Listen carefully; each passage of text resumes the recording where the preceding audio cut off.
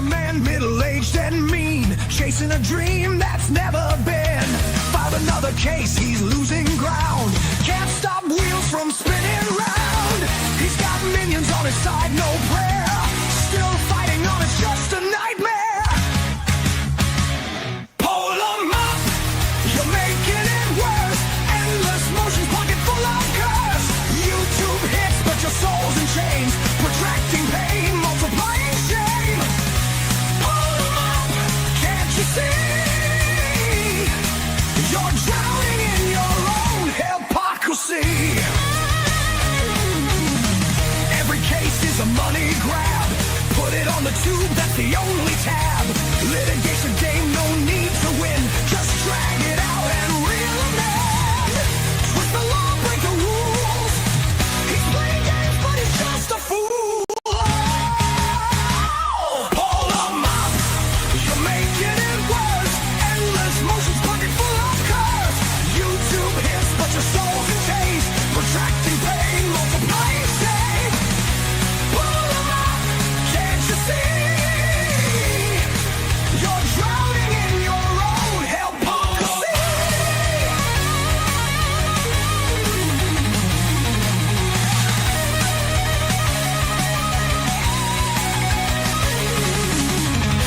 Every motion's just for show. Filing papers, moving slow. Courtrooms a circus, all a game. But in the end, who is to blame?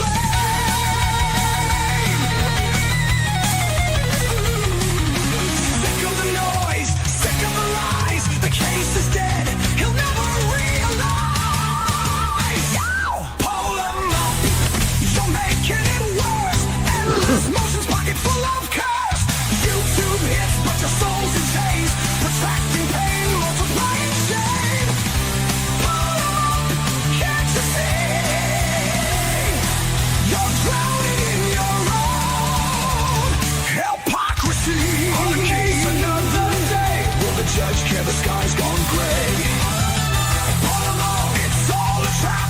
You're digging your hole, fall in that gap. Pull 'em up, the time's all spent. Lost in the game, no way to repent.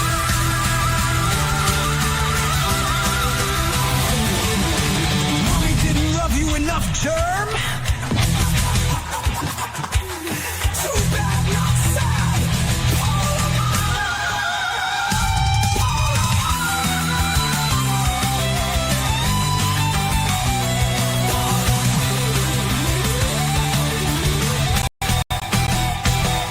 Pull 'em up.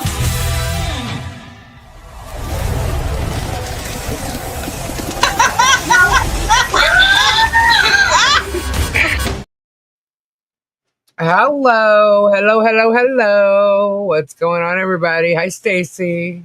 Hey, how's it going? Hey, welcome to Sunday Spun Day, everybody. How y'all doing? How's It's everyone been a in day. chat? It's been a day. It's been a day. How's it?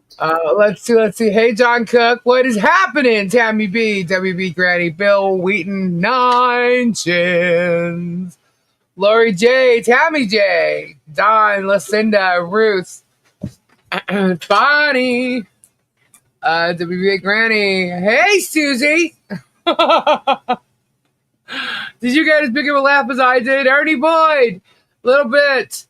Sandra, Noreen, Ed, what's going on? Pandera, Ray Bone Crusher is here. What is going on? Hey, Jared. Let's see. Back to country. Ruth, Jared. Francis, Sherry Corn. Hello, hello. Jared. It's Jared. Jared.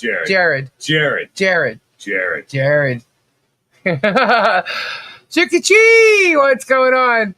DRD Diane, Lucy, Steffi Sue, Martha Dodge.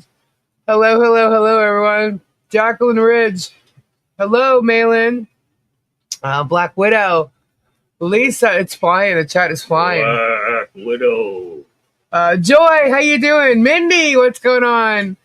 Sylvie C. Ooh, I'm full. You're full? Yeah. Me too. I had 5 of those. No, you didn't. Yep. Hey, Ricky. Hey, Sandra. Yeah. Hey, Dr. I Hey, Jared. did a calculation on it.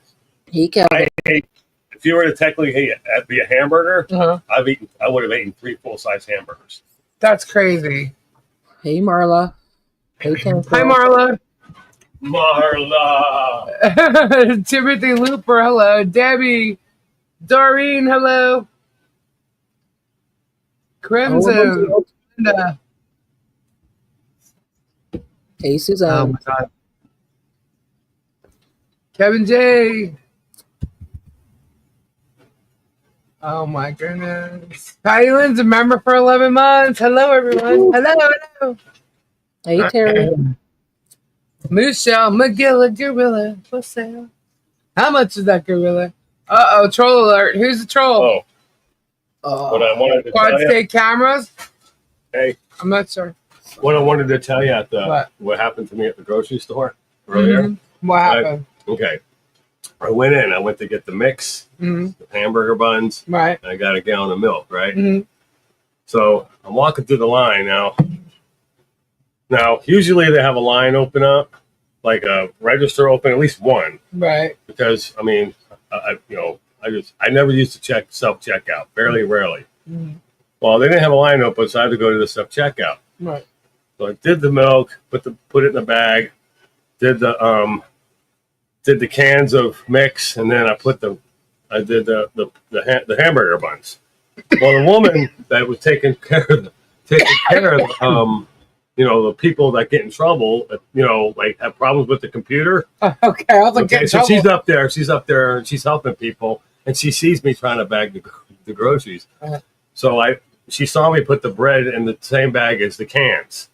Duh. So listen, so What's listen, wrong she with tells you? me, right, and I single bag the milk, and I put it on the ground. I'm a little confused. I put it on the ground, and she sees I'm having problems, or she thinks I'm having problems. She comes over, she goes, "You okay? You okay, honey?" She goes, "Look, let me help you." And she takes a bag of milk that I had, and she puts it in another bag. She double bagged the milk for me, and then she says, "Well," he goes, "Oh, the bread? No, honey. We got to put the bread in a separate bag. You don't put it in the same bag as the cans." So she gets another bag and she puts the bread in. And I'm like, I sat there. I'm like, "Well, I did put the bread on top of the can." She goes, "Yeah, honey, I give you an A for effort, but that's not right." I said, So you bought 5 things and you had to have somebody help you until you had a bag. well, she just followed. She thought That I was was having sweet, though. problems. Yeah, That is I started laughing. I was like, "Thank you very much." I'm like, I don't Hey, know. Ray. Continuing to pray and healing thoughts and everything. Hopefully everything is going good this weekend for you. Hi, Hal. Ray Did I just get into this? We got Richard coming on. We got Robbie's coming. Should I just get into this bullshit that was spewing for an hour? Can you just address Ray for a minute? Ray's in the chat. Ray, Bone Crusher. Just How are letting you?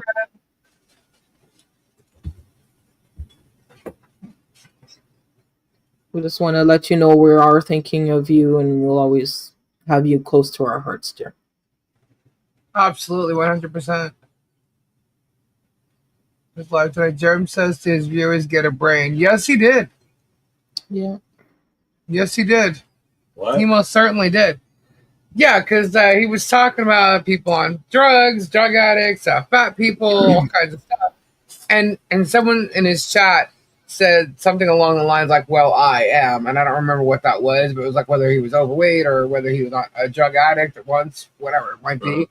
And Jeremy saw it, and he got unhinged, and he was like, "Just because you went through this doesn't mean, look, we love heavy people, or we love fat people," or whatever he said, because it doesn't mean we're talking about you. And I'm sitting there going, "Wow, that's great. So you love the people you mock. You just proved how much of a freaking hypocrite you actually are." Yeah, that just proved he just I'm like, proved he was a hypocrite. Oh, he proved a whole bunch of shit tonight as he's trying to say that Just from we're that statement. incriminating ourselves. I'm like laughing my ass off. First off, it starts out, I literally got scared. I backed up, and I was like, "Oh my god, joking." AB. Right? Hey, Monica. And Suzanne, I saw your comment. This guy is literally like, he's wearing blue tape around his head. Uh-huh. You know, it's a Monica. I was wondering what the hell. Why don't you that go was. sit over there and show them what a bandana really is? No, He was pretending he had a bandana on? Yeah, I made a blue tape. He's trying to mock Robbie's daughter. Not even Robbie, it's Robbie's daughter. What's wrong with people wearing bandanas? No. It's a tape, so you don't even know what it's about. It's the tape that wrapped the summons on the gate. Oh. It was painter's tape. Oh, okay. She didn't know that. She just, right. Whatever. I She didn't want to. So, all right. So, anyway, it starts off. Obviously, he's in Ohio. She's in Florida. He's got the damn tape around his wrists and head. And she's wearing some really bad wig on her. I mean, I was like, ew. I mean, really gross. But anyway, just made her look kind of really foolish, if you ask me. But anyhow, they start off with their song. By the way, this chair. Yeah. Guys, this chair. The chair. Hold on. Hold, please. I have to. The chair. Kyle, wherever you are. The chair.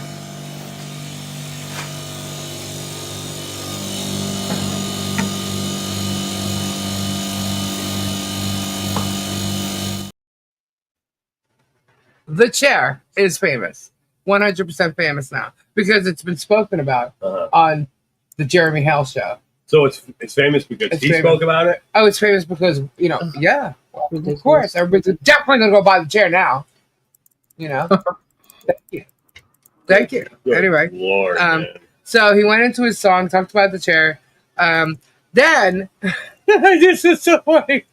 He turns around and he says, because last week it was Guns N' Roses, right? Guns N' Roses was the better band. Right. Then he turns around and goes, Def Leppard, Bon Jovi, like all these freaking, and my brain went to that story. I didn't know Bon Jovi was there. But that's a story I'll tell you guys one day.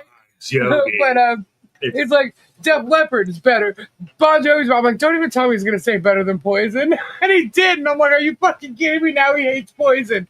And damn well, since that guy can only play so many chords on his freaking guitar, that he played Every Rose Has Its Thorn like over and over and over again for years. Oh, yeah, definitely. It's like he's attacking Poison now. Yeah. I mean, are you serious? Like, does he think Robbie's really going to get butthurt over it? Because, that's a dig towards Robbie, I guess. Whatever. Because trust me, he ain't phased in CC. But I just thought that, I'm like, wow, that's funny. He's talking about things he has no idea about. I know. It's like, he's not a musician. Why would he even bring Poison into it? It was hilarious. I was just like... But as soon as he did, I knew exactly what he was doing because of last week with the Guns N' Roses stuff. So I was like, you don't even say it, dude. Don't even say it. You're going to make yourself look like an idiot. Don't say it. And sure enough, he did. He has no clue. But yeah. But I thought it was funny with the tape around his forehead because you shouldn't put it around your forehead like a bandana, like, let's get physical. I was just going to say I want to get me of Olivia Newton-John. I swear to God, when I saw him, I was like, that he's trying to be Olivia I Newton-John. want to get physical. Let's get into it. By the way, George, don't even bother. I definitely can sing better than you. But yeah, I thought that was hilarious. John Caps. He should have put the tape around his bald spot.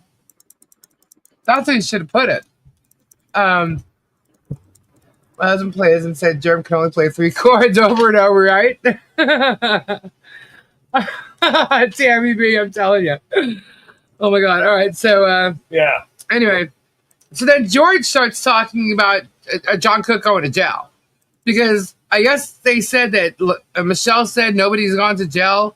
And he's like, what about John in the 40 days of jail he spent? Yeah, because you're a lying ass and you're person that you got to do a complaint for you. We clearly said it in your own chat, which is, obviously evidence. But George says he had a better time in jail than he did at home. He had a free bed there. How do you know? How would he know? How would Has she he ever know? lived like that? Has he ever been to jail? How would she know? Oh, sorry. Yeah. That's right. Because she says I called her a man, or Jeremy said I called her. I've never called her a man. Yeah. How would you know how any of those places are? And not only that, guys, you all know from day one, I tried to give George credit. I have tried to give her credit. Okay, they're definitely listening. I even told you need to give George, try to give her the benefit Benefit of of the the doubt. doubt. I tried. This was a couple I years. totally tried. And you know what makes me try is the fact that she's a tourist. I know how loyal. The problem is she's loyal to him. Yeah. That's her problem. Okay. But anyway, so she talks about jail, and I'm thinking, oh, he's got a free bed? How do you know he's got a bed? He's got probably a metal freaking frame, if that, and a little freaking fluffed up whatever pad. You know, like, what do you know? Yeah. They don't have beds. They don't have beds. Real They don't have a mattress and a box spring. No, they do not. So then he starts to go up on Super Dave and trying to talk about him, his family.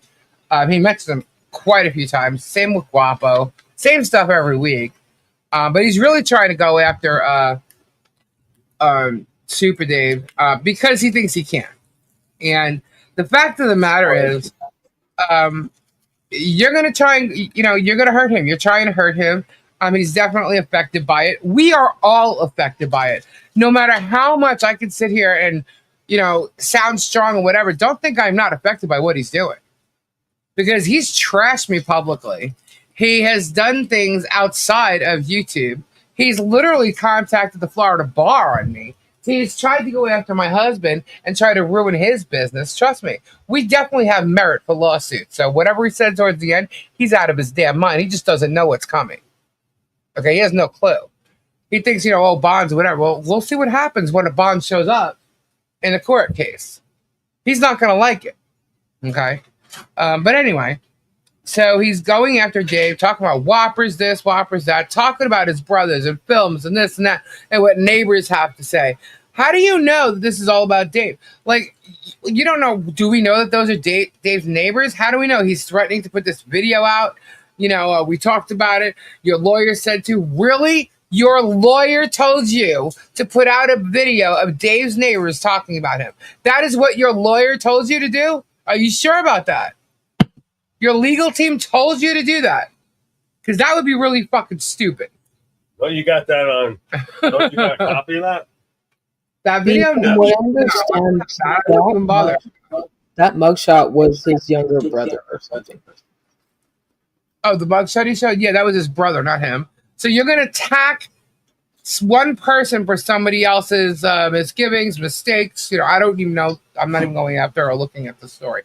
I'm just saying, you are going to go after one person because of someone else's life or whatever. Great with everything in his life. Whether it's true or not, I don't even know. And his brother came on live and told his story. But I don't know what this video is of his neighbors or whatever. I have no idea. So he's doing that. He's threatening that. He talks about not being able to have guns for several reasons. One, he said, was restraining orders. You hearing echoing? Is it when I talk or when Stacy talks? I'm echoing through your speakers. All right, let me lower it. Sorry, I didn't think the There's microphone. more than one reason that you're not allowed. There's more than two reasons not to own. Well, he would know. He would know. He mentioned restraining orders. He would know. That's one. He's had several against him for many, many, many years. Although he tells everybody he doesn't have a criminal record. He doesn't have any of that. But he has had no contact orders with his own family. He's had restraining orders or protection orders from his ex-girlfriend for 5 years. And then the one before that, Crystal, he had one because he tried to set somebody up. The next one to get one was Michelle. Okay? And then the next one probably when all is said and done is going to be George. And George is probably going to need it. But, that's that is definitely speculation there. But everything, from Michelle and back, he has had restraining orders, so he knows all about that. So if he did have guns during that time, he wasn't supposed to. Just saying. But he knows all about that. Oh, shit. I found Just that making comment. sure everybody knows this. He knows all about that. And then he says Guapo is going to get sued in Florida. How? How is he going to get sued in Florida? They both reside in the same state, number one. So why would he throw Guapo into a federal lawsuit? Like, it doesn't make sense. It doesn't make sense. But anyway, that's what he says. And then he says that he's being sued by a business that he's already been sued before. All I know, I'll get to it. So he brought up the bankruptcy again. There's a missing paper, whatever. Dude, the bankruptcy is being refiled. As a matter of fact, I think it was already refiled. It may not be showing up on the docket. Okay, so shut your trap. And he says that deuce this, deuce that. Look, Bruce didn't leave anybody. Bruce is still right there. You don't know what you're talking about, just like you don't know what you're talking about as far as Leslie goes. You have no clue what Leslie's doing. You have no clue who she's talking to or what not. You don't know nothing. Zero. Because they didn't have to close their mouth and not spread it. Yeah, Shit on YouTube. you don't know why. anything. Okay?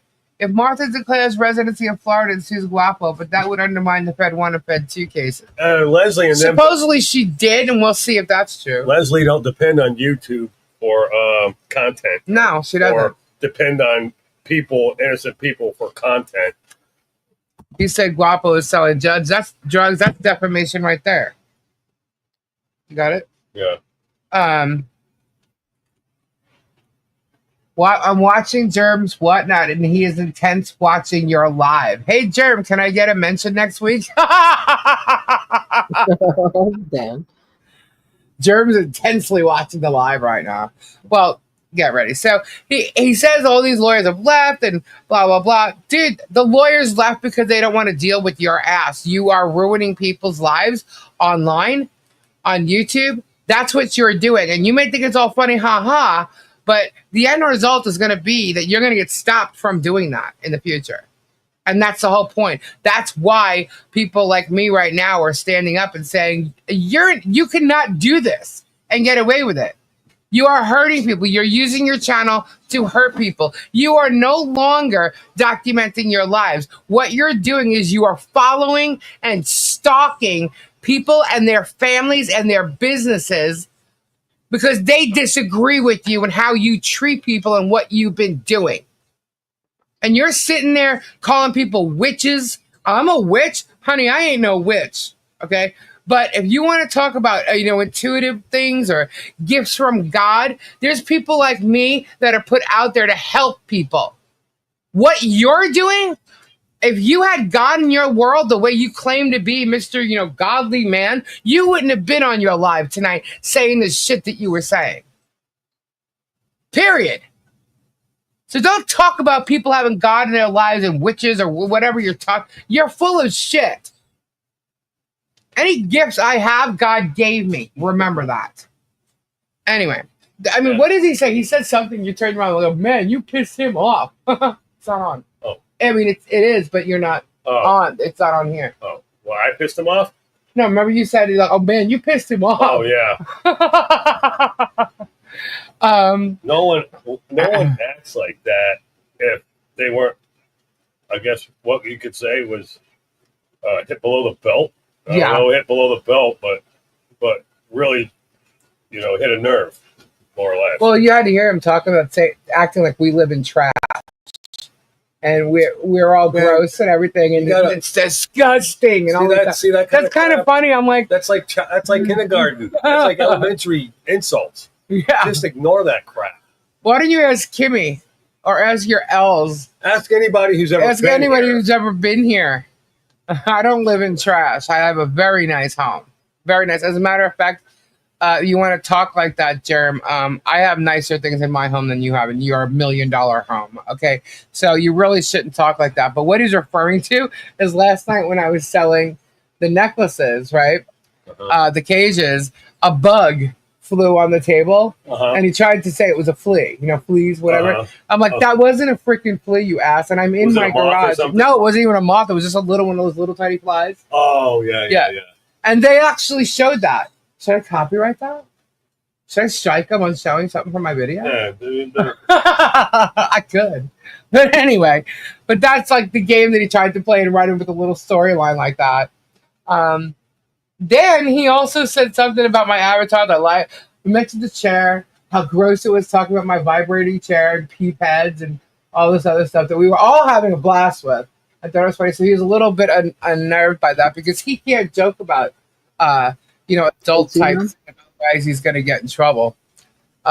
So that happened there. When I was, oh, you know what? I think I'm going to get, hold on, here we go. Richard, what's up? What's going on, Lisa? What's doing? How are you? I am doing well. Happy Hey, Sunday. Richard. Hello. Happy Sunday. That's Stacy. Robbie should be here I'm shortly. like, do you know who I am? No, I'm just kidding. Of course I do. Happy Yeah, Sunday. Did you happen to watch this idiot's live tonight? I didn't get a chance to. What happened? Talk to me. Oh, gosh. A whole bunch of stuff. He's just going off on everybody like he normally does. So of course, me, I pick things out and I'm like, lie. Now the band Poison's been dragged into it. Oh yeah, he's going after the band Poison and knocking Poison down. He's knocking Poison. What did Poison do to him? Poison's friends with Robbie. What an asshole. Last week it was like Guns N' Roses is a better band, and this week it was Def Leppard and Bon Jovi was a better band. I'm like, oh my god, this guy is like out of his mind. This is pretty awesome. Get the fuck out of here. What are you? He's just yelling because he can only play 3 chords. 2-year-old. That's what he is. Yeah, he's bringing up. It's like having an argument with someone in middle school, Right? or elementary school. No. I once saw people like I'm talking like really like Dumb and Dumber adults arguing. I saw 2 guys in their 40s arguing about who knew more state capitals. They said, I know capitals than you do, so I'm in charge. I actually saw people had an argument about that, or who was going to be in charge because of who knew state capitals. That's the kind of stupid level of stupidity that we're talking about. That's how stupid. It's crazy. Gabe, you want to go on? That's over. Gabe's here. Gabe's coming on too. Hang on. Robbie should be here. There he is. Me? Yeah, you got to move the camera up a little bit. There you go. Right there. Yep, you're getting. Yeah, that's my trashy garage, guys. There you go. Behind them. Yeah, I know. I gotta straighten up in here. So I get a quick question, Lisa. Did he ask about, or did he talk about the fact that he's going to hell yet, or no? No, not at all. As a matter of fact, Didn't talk about it. He said nothing about going to hell. He said I'm a witch. Yeah. Well, Now we talk about witch stuff, No, not in this house. you do know, like all the Halloween stuff's already at Target and Walmart, so we Yeah. get away from school. So it's not a bad shit. I'm getting ready to pull my stuff out. That's right. I love decorating. As a matter of fact, those are the bins behind Gabe. Halloween? Halloween. Yeah, that's Halloween right there. The Halloween candy and the Halloween decorations. Those bins right there are Halloween. All 4 of those. Yeah, I know. Fun for me. He's the one that's got to put it all up. That's the whole thing. It's the coolest part of the year, and like we're in Florida, so the cool part is you can go to like, Universal, you go to Fright Fest, and they have the new Epic. They have the Dark Universe, which is really awesome. I was over there in June. Like there's so many cool things. Like Halloween's such a great holiday. Like what do we have between now and then? We got Labor Day. That's not like a holiday. It's like we're gonna have a barbecue and drink beer and not go to work. But like Halloween's a cool day. Halloween is like awesome. I guess I should dress up as a witch this time. That's right. I'm gonna dress up as a paint chip. Yeah, I'm thinking he did mention you somewhere.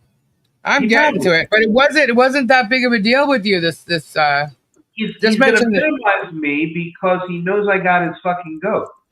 So it's like his whole media strategy, right? I'll tell you what it is to pretend that I'm not a big deal and then minimize me. And then when he can't get me in the case, he's like, well, we didn't need him anyway because he's small potatoes. Right. That would be the thing. Like Randy might have read my law and said, yeah, we may actually serve him now, but then he might get out because of the 90 days under Rule 4. We'll get into that in a little bit. But I think that, like, media-wise, the smartest thing that he can do is basically not talk about me because he knows I'm going to get his goat. And he knows everything I'm saying is an existential threat to him. Insofar as he comes around and he says that he's a white Christian man and he's this and that and he's other. Well, he's not acting like a Christian. It's one of the big things he says. He's not acting like it at all. He hasn't acted like it for a long time. you know. And when you start attacking your neighbors, you know, the whole key is love thy neighbor as thyself, right? That's one of the basic tenets of Christianity. He's not a Christian because he doesn't love his neighbors.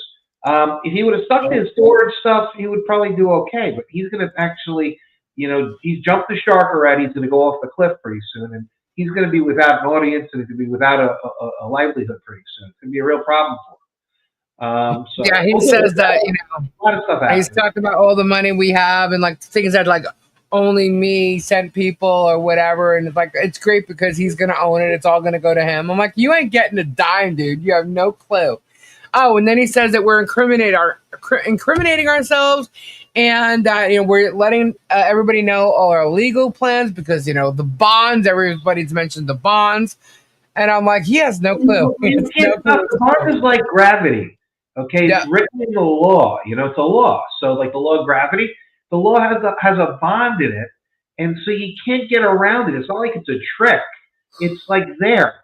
Like it's called reading. You know, we learned this in kindergarten. If you read the statute that you use to try to sue everybody, you see that there's a bond requirement if the parties move for a bond. So it's called reading. So that's what this problem. He's like, oh, they've got this magic strategy called reading. You know, what a moron he is. What a moron. No, really, he's stupid. He's just so stupid. And the fact is that the people that are like, you know, gung-ho and supporting him, I kind of respect them a little bit in the sense that, you know, you gotta kind of stick up for your people. But at a certain point, you got to realize that this guy is the emperor with no clothes. You got to realize that he's walking around naked. I don't look like a walking around town naked, and all he can do is look at people. And so what I'm saying is, you know,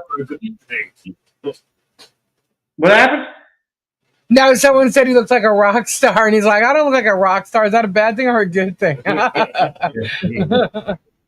the whole thing is with Jerm is that, and we're looking at his money right now. I got people looking at that. And, you know, he's got a little bit of money behind him because he's been able to build people. He makes some money off of YouTube, you know, with his shows, and he bilks his people out of money. He basically is bilking. It feels really bad, but he learned in preacher school, you know, how to you know, get money from the congregation, and he does that. Yeah. So, you know, that's he's skilled at that. But the question is, okay, fine. Maybe he bought off a few people. Maybe he bought off a dirty cop in the Peninsula Police Department or a few of them. Maybe he's got some people that are out of creed with his money. But when you get to the bigger, you know, ball game, okay, having $5 million or even $10 million in the bank isn't going to save you if the state authorities are coming down on you. So the Florida authorities know about Jeremy Hales, and the Ohio authorities know about Jeremy Hales. But more so than that, that's not the hard thing to do. You know, I'll talk about the easy thing. Sorry, Tammy J. Go ahead, Richard. Go ahead. I'm just reading the chat. The easy thing to do is take out corrupt cops and corrupt officials and corrupt municipal officials. The state government will do that on the state level. You know, if you look at some of the emails, I don't know if we're going to read the emails, some of the emails, Lisa, but we had you know, the Florida Attorney General, we have the Florida Governor. We also have this alerted to Vivek. I sent it to Vivek's people, and I sent it to Vance's people too. Because they're all the Ohio people, and it went to official channels to the Attorney General and everybody else. So the point is, I'm not going to go after Jeremy.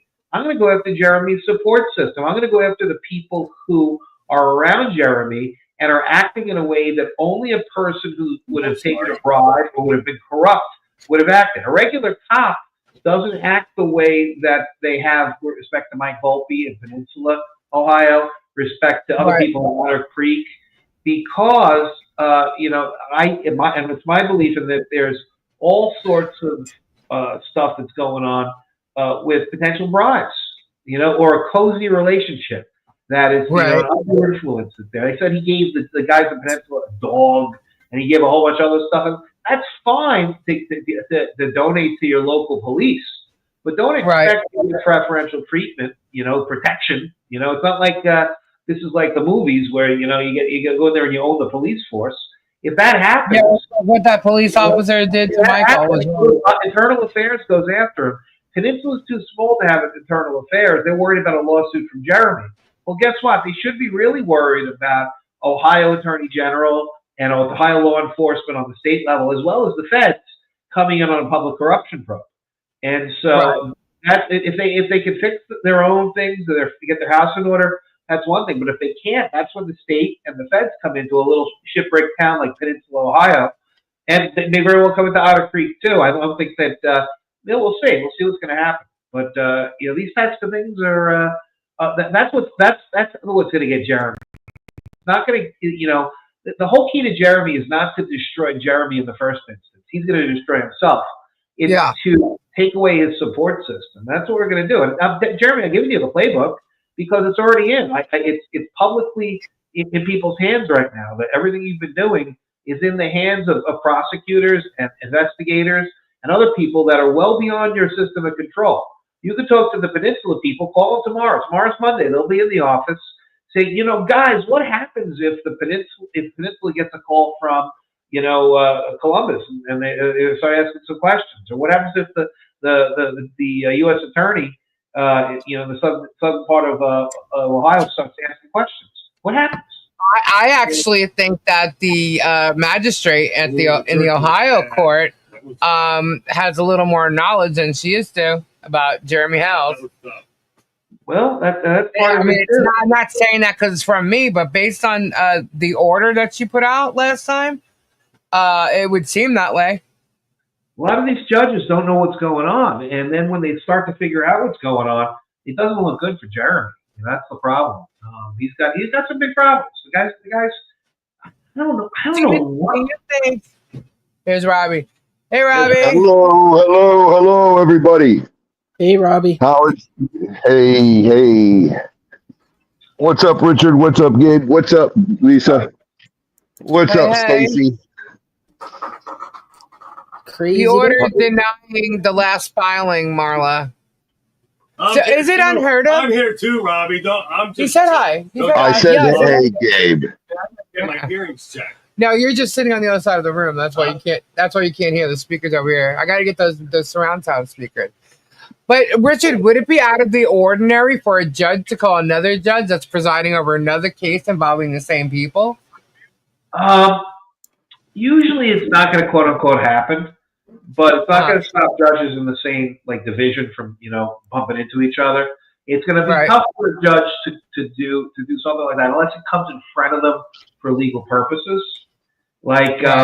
There's a reason to call somebody up or anything else, like a legal reason. That's what's going to go there on their own fishing expedition, because usually the judges have to deal with the facts as they're put in front of them. But that being said, the judges in the division, in the district, everything else, they all talk. They get together at their own events and everything else. And I have a feeling that these cases are starting to get a lot more talked about. The Jeremy Hales case is getting a lot talked about in the Northern District because of the because of the media. But also the Dinesh cases in the Middle District are being talked about by Florida federal judges too, because that's becoming a zoo down there. And then and all these guys, as the litigation starts to multiply, as they get sued and they sue, and there's more cases, or there's this and there's that, then it becomes on everybody's radar. And so that's what's starting to happen, I think, with the social media people, especially in Florida. This is starting to happen in Florida more than anywhere else. I think that we have these social media type things happening here. I think that the Florida is where it's at for this stuff, and it's a good place for it to be at, because they're not going to let the Florida judges let you go a little bit, and then they'll rein you in real quick. They'll give it a short leash, and I don't think that they're going to get away with what they're going to get away with now. I think that Rocket Shockett's in a big pickle here, because you got him, and then you got the Megans and the Tugs claiming that everybody's dodging service, and it's who dodged service? He said Lisa dodged service. The hell I did. You tried to serve me with a summons for a subpoena for one case. They showed up at my house and they here. Lisa, you have no obligation to take service, none whatsoever. You have an obligation to pay your taxes. It's not even true. You have a lot of other things with the government, but you have no obligation to take service on a private case. You know, you have no obligation to make it easy for them either.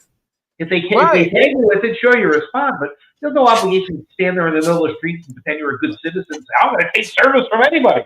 You have no obligation to do that. I know. I'm just saying, though, when she came to serve me for the subpoena, she walked up the driveway. She asked me if I was Lisa Weeks. I said no. She ended up leaving the paperwork on the patio outside and left and said I was served. That wasn't even the problem. The problem was that I didn't have enough time. That I didn't get the legal amount of days I was supposed to. I didn't get the check that was supposed to be in it. None of it was legal. You know what I mean? It was not a legal service. So that's not dodging nothing. That just means you did not legally serve me. I have a right to due process, and it wasn't legal. They tried to serve me with the summons for the second federal case, and they didn't serve me. They served Gabe, but she lied about it. Either way, no one was dodging nothing. Yeah. No. I'm a gray man. Yeah, you're a gray man. Some guy. Clearly, you're blonde. So like I didn't dodge anything. Now this whole thing with Dodgy Robbie. Dodgy didn't do Dodgy. I did not just say that. Robbie didn't dodge anything. Robbie was just living his life. He's heard about this case. Robbie. I know. He's heard about this case for so long and it was never served. So I mean, he got served his subpoena the first time. She asked him, "Hey, you Robbie Kesey?" He said, "Yeah." She gave him the paperwork. What's this? Okay, that was for the subpoena. For the summons, they haven't found him. He hasn't been at the flea market, really. He's been busy. Is everybody supposed to sit around waiting for someone to come knocking on their door? Yeah, that's the point. You have no obligation to do that. It's the United States of America. You have no obligation to do that. And it's crazy. And there's a case called International Shoe versus Washington, which was the United States Supreme Court.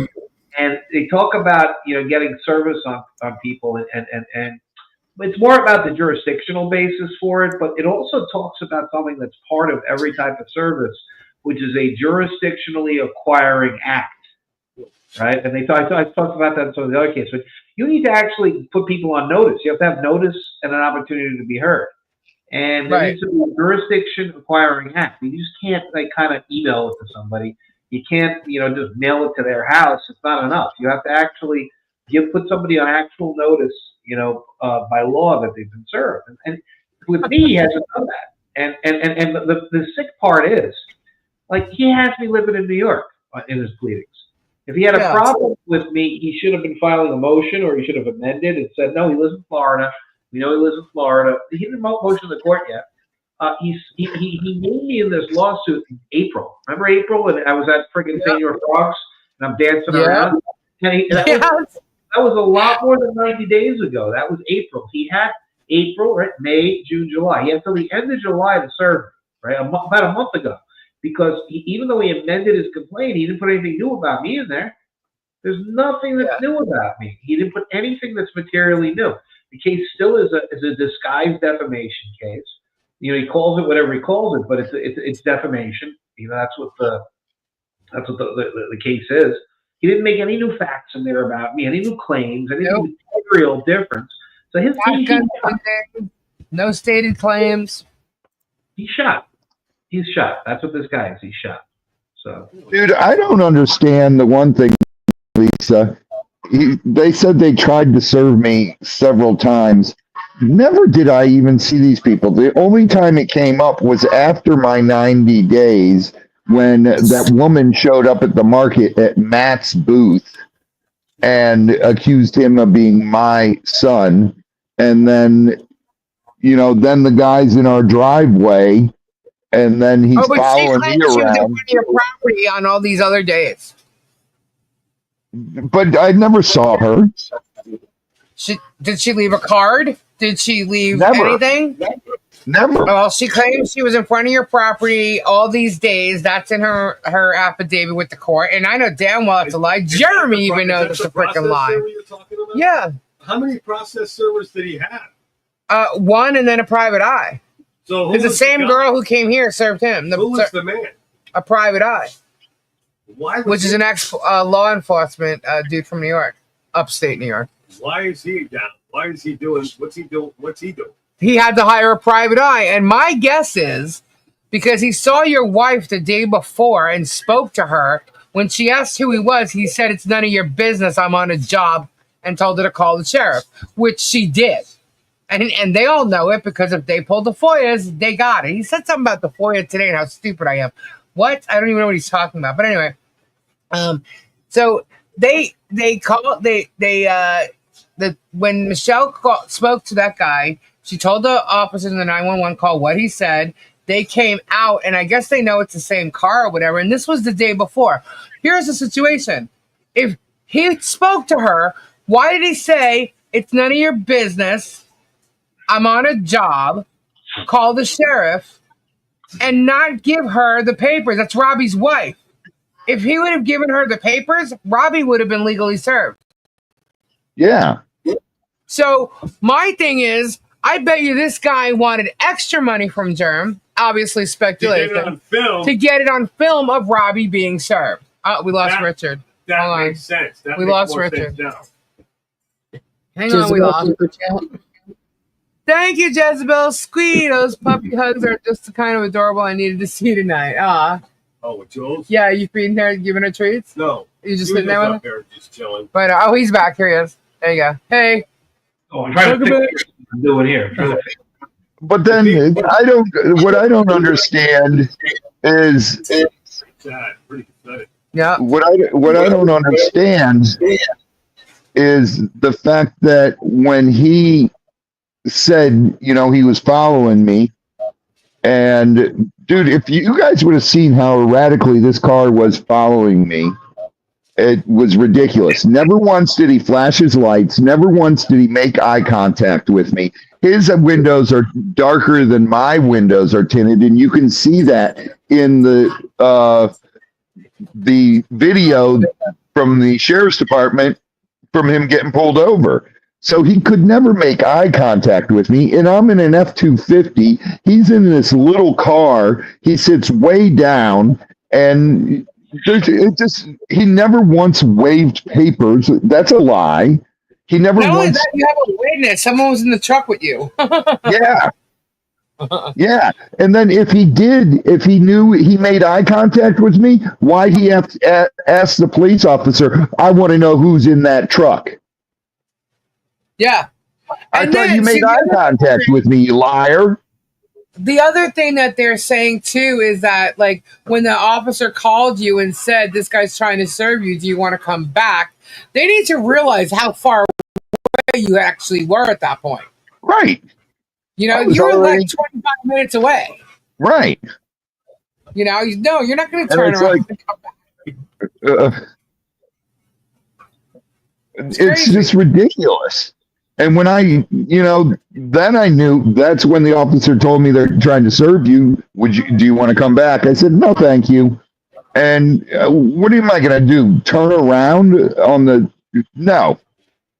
Sorry. I'm not going to turn around and come back. I had no clue who it was chasing me. I thought it was one of his crazy idiots that he has subscribers.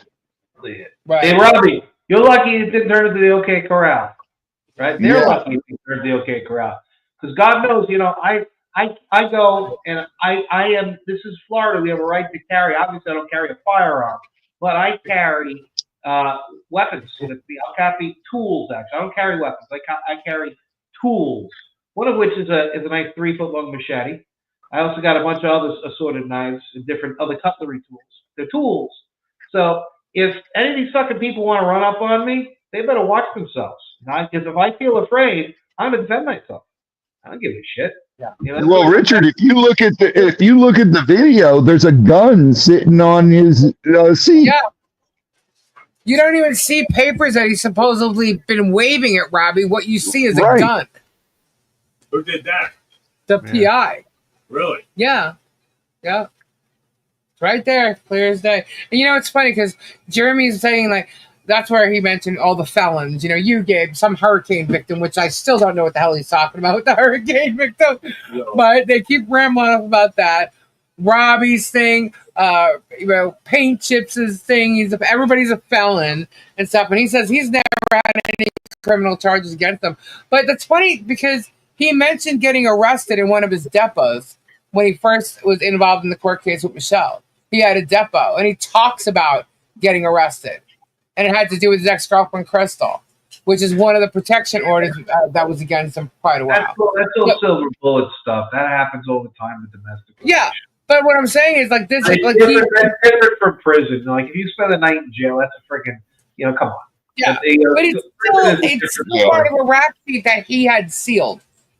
But the thing is, it's not sealed everywhere, and that's how everybody knows. He's gonna come and say he got I got arrested on false domestic violence charge. He got slapped on the wrist. Get the fuck out of here! Come on. I wonder what he would be like if he had to stay more than a night in jail. He'd probably be sitting in a corner crying. It was an easy Jail's nothing. Away. Yeah, totally. Yeah. It's only if you're not a bitch, but he's a bitch. Come on. Totally. Robbie, he would check in like the first day. He's a freaking bitch. Oh, he would be a bitch. Yeah, totally. I'll be right back. I'm going to the lady room, guys. You guys have this, right? You guys all got this? Yeah. Stacey? Yeah. Yep. All right, right back. Dude, I don't get him, dude. Dude, you claim to be a Christian and all, and we'll get into that. Yeah, that's the big that's laughable. Yeah. That's laughable. That's his weakest point. I'm telling you, that's his weakest point in the sense that he has this whole audience, and his audience thinks he's just this nice guy named Jeremy, and that he's a regular person. And he's not. He's not like his audience, because most of his audience are good, Christian or God-fearing people, not necessarily Christian, but good God-fearing people that kind of do what they want to do with life and do the right thing. Jeremy doesn't. He's an exploiter. He's a predator. Absolutely. In dictionary definition of the word. He's someone who exploits others. He looks at his viewers as cattle. He looks at them as people he can milk. And that's the problem. That's the furthest thing from being a Christian. You care for your neighbor, you care for others, and the biggest thing is you show mercy. And what he's doing to poor Ray Bone Crusher and his wife is not mercy. It's the furthest thing from mercy. That's disgusting. That is so disgusting. He sued estates. People died and he continued against their estate. He's just a bad dude. It's like, come on. At the end of the day, there's a reason to go to court, right? If you're going to use the court system, let's say you get in a car accident, you're seriously injured. Yeah, you got to go to court. You got to sue somebody. If they were wrong, you got to sue them. Okay? That's right. And there's insurance companies and everything else. But honestly, this case, right? It's so like it's not even like on the radar of what you should be in court for. Like if you have a big company, like a big multi-billion-dollar company, or even a multi-million-dollar company, that is out there, and you have a contract dispute. One side doesn't live up to their end of the bargain, and you lose hundreds of thousands, if not millions of dollars. Yeah, you go to court for that. You're going to go to argue about that. If you're seriously injured, yeah, you go to court for that. If you have a real beef about your property, like let's say you have contractors that screwed you out of hundreds of thousands of dollars after a hurricane, and you had a beef about that. You go to court. That's what the courts are for. It's not for this. It's not for content, creation, and it's not for you understand what the Langham Act really is. The Langham Act is for large multinational corporations. It's for like big ass companies that have hundreds, if not thousands of employees, maybe sometimes publicly traded, maybe sometimes not. But it's like a real deceptive trade practice you have to come up with. It's not somebody said something that I didn't like. That is so low on the totem pole for things to go after. And that's the biggest problem. You've got no case. Isn't he like abusing the system to sue people? Yeah. Oh yeah. Just because for dumb stuff. Mm-hmm. Yep. So one thing that he said he was going to do is he's got a video he's got a video in regards to Super Dave's neighbors. He still hasn't served Super Dave. I don't think anyway. regards to his neighbors, and they're saying all kinds of bad stuff about him, and he's like threatening to put it out. He's going to put it out tomorrow. So Sylvie's asking to ask you what the implication of the lawyer giving Jeremy the green light for him to post that video. He said that his legal team told him it was okay for him to post the video. Somewhat, I guess, from what he says, defaming. But here's the point. What would the issue be with posting a video? Right? You have to think what could be a problem with posting a video. We have a very broad First Amendment in this country, right? And so even if it's private information to a certain extent, if you're a public figure or a limited purpose public figure, some of your private stuff can get out there. You know, not crazy like we saw the Hulk Hogan case and the Gawker case. That's like the outrageous end of it. Guapo. Are we talking about something that's a privacy issue? That's the only thing. Well, he's talking about information on this video. The neighbor talks about him, talks about his landlord, his no problem with that. It's like that's the classic news. You know, you're gonna go around, canvass the neighborhood, and ask people about stuff. And if people want to talk on the record, you get them on video. You can do that. That is not. I see nothing wrong with that. Nothing whatsoever. So I understand what you're saying. It's like, oh well, it's scummy and slimy, and the lawyers are giving it the okay. Well, that's one thing. But the bigger issue might be to what extent are the lawyers? What extent are or the extent is Pocket Rocket Shocket no longer a quote unquote lawyer for Jeremy Hales, but a co-conspirator? That becomes the bigger issue. Is he acting in concert with him? That's the bigger issue. It's like I think that it's sound quote unquote legal advice to say, yeah, it's clear to have a video when you're talking to people in the public about somebody in their neighborhood. You can do that all the time. You know, some of these videos out there, that's what they do. You know, you get the person on the street, or you get something that happened, you'll grab somebody on the corner and say, you know, so-and-so just shot this person in his neighborhood. They apprehended him. Do you still feel safe in your neighborhood? And they'll say, oh, no, I don't feel safe now. Or, yes, I feel safe. That's crazy. That never should happen. That's what they say. They got a neighbor. There's no problem grabbing a neighbor. The bigger problem is, what's the relationship between Randy Shockett and Jeremy Hales at this point? Is it still a attorney-client relationship? Is Jerm committing frauds, number one, or torts, meaning personal injury, injuring people, or is he committing fraud? That's the first question. And number two, there we go. And number two, is he using, Randy Shockett in furtherance as an instrument of the fraud or the crime or the tort? And so it's like when you're a little kid. That is a good point. That's an excellent point. I mean, the whole bank, what's it called? I was almost going to say bankruptcy. The blackmail and the extortion with Leslie and some other people that they've been talking to. I mean, that's Randy's doing that. Well, here's the point. Okay, it's like when you're a 7-year-old or an 8-year-old, you learn very, very early on. If you have a privilege and you abuse the privilege, what happens? You lose it. You lose the privilege. So absolutely. What's here is this. It's a very analogy. Think about that. That's a great analogy.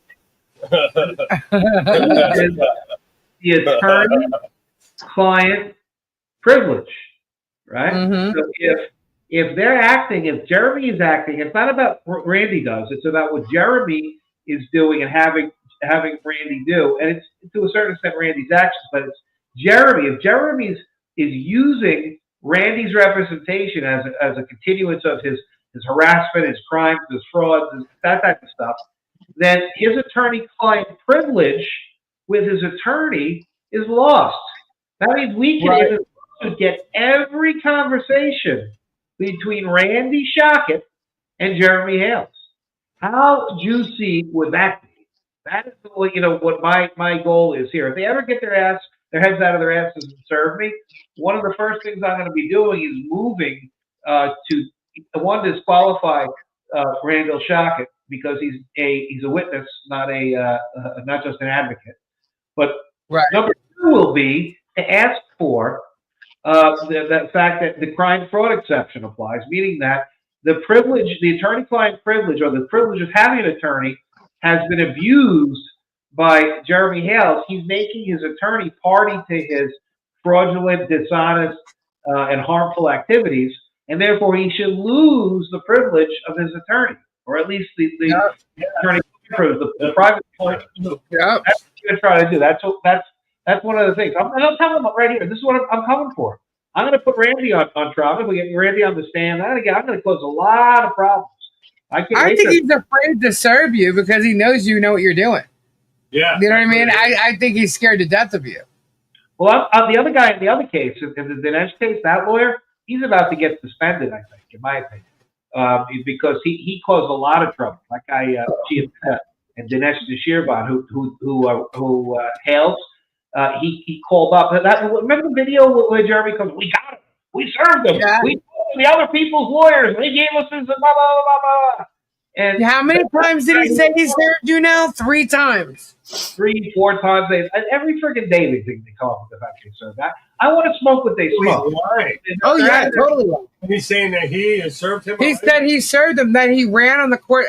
First he was served on the court steps, then he ran from being served.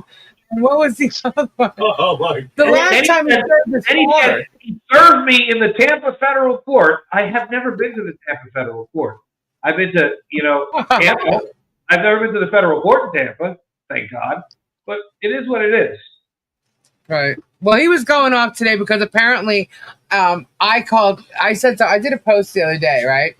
And because he's calling me a man. He did some picture. He blew up my face, like put big hair on, put some bushy eyebrows on, and he called me a man. And I said, what is it with this guy? He's constantly calling me a man. He knows damn well I'm not a man. But he says it like maybe he has to do this because he can't handle the fact that a woman is coming after him and calling his ass out. What it is. Okay, I'm like, and he turns it around. He goes and edits and things. What an idiot! I'm like, well, it's just fitting because all of his victims are women, right? So tonight he's trying to prove me wrong, right? And in trying to prove me wrong about it being women. He starts bringing up, really? What about Super Dave? What about Robbie? Clearly calling them his victims. Because he realized what he did. He totally called out all the guys. Calling me a victim? Yeah, he called you a victim. Super Dave is one of his victims. Actually, you know what? He's 100% right. I am a victim of his harassment. That's what he's saying. He totally admitted it by throwing out all the the male names there, but what he did forget was Sarah, his wife, victim. Holly, his ex-girlfriend, victim. Crystal, victim. His 2 daughters, victim. George, victim. George's sister, victim. Marilyn Raby, victim. Believe it or not, Shara, victim. Jamie, victim. Michelle, victim. Me, Stacy, Flutter. Who else now? Tori, my cousin even. Kendra. Yeah. Okay, even though she wasn't here, he basically said she has nothing to do with this. Thank God. But Suzanne, who else did he call? Tricky Chi. He gone after Lori J. Gone after Bonnie. Chapo was a victim. And how weird is it tonight? Okay, that he also literally stated and showed how shady and how untrustworthy Chapo really is. And was. Did you say does it work behind Guapo's back? Okay, so I was talking about the females. I know he Jason too, but I was talking about the female victims because he was trying to say that what about all the men? Yeah, you're right. What about all the men? Swords Auction Pirate, Grimes Spines. I mean, I know that there's issues there, but there's men too. But prior to your YouTube channel, dude, since he's listening again, Sarah. How many years did you fuck her over? Sarah, Holly, shit, you had a protection order with her for 5 years, and then when it ended, you called her back just to let her know you were still around. Okay? Crystal, George's sister. Come on, we could keep going with all the female. You're still talking about Marilyn Raby, brought her up tonight. Rosie and Desert Work. Rosie, DragonWorks. I couldn't even freaking believe the names that you were mentioning today. I'm like, what the fuck? all these people. There's even more that I'm not mentioning that I know that had stuff to do with you in Otter Creek. What do you say about Guapo tonight? Oh, he was going off about Guapo. Yeah, he's got a vendetta against women.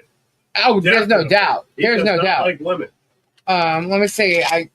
He said it a couple different times. Yeah, married to Groot, victim. He talked about drugs, that he's a drug addict and deals drugs, and he's not a licensed auctioneer. He has to pass a test and all this crap. What else? He said that he's going to be suing Guapo in Florida, which makes no sense to me because they're both residents of Ohio. So I'm like, okay, how and why is he going to do that? Got into his phone and said that he's got all this incriminating stuff on his phone. So Chapo's lying against him too. That's what I meant. That all he did was prove that Chapo is unworthy and untrustable in what she did to Guapo. You know? Yeah, he said Guapo was selling things that he breaks the law.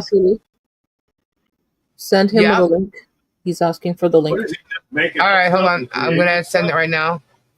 He makes shit up as he goes. Jeremy going to hell. I want to talk about that a little bit more. What did you say, Richard? I'm sorry. I want to talk about Jeremy going to hell. I want to talk all about. Oh yeah, he wants to talk about Jeremy going to hell. Did you show my article from today? Put it up. I did not show the article. Whoa, hold on. Beautiful artwork. I put the article. Well, you can send him the link anyways, and when he's ready, he can come on. Yep, I got it. I just sent it to him. Okay, the article. You want me to pull it up, Richard? Pull it up. Show everybody. Show the beautiful artwork. Jeremy. Let me see, Richard. I'll tell everybody, subscribe to my YouTube channel. I got 30 friends, I think. Robbie's one of them. I only have 30 friends in the whole world. Luthman News, at Luthman News. That's my one. And this one they can't get rid of because of the Florida law that says if you're a news dissemination site, they can't suspend you. So that they've been trying to suspend me, but it's Luthman News. It's a news outlet. So it disseminates not for me, it's for news outlets. So it's Luthman News. So I'm looking for it right now. Why does it always? I can send it to you on Substack. You want it on Substack? I'll send it to you. Yeah, either one's fine because it's kind of lost in my. Substack's actually it's cleaner on Substack. I'll send it to you right now. Let's see, where is this? Here we go. Or you got it. You want to just show it from where you're at? You want to show your screen? I could show it from where I'm.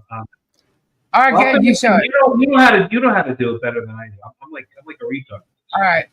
So hold on. I'm going to send it to you in the private chat. Okay. Okay. You get it in the private chat? Yep. Okay. Put that up, and then I have audio and video. But the most important video is the one at the bottom. Thank you, Mo. Where we talk about Ray, but that's the whole. All right, I'm gonna move that over. The pictures are beautiful. Wait a minute. He said everything Robbie has is due to him. Yes. All your YouTube stuff. Everything that your people only know who you are because of him. And I wrote in big capital because I do the notes. No lie. I mean, I literally was like off the chain writing it. I'm like, this guy has lost it. Totally lost it. Like, doesn't he remember Hello, Swamp Brothers, Discovery Channel? I mean, that's why he's jealous of you in the first place. But he's saying you guys' YouTube channels are due because of him, because he built you guys up. He didn't build me up at all. He promoted me, but I promoted him. Right, it was... Yeah, Hales to pay. Here it is. Okay. Since I gave him content. We wouldn't have a channel without him. That's not true. I had my channel before I knew who he was. I've had my channel before he had his. I just didn't do anything with it because I couldn't do anything with it. I was still under contract with Discovery, and I really couldn't do anything with it. Oh, God, look at that. You gave him too much hair, Richard. So that's it. See what he's got beautiful hair under his nose to show that he's a Nazi. That he hates. I believe in my heart that the man hates Jews. That's what my belief is. That he's a Nazi that hates Jews. Oh, he's 100% anti-Semitic. Yes. And so there he is. That's my beautiful work of art for the day. See that right there? That's Jeremy getting thrown. I believe that without a doubt. And that's my belief. He's on the way. I think he's on the way. And he doesn't act the right way for somebody who says he believes in Jesus. He really does. He's very bad. There he is. That was your favorite picture, Robbie, right there. Make that nice and big for everybody to see. You get that nice and big. Click on that, Lisa. Yeah, there you go. There we go. There's the clown we all know and love. Yeah. So, the article's a good article. I talk about a very important legal point is that under Rule 4, you got a 90-day shot clock. That's it. A little bit. I'll take a drug test any day of the week, any day of the month, any time. Yeah. So you got a 90-day shot clock. He didn't do it. He had until July 27th. He could have served me, and he didn't go to the court before that point either. Now it's like a month later. He may very well try to go to the court, the same we did with Robbie. If he had more time, but it's like stupid.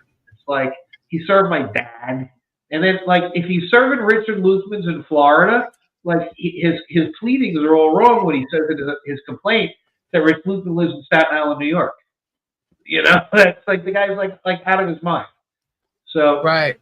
And then Volpe gets on him like, how does this guy say that I've been served 3 times? You know, you only got to do it once. It's like the stupidest thing in the world to say you served somebody a whole bunch of times. Yeah. Volpe says close only counts in atom bombs, torpedoes, and missiles. Not in the proper legal service. I don't think she is. So that's What's happening, brother? The point is this. I told them what to do with it. Right? I really told them what to do with it. And if you want to click, Lisa, see the August 18th email thing, you can click on that. That'll show the email itself. But there's parts of it in the story, too, about what's going on with Shockett. You know, but there's Shockett right there. There's Randall the Pocket Rock. And that's what the guy does. He's not that good of a lawyer. I don't think he was that good of a dentist either. Wow. He knows what he does. He's like one of these friggin' hucksters, you know. He's a jack of all trades, master of none. But I don't know. We'll see with that. But the most important point about this whole thing is this, and everybody knows. You pull up the August 18th email, Lisa, right there in there. See, it says Luthman's Legal Smackdown. Lisa, you there? Yeah, I'm here. Can you hear me? Luthman's Legal Smackdown. And in there, can you click on that blue thing that says August 18th email to Shockett and Hales? Wait, hold. I'm on there. Can you see it? Yeah, can you click on that, the link in there? It's not showing it. I'm sorry. Yeah, I had it up, but there you go. Make that nice and big so the audience can read. Yeah, that's good. Now that's the part. This is the part to read. Okay. See. Now look who's on this email too. Look at all the people that I put up there. Okay. Let's see. Mike Volpe, Bruce, me, Ray, Dave. That's isn't that Bruce's lawyer? One of Bruce's lawyers, John Rips. I put Leslie on there. Then Belitha's the judge. Belitha. And then Ron DeSantis is on there. A couple people from the Florida bar. Omar, the Attorney General. Uthmai, the Attorney General. He got a few others. But, you know, this is not like people are seeing this. You know, it's not like everyone's, especially Belitha. But the whole point is about the 90 days, right? He can't get past that. And that's what I got him on nice and big on that 90 days. But go down. The rest of the stuff is Debbie, fins up. Now, this is what I said to him. How can you keep on telling me that I've been served? That's the Princess Bride. Inconceivable, right? So, remember the Princess Bride? Like, I don't think he knows. I don't think he knows that service doesn't mean what he thinks it means. You know that whole line with Andre the Giant, where he's like, I don't think that service means what he thinks it means. That's where we're at with this guy. He doesn't know what is going on. I don't think he knows what service is. He's not that bright. And so I asked him already on August 4th. That was when I was up at the Columbia, the restaurant, my favorite restaurant, the Columbia. And I was at the Columbia, and I told him, I'm like, you have until Friday at 5 o'clock, and you could fire Shockett and if you fire a shotgun, I'll come and I'll consent to service. He didn't do it. That was his way out, and he didn't take it. So keep going down there. I'll show you the next part. Okay, and they didn't put my picture there. In the original email, we had Trump pictures in there, which is really, really beautiful.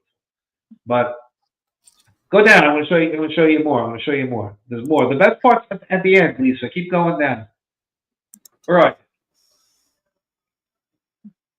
Hello. Yo. But scroll down. Have Lisa scroll down on that. Lisa, scroll down. What's Lisa doing? I don't know. I think she can't hear us. She drinking? At least I am. She is. She don't even drink. But so what I want to get to is the part of the bottom, because I gave him another shot. I gave him August 4th to fire the shotgun, and by August 8th, I believe, and then he didn't do it. But I told him that now I'll come back in the case. I will consent to service, or I will consider consenting to service if he releases Ray from this case. So if he took Ray Bone Crusher, because his wife is very sick, everybody knows it that his wife is sick. Yeah. If he lets Ray out of the case, Ray filed his motion to dismiss, but Ray doesn't have to deal with this. He is a veteran. Oh, there we go. Keep going. I told him he's a moron. I told him that Trump is great. Now, read the PS. Sorry. P.S. Germ, I am praying for you to the Lord Jesus Christ. It is not too late to change your evil ways. In the very least, release Ray Bone Crusher from this lawsuit. In fact, if you release Ray as an act of mercy because of his sick wife, maybe I will consider your offer of consent.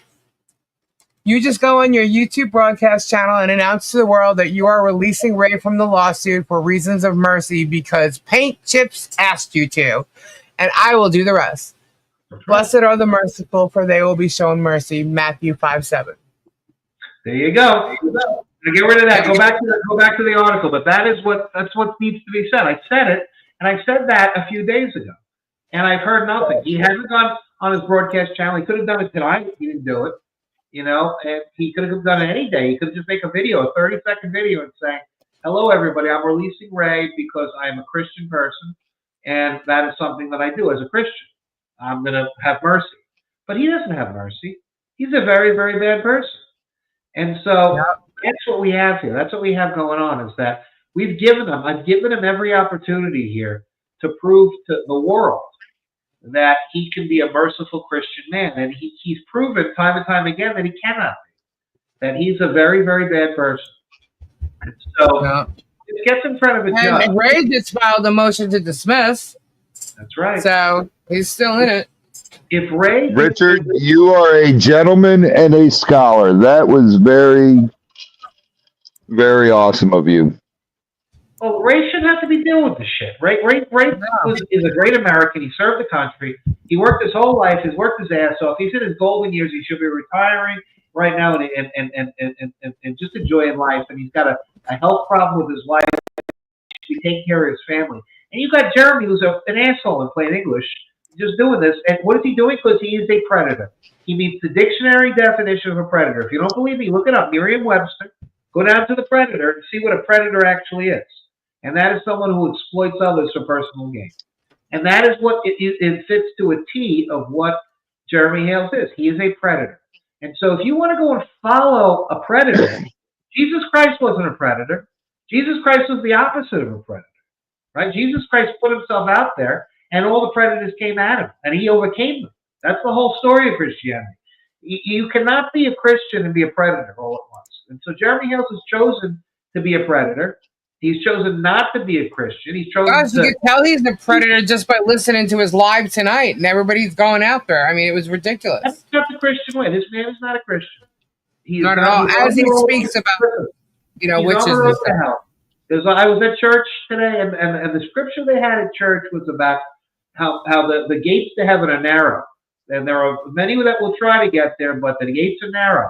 And Jeremy's not going. The priest said in the homily that people are falling into hell in our modern age the same way that leaves fall off of a tree in the fall. And Jeremy's falling into hell. We're watching this man fall into hell. It pains me to see it as a Christian, to see somebody falling into hell in this way. But, that's what's going to happen. He's got to repent right now. He's got to change his evil ways. The first thing he can do is he can release Ray from this lawsuit. That could show himself in the world that he's made a commitment to, understanding mercy. He's got to get on his knees. I hope he does. I just think he's not even like. It's almost like they have to hit a rock bottom too, and he's nowhere near it. Jeremy is the Pharisees of the Bible. That's right. He's the Pharisee. He thinks he's this righteous person, and he claims to be, he's doing, but yet he's committing the opposite of what he say he's doing. Oh, constantly, that's what he's doing. He's a hypocrite. That's what the word is. He's a hypocrite. Yeah. The Pharisees were hypocrites. He's a hypocrite. He's a hypocrite. And it's very, very clear. It's very, very clear from what's going on.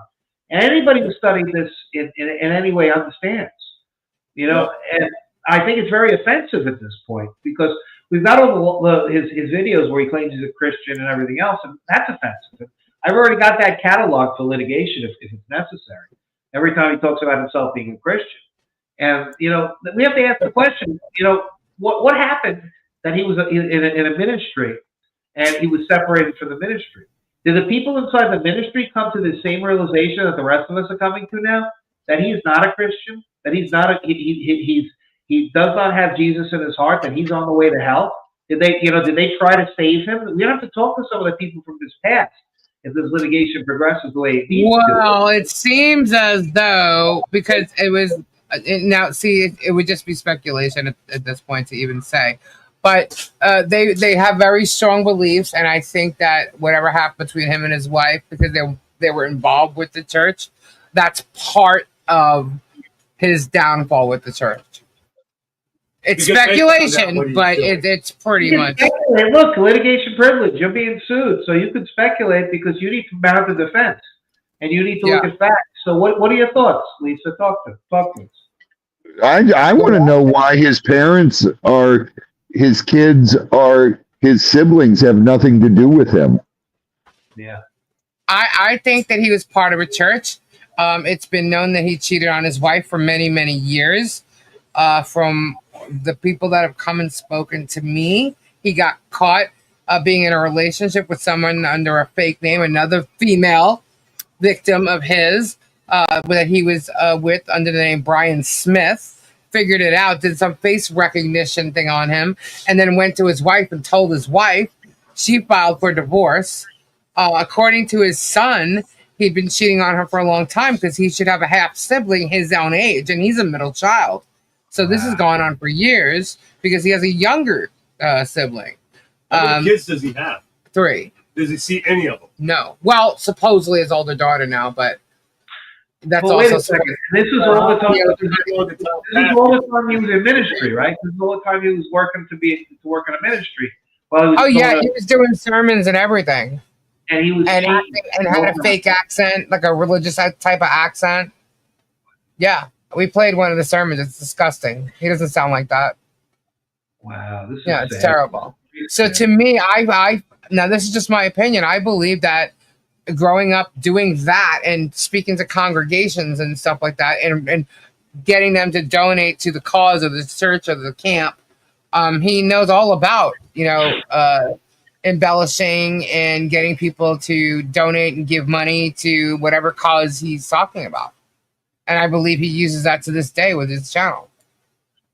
But, and he uses it to defame and defraud people. Yeah, and especially an older community. And he wants to say, I'm scamming. That's very, very sad. He's a predator. We know that. And that means that he's exploiting. That's part of it. He may very well be committing, elder abuse, in my opinion, with what he's doing. I think so. That's what I'm saying. Like, he's accusing other people of doing that, but yet I believe he's doing that with his channel now. And he was doing it then because there's a lot of older people. I just believe that his family, in my opinion, I believe that his family is very, very religious. I think that what happened between him and his wife may have been a oh no type of thing. Also, they know their son. They know their sibling. So, I mean, who knows what else is the reason why? Maybe that was the last straw. I don't know. What I do know is that his children are around his parents, their grandparents, and their aunts and uncles. But Jeremy is not. I guess we're going to have to subpoena them. Then I guess, Jeremy, we're going to have to subpoena your family. You can subpoena my family if you like. You're not going to get much out of them, but I guess if we subpoena your family, we'll get a lot out of them. This would actually be fun. You know, but, not my dad. What's my dad going to do? He sees another guy over there. He's got his Glock. He said it already. He sleeps with his Glock on his chest now. But then there's my dad would be great at Jeremy. If you want to subpoena, well, I'll subpoena your dad. You subpoena mine. We'll see who the jury likes better.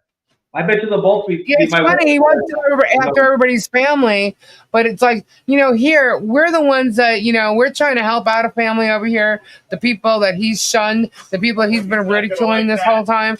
We're also the ones that are like trying not to and making sure like we're not gonna, try and impose on them and bring them into this whole scenario. Like we're trying to be somewhat respectful to them. At least I have been. But sometimes you don't have a choice. And his son came forward all on his own. Yeah. All on his own, and wanted it to be known that his father is some shady character. Well, and I think that it becomes more incumbent upon Jeremy to actually show some mercy, because if he doesn't, then those are the roads that are going to be left open. Because maybe I agree. If he were to show some mercy, we might keep this litigation on the rails to a certain extent.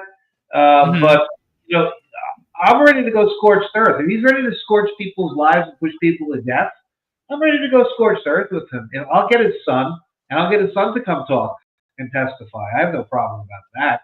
I can go get witnesses. I have no problem with that. That's actually this is a lot of the evidence at this point.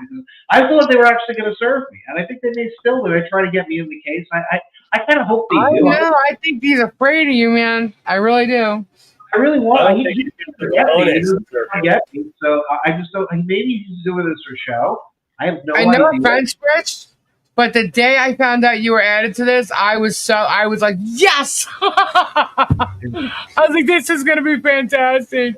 I'm like, Richard's going to just like slam him. I've been writing and researching for the discovery request on That's really what I want. That's where you get the most fun in litigation, is when you get to discovery and you start hitting with all sorts of stuff, and they got it. And it's not just the papers, there's discovery requests where you can get document requests, so you got to hand over emails, hand over this. Those aren't even the most fun. The most fun are two different things. They're called interrogatories. Yeah, I know. Notice to admit. So interrogatories in the federal courts, you get to do 25 interrogatories. So basically, you can ask Jeremy 25 questions. He's got to answer those 25 questions. And it's like he's under oath. He's got to answer those questions before we get to the deposition. It clarifies issues. But the best advice that's out there is something called the notice to admit. And there is no limit to what's called the notice to admit. That means that you ask Jeremy, admit or deny something. Like, so admit or deny that you were unfaithful with your present wife George. Admit or deny that you are estranged from your parents. Admit or deny that you never will you. So you can ask all these things. He's going to either admit or deny, and he's going to admit or he's going to deny. Either way, you got to like admitting to something or denying to something. You get him to put his stake in the ground as to what something is. And they'll try to argue it, but that's the best advice in a case like this with Germ, because especially when you know he's lied, especially when you know someone like, I don't know, maybe someone who may have debunked him a whole bunch of times. Well, that's the whole thing, and the fact simple questions like admit, Jeremy Hales, are you a Christian? Admit, deny.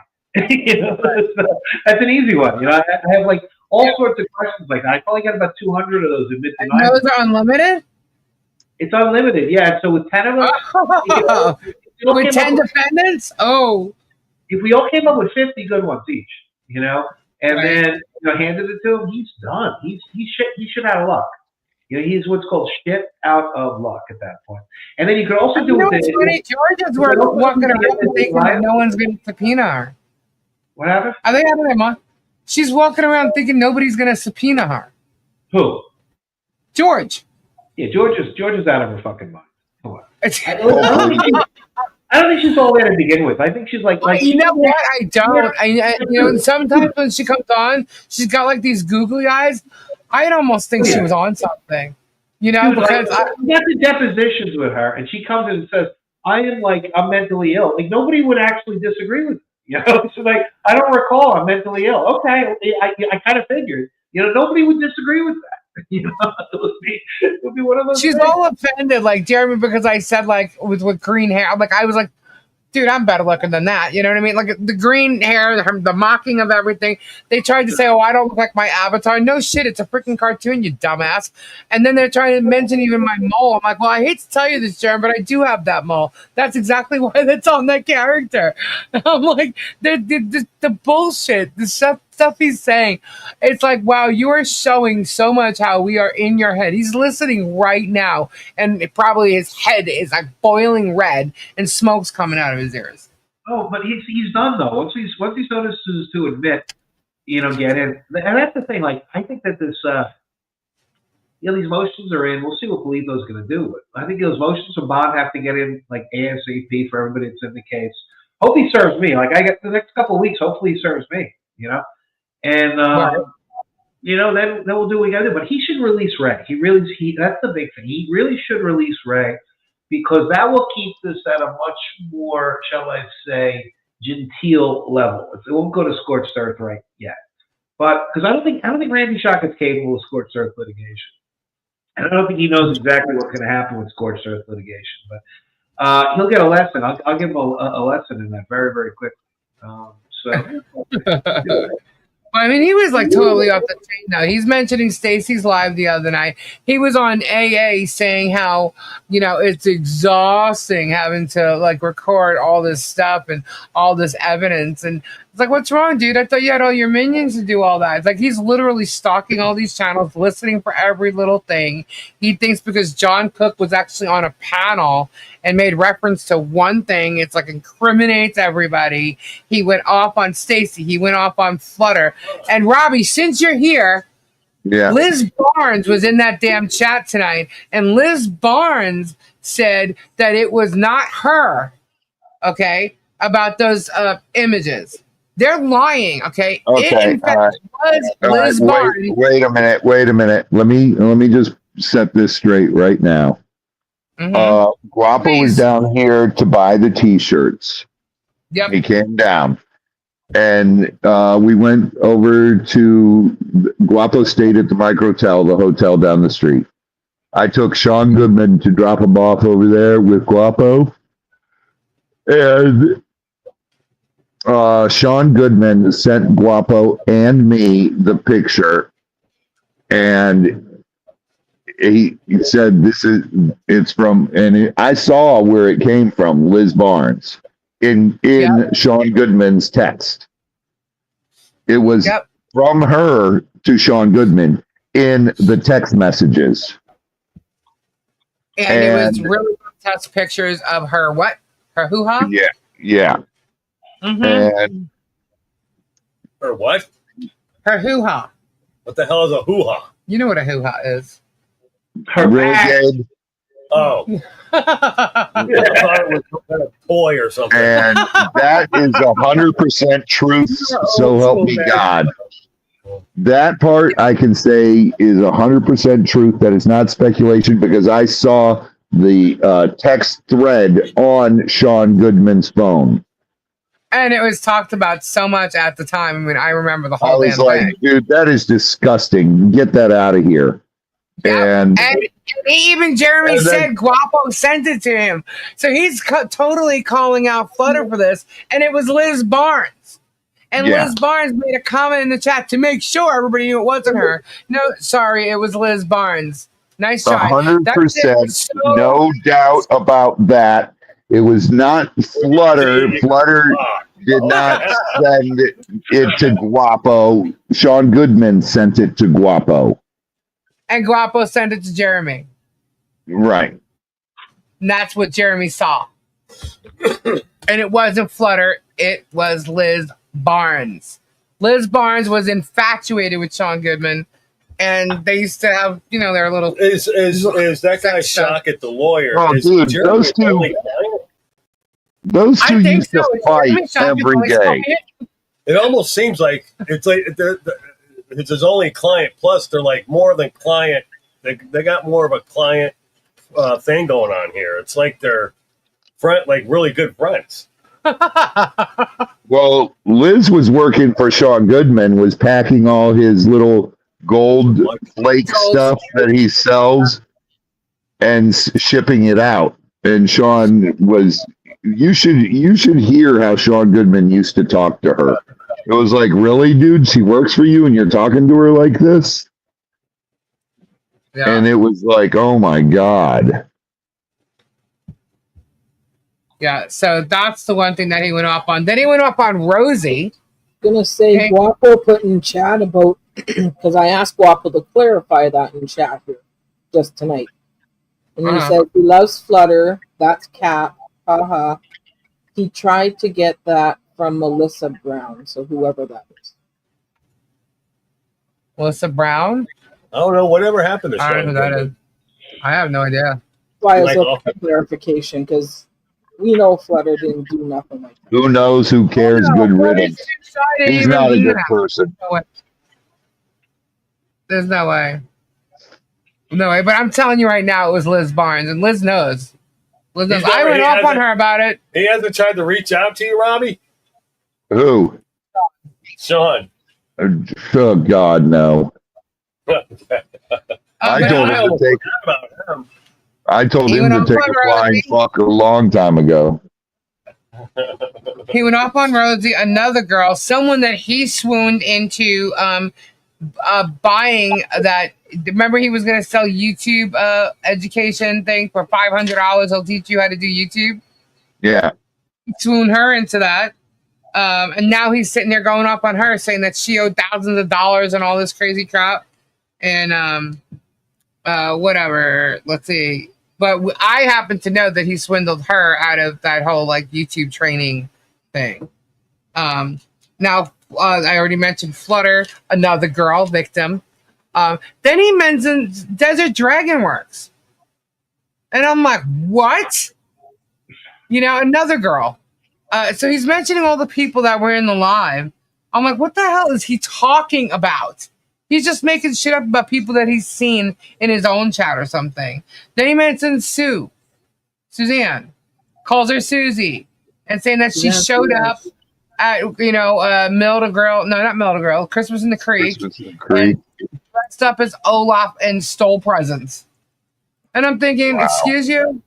Yeah. So now you're accusing this woman of stealing from Christmas on the Creek. Yep.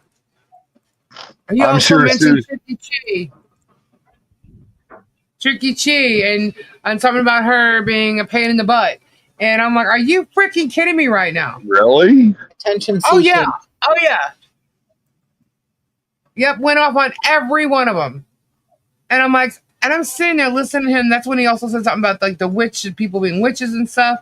And I'm like, and you're talking about God in the Bible and that we know nothing about God in the Bible, but you're sitting here on your live right now going after and slamming every defendant in the case that you're frivolously suing. It's a bunch of bullshit. Now you're going after anybody that you've been on a panel with. He mentioned something about Sherry from Disney. Sherry Lund, because she was on the panel with the Guardianship. I actually missed that last week. But he did. He mentioned something about her, saying she's not family. She was just an in-law. Really? Are you sure about that? Maybe that's how it is in your book, dude. But no, I don't think so. I'm like, go ahead. Start going after people that you cannot fight. Go ahead. But he's doing nothing but spewing hate, about everybody.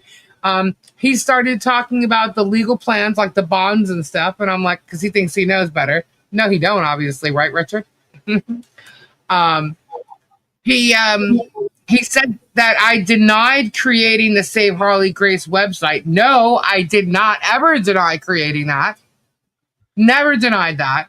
What I denied was the fact that I'm her PR person, but because they saw it in the block there, they're holding on to this. It was a place saver, guys. That's it. But anyway, then he says I denied having the Polymop website. I said, no, I laughed about having the Polymop website. I'm like, I don't know. You know, that's like joking. That's not denying it. Okay. I clearly said I had shit to do with it because I said what was behind Polymop all along. Jeremy, if you're going to pay attention to what, you know, I'm live streaming here, make sure you pay full attention because you sound like a freaking idiot. Everybody here knows. Oh, trust me, he does. He does pay full attention, but he can't say exactly what he knows he sees because then he can't spin it. Yeah. Then he started talking about KKK hats. I'm like, what? KKK hats, like vibrating chairs and KKK hats, and I'm thinking, you're calling us racist? Are you serious? We're racist now? That's rich. I like that. Race on fire. I'm like, anyway, and the other thing was, you know, he joked about me taking notes and stuff, and then, oh, she says she never watched. No, I said I do watch. I've been saying it all along. I said I have to watch you. Unfortunately, I have to watch you because I'm the one documenting your shit. Me and a couple other people that remain unknown are documenting your shit. You know what's going to happen, right? He doesn't get it, but if this litigation gets for real, he's going to be in big problems if he's doing that because it's going to cut into his available time. He's going to be working on litigation. It stops your ability to be a creator. Okay, so think about the law stuff, and if he's doing that stuff to try to collect evidence or do stuff like that, if he takes 2 hours a day on this litigation, you know, and let's say he just does it 5 days a week, Monday to Friday, 2 hours a day, that's 10 hours a week that he takes away from being able to go to storage units, being able to create videos, to be able to do other things. That's what Rainbow Crusher prayers, brother. It takes your time. And so that's what his problem is going to be. We hate everyone equally. Yeah. If he's doing it's crazy, Richard. It's crazy. And the thing is I watch his lives. Thank God recently I don't watch during the week because, you know, I don't really have to, I don't think, because he's just throwing digs out there. And I'll get told about it, so I find out that way. But I do watch the Sunday lives because he spins everything. And, you know, I don't watch everybody else, is what I said. I don't watch everybody else. I don't have the time. It's too much. So if this guy is doing nothing but listening to like my 4 or 5 hour live stream or Stacy's or Robbie's or whatever it is, this guy is like literally obsessed. Totally obsessed to be sitting here listening to every channel, everything that's being said, and then spinning it all wrong. Completely wrong. With his little notes that he has, you know.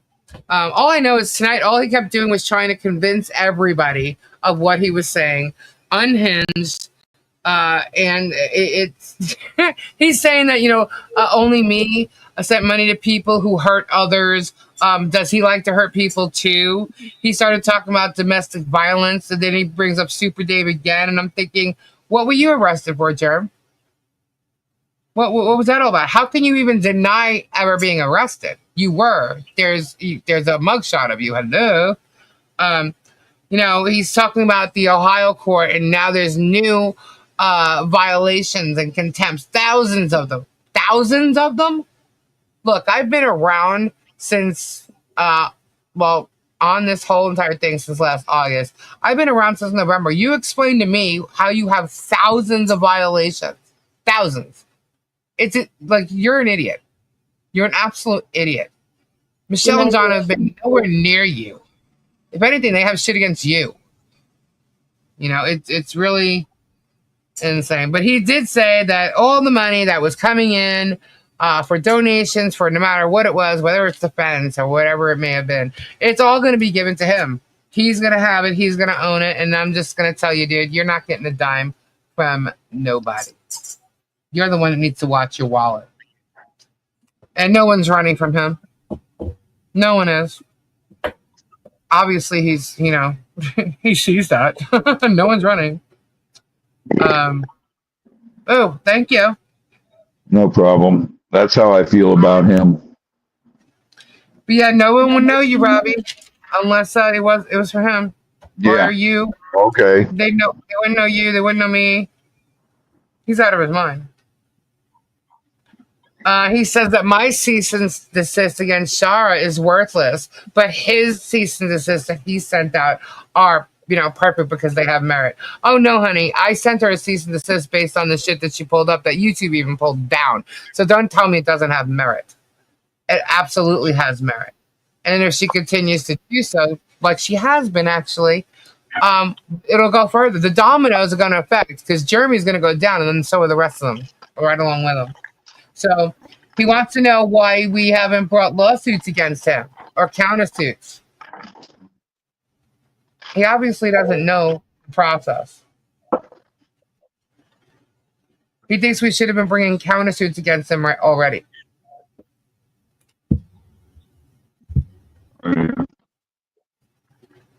We're not even there yet. The judge has to respond to the motions to dismiss. Susan?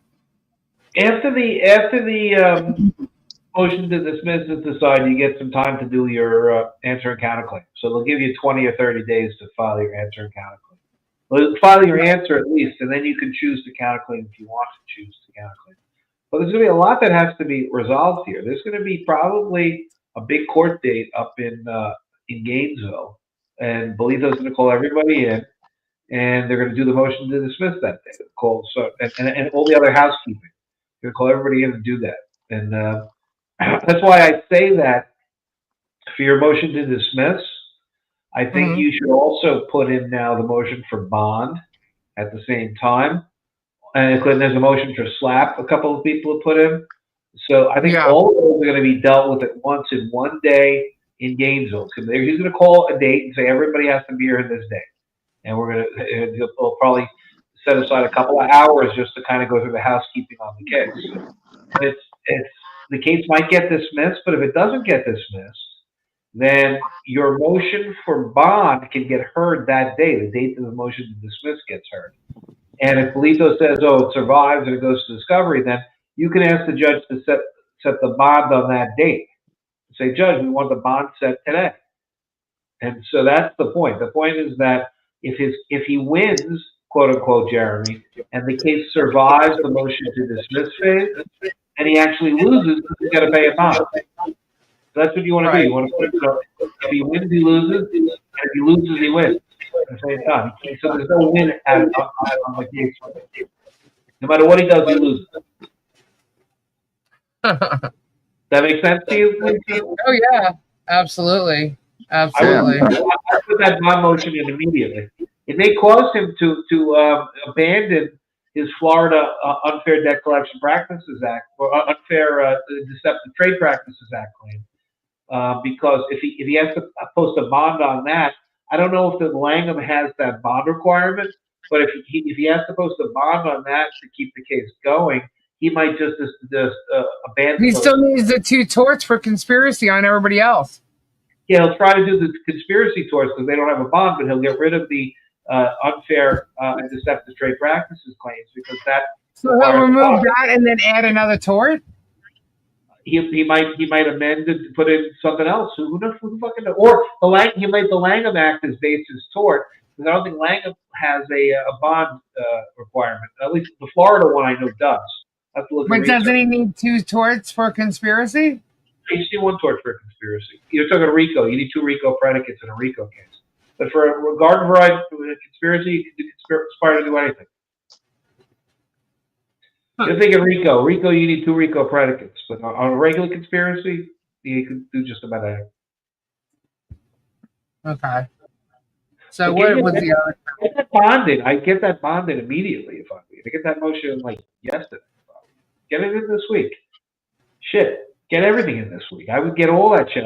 Everybody should have a motion to dismiss and then a separate anti-slap motion, and then a separate request for a bond thing. And the bond should be a minimum of, based upon a $5 million amount. Say that the minimum that Jeremy's looking for is $5 million. Therefore, I think the minimum amount should be 10% or $500,000. Everybody should ask for a minimum $500,000 bond.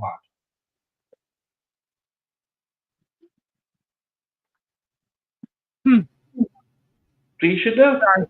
I just wrote it down.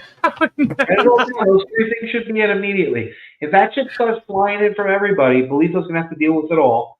And it's going to be very, very easy. He's either going to say, okay, I want to dismiss this whole case because it's becoming a mess and there's all sorts of stuff I have to decide. So he might dismiss the case for that reason because he doesn't want to deal with it. Or he'll say, okay, the case is going to discovery, and then we're gonna post the bond and make Jeremy, get a little bit of agita, get a little bit of queasiness. Shouldn't we post a bond for the amount that he's claiming damage on? That's a rule on the bond. So the judge can fix the number, but the fact is, you need a bond, and you got to basically figure out what percentage is going to cover the whole thing. So if the judge is going to say you need the bond here is $5 million, he's going to need to post $500,000 to satisfy the bond. You got to do about 10%. So the minimum on the bond, if he claims $5 million, ask for the full $5 million. I can't think it's like what's the amount of liability that he's asking for? He doesn't state the number. So you come in and state the number is $5 million. He's asking for $5 million for all these different people. $5 million. And Jeremy's going to say, okay, yeah, I'm asking for $5 million. Or I'm asking for more, or I'm asking for less. And when he starts asking for less, then you've already killed the liability that he has. He's like, oh, he walked in saying he's $5 million. Now he just comes in and says case only worth $1 million because he wants a less bond. That's how it works. You get him to he's like I said, the admit and deny. Admit that this case is the liability of the defendants is no greater than $5 million. Admit that the liability is no greater than $1 million. He goes to court to say this an admission. He says, oh, the bond, it's based on, we're only asking for $1 million, judge. So you can only give us a $100,000 bond. Think about something like that. It's like, what the hell are we doing here? Yeah. Well, he says that, we want his fans and all this stuff. And I got news for you. We have the best community here. We really and truly do. Isn't that right, Robbie? Stacy, we have the best community. I don't want his viewers or his community of cultists. I don't want that at all. We have great people. We have a community. We care about each other. We care about, what's going on each of our channels and stuff. And we like to, I do. I'll pull weeds when I find people that are no good. So I don't want his type of people, the cultists coming over here, and that's what, he seems to prey upon. Like he's saying that our community is bad, but we're the ones that are, helping each other and helping people. He seems to not like the fact that we've helped Michelle, obviously. He doesn't like the fact that, we were talking about Ray. He brought up Ray too, very, very slightly though. And I couldn't even believe he was going there, and the fact that his people sit there and listen to that and prey on him it's like, wow, I don't want that. I love the type of people we have here. And what, hon? I was just looking, like Dan says, people here know how to think for themselves. Exactly. So I could, and then he literally went on people who go through life trying to be good people, and not attack other people. He literally a couple of comments in the back. Okay, let's see. Just before it gets too far is gone. It possible that one looks to create content out of court cases would prefer they be done in Florida instead of Ohio, as Ohio doesn't provide video? It's federal court. There's no video anyway. Yeah. He's doing federal court. He's doing federal court stuff. So he doesn't. It's all federal. There's no video. It's all the sketch artists around the federal court. So you don't have that. It doesn't. There's no difference. If he's going to do it this way, he's doing it in Florida. So. And Sandra's asking if there's any way the judge can make him shut his mouth until the trial. Got it. Yeah, got it.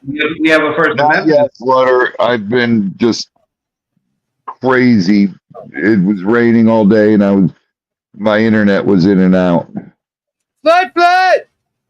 But the gag order is very hard to do a gag order on anybody in the second case because everybody in the second case are media people.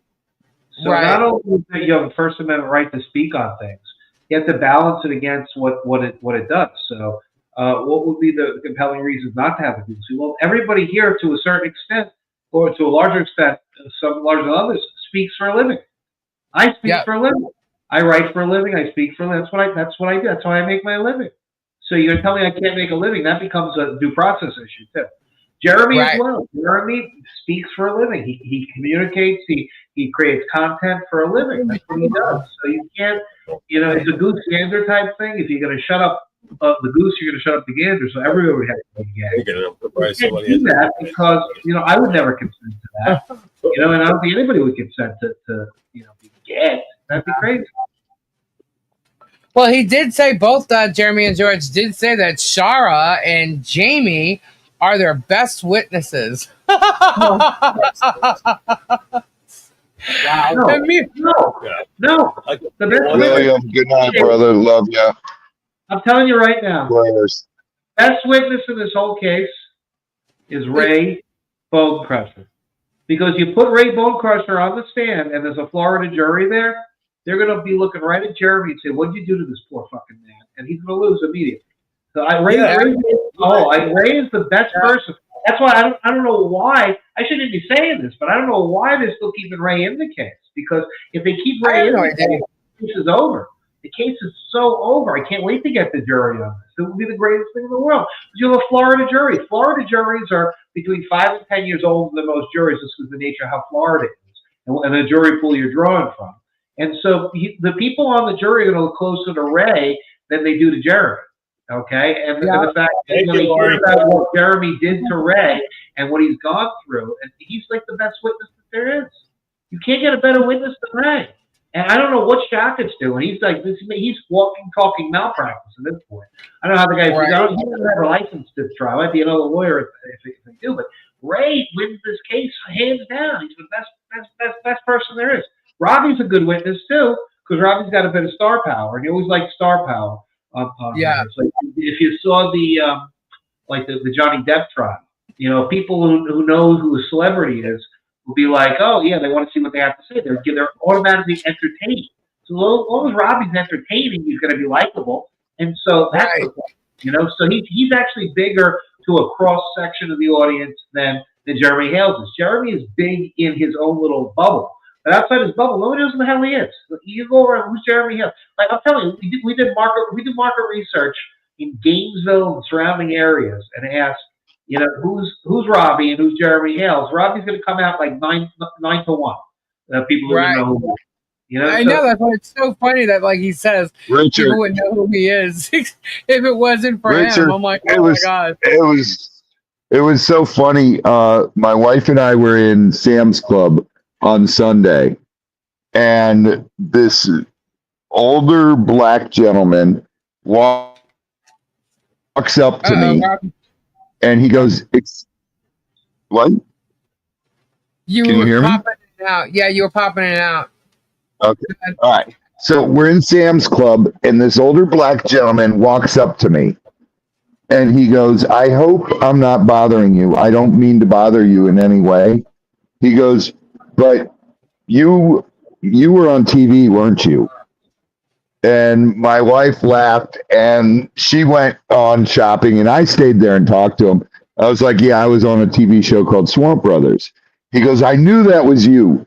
I loved your show, and I just wanted to tell you that and just get a chance to talk to you." Yeah. And I go, "Oh my God." And so I sat there. I literally sat there and talked to this man about everything under the sun, music, everything. We were talking about blues and everything, and he was so great. I literally talked to him for about a half hour. Yeah. And Robbie, look at the numbers. If you understand juries, and it's a science, and it's something that I'm pretty competent in about the jury selection and jury science. You have about the probability, if you select the jury correctly and use your peremptories and just the nature of the jury pool, you're going to get 2 to 3 people, maybe 4, on that jury that are the same type of profile as that guy, that know who you are and actually want to hear what you have to say. So you're going to have a little block in that jury room that automatically is predisposed to you, and that doesn't like Jeremy because he's suing you. So you're walking into that jury room where there's 4 people for the defendants already out of a 12-person. I don't give a rat's ass about it because I'm there. I'm going to tell the truth. I'm not going to accuse him of anything. No, everybody's going to. I was telling you that how bad the deck is stacked against Germ before he walks in the door. He doesn't get it. And then you put Ray in there. Ray takes like 5 to 6 jurors. It might overlap with the one that you take, but they're going to. Right. You're talking about jury rooms work or factions. So you put people together, and there might be two jurors or 3 jurors that are on Germ's side and like what Germ has to say. But the second that you have like the larger dynamic of 9 other jurors against them, they're going to be like, all right, fine. I don't care about this guy Jeremy Hales that much. Let's get the hell out of here. You know, that's what it comes down to. Right. It's just it's crazy. This whole thing is insane. Oh, but he's literally the jury will probably ask if any of them heard of Swamp Brothers, and that's true. But there's only so many peremptory challenges you get. Like a lot of people heard of something. So let's say the numerosity, like the panels and everything else. You know, the point is that everybody's going to be there. A lot of defendants, and you can start knocking people out. Everybody's going to get peremptories. So if they can only, knock out so many people on their side, they have to either they have the free peremptories for any reason. Then they have to do for cause at a certain point. They're going to run out of the people that are pro Robbie and quote unquote pro Ray. They're not going to be able to keep those people off. And so Jeremy's going to be in a big problem with the jury selection in this case. That's and then I'm going to come on, and then it's going to come to me, and then I'm literally going to explain what I witnessed and how I decided to help the family who he's been trashing for 2.5 years and how I did it. Right. And that's the thing. And, it's going to come down to Richard. Richard's so well-spoken and it doesn't go unhinged. And that's the thing. I'm going to go straight Mike does Vinny. That's what I'm going to do. That's there you go. Be entertained. They're going to be entertained. The whole key with the jury is entertaining the jury. That's the whole key. People don't get it. But it's like, if you can tell, you go sit and watch a jury.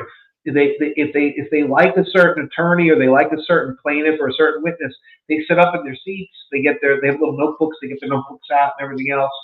And the ones that they don't like, they kind of just got to sit there. They're almost asleep. You can see this. And the best place you can see this is the Johnny Depp trial. Like when Johnny Depp took the stand, it was nothing compared to Amber Heard was an afterthought. Everyone was there to see Johnny.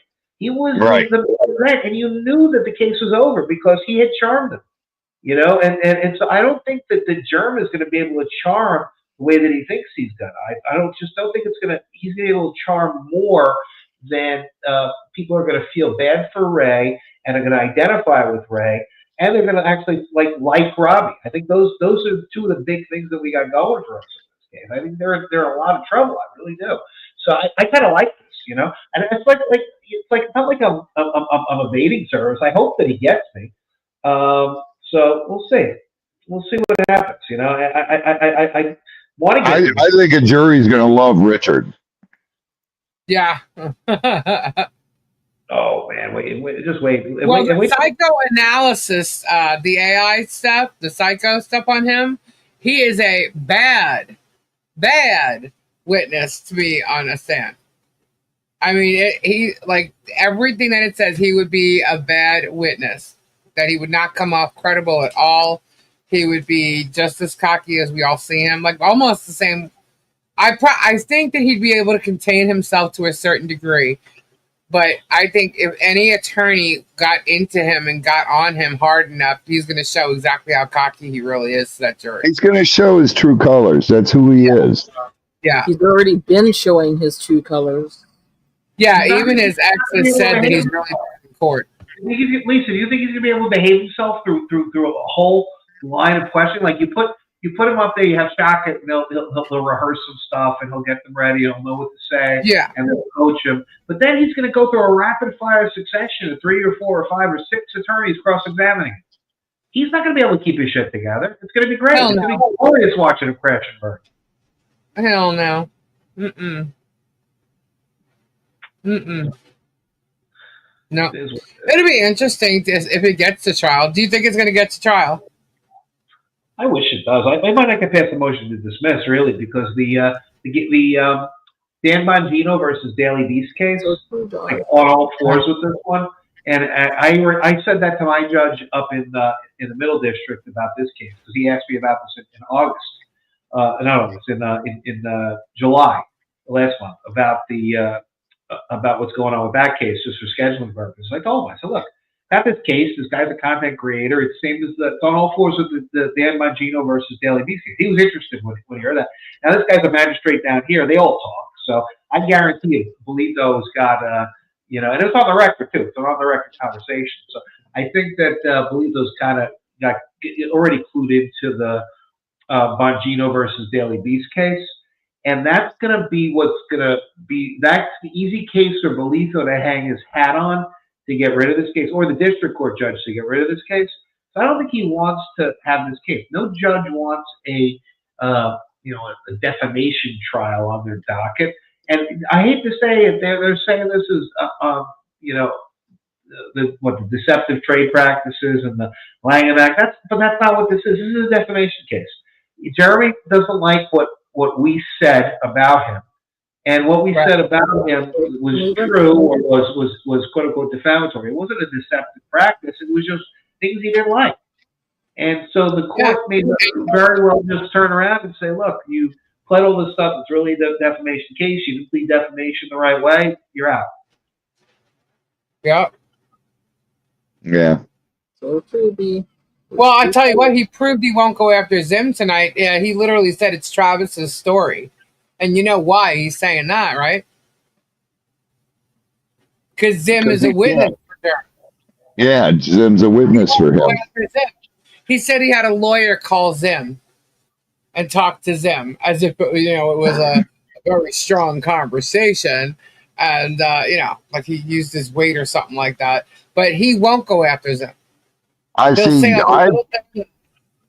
believe Zim, when it comes down to being in court, he's not going to lie for Jeremy. I don't think so. There's a good question here, Richard. Is it not true if so-called evidence was obtained illegally, it would not be admissible in any court? Well, that's not true. If the evidence is obtained and it was obtained illegally, as long as the party that's offering it was not involved in the illegal obtainment of it, then there's a strong argument that it's still admissible. So if you have all the indicia of reliability, of truthfulness, or everything else, even if it was stolen evidence, if the party that's offering it was not engaged in the fraud or the wrongdoing, then the party can offer it into evidence. So that's usually the rule. Why is Jeremy stealing evidence? The funny thing about it is, what all Jeremy's got on me is calling him a bully, and that's it. Now, you calling me a drug addict and selling drugs out of my farm is absolutely ludicrous. That's defamatory procedure. He maliciously defamed all of us, and none of us maliciously defamed him at all. Now I've gone over and I'm doing commentary on every stuck up for him. Yeah, we're not creating stuff and going. You're not. Yeah, no one's faking anything here and creating storylines and going after him. I literally do commentary after every one of his videos or every stupid shit thing or lie he does when he goes after someone. I'm showing the proof. I'm showing the public records. I'm showing that this guy isn't innocent. He is not a victim. I'm showing that he's actually the one that's bullying not people. liking it. And he's hating it. And that's why he's coming after me. And he's coming after me hard because I'm the one that seems to be a little more outspoken every day on the channel. You know what I mean? And now he's going after anybody that comes on my channel, anybody that, and he even said a couple of weeks ago that he's going to go after any attorney that comes into this, any new party that comes into this, and he's going to start harassing them. He's already done that. And he's doing it, yeah. He's already done that. Yeah, he's already done that. How he tries to intimidate and stuff is his bullying. He tries to call you out. mock you, harass you. Yeah, he goes after my husband because he can't go. He has nothing to go after me on. Yeah. Leave me out of it. He's lying about him. He's lying about me. I mean, the best tonight Wait was for the camera. What's your issue? My thingamajig here. Oh, your Let me mole. see. My mole. What was your comment? I got one of those too. But that's up Not there. right there. No, but your comment here. I got one right above If my you had a comment, you repost it. I got one right on my cheek. I've got one on my butt too. Gabe hugs. Oh yeah, you. Gabe. You're supposed to give me hugs. Oh, you give you a hug. Oh, I Yes. thought they were giving me a hug. Richard is going to teach him a lesson that Listen, the worst thing in the world he could do, besides dragging Ray into this, is dragging Richard into this. right? Gabe, get a piece of jerky and let's make this night better. Time to smile. Uh-oh. What would be even worse is dragging Michael into this. Oh, Volpe? God. Yeah, We don't need the end of it. yeah, I know. It would never die. You know, Michael, he's like one of those, he won't shut up about it. Every day he'll talk about Jeremy Hill. He's doing that now, and he's not even like a litigant. If he was Right? hurt, oh my God. Oh God, if he added Michael Volpe to this, it would be going for the next 10 years. Oh, apparently he's going to be adding Michael. He's going to be adding Guapo. Who else are you going to add to this? Oh, Guapo would be a nightmare to add because Guapo knows more than I do. Michelle's dog. Yeah.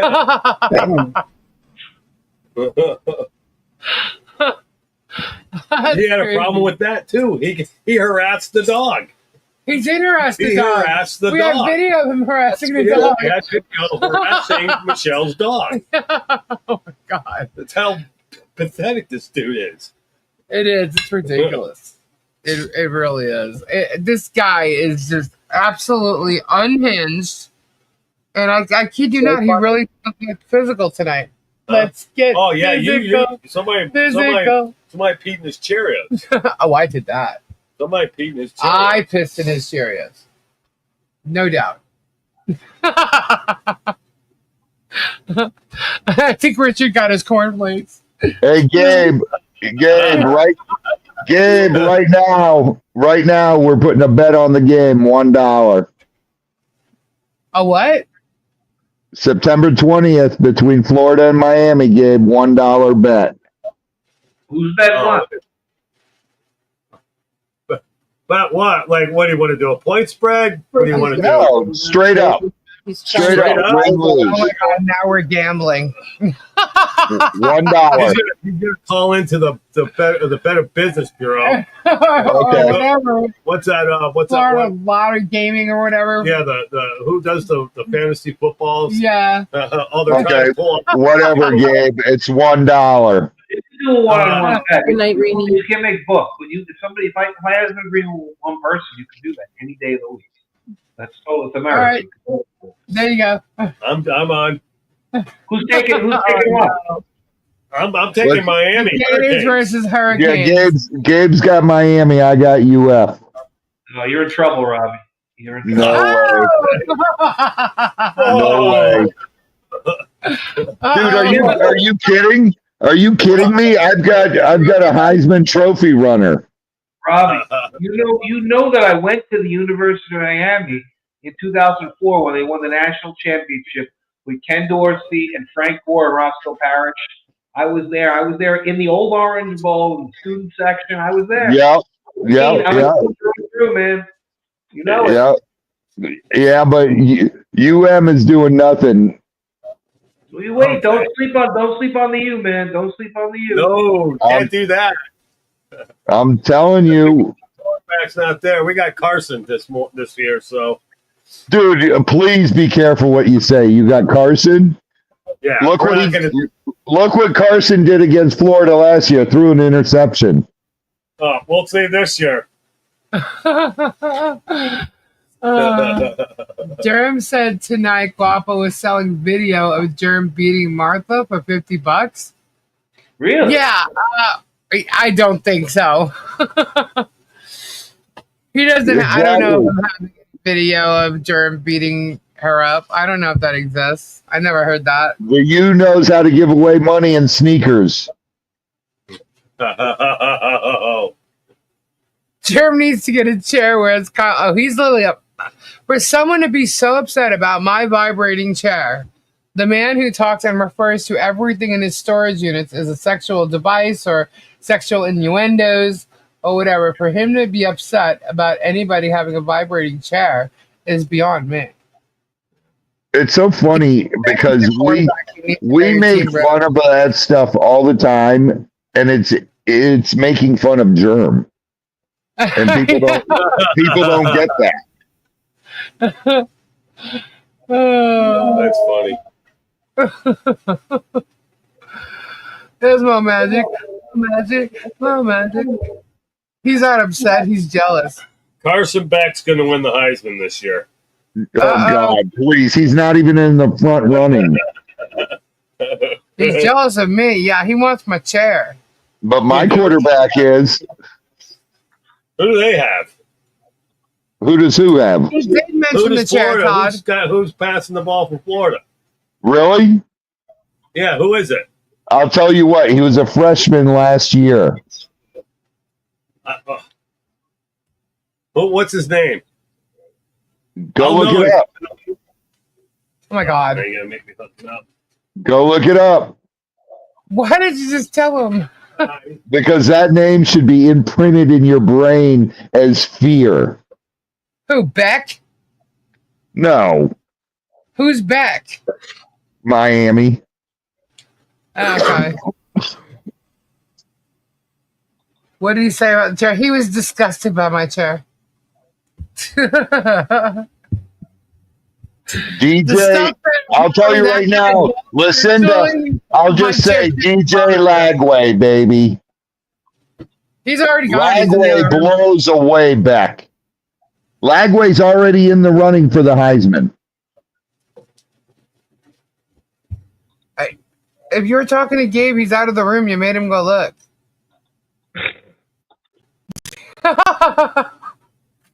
Here he comes. No, let me see your phone. My phone's dead. DJ Lagway, dude. Who? Here, give me that. Give me that. No, don't take it off like that because it'll break. There you go. Thank you. Actually, can you give me that? Thank you. Thank you. All right, he's looking it up. No way. No way, Kyle. I'll bet you on that. Sorry, I didn't hear what you said, Lisa. He said he was just all disgusted about my chair. Bleh, bleh. What's her face wishes she had one?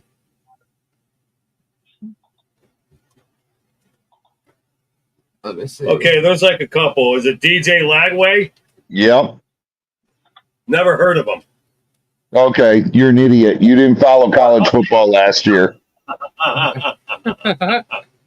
Everyone's heard of Carson Beck. Dude, please, everybody's heard of DJ Lagway. Okay. Not me. He turned the Gators season around. I think so, Todd. He's broken records as a freshman, a true freshman, not redshirted freshman, true freshman. Well, we'll see. We'll see by the third. The third game of the season. No, very important. Did you see the picture of Randy Pocket at the swamp? No. Who's that? Oh, I'll send that to you. Put it up. Oh, I thought that was Chris for a second. Kyle. I think he got more than one. I bet he got a free laptop too. There, you're getting an echo because of my speakers. Benita said, I appreciate your information, Richard. It makes sense to understand what is really going on and what hot steam germ is blowing. He is throwing hot steam. He's a Cleveland steamer. He is that. Here we go.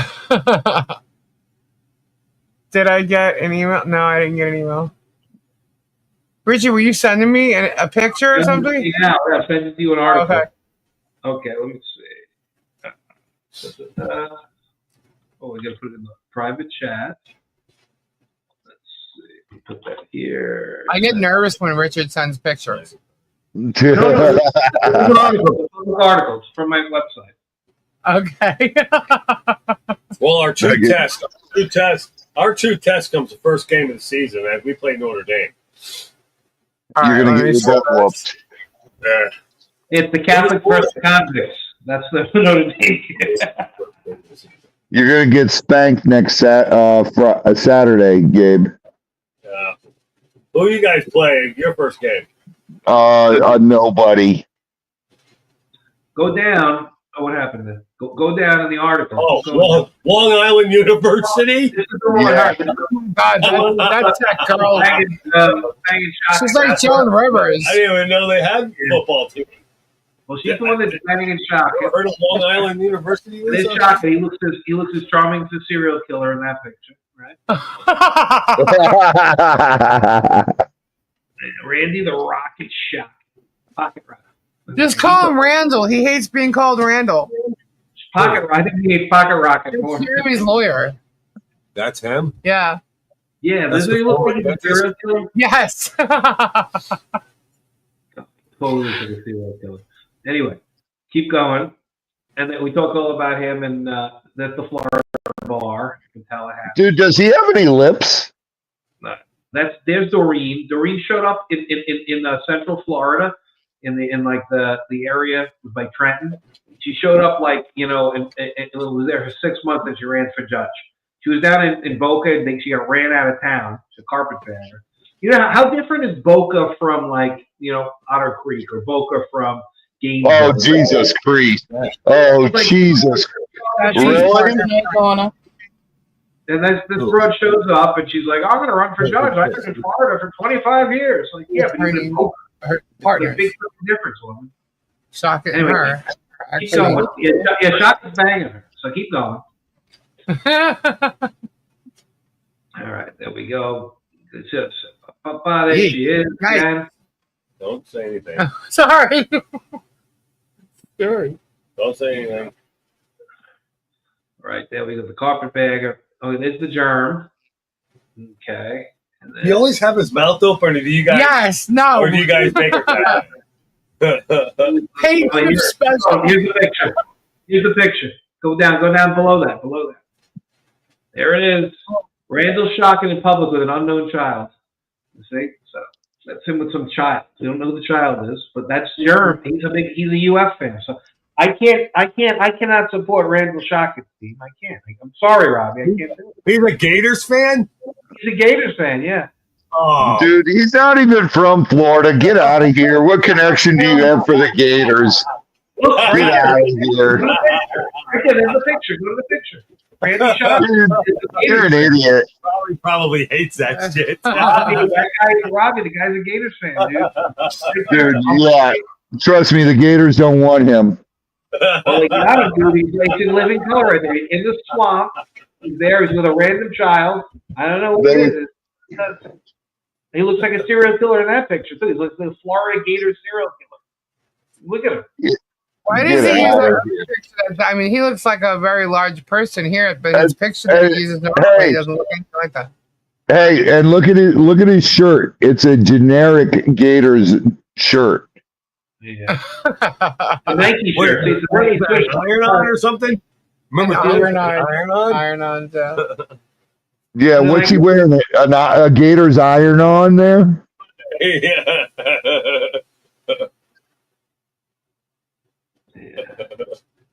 That's what we got going on.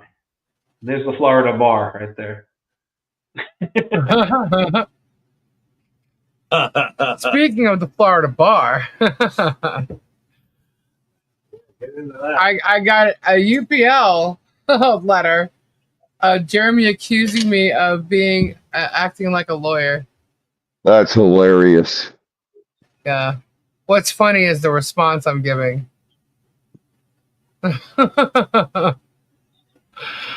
Unbelievable. Yeah, that's gonna be funny. I'm making him out to look like the biggest idiot on the planet.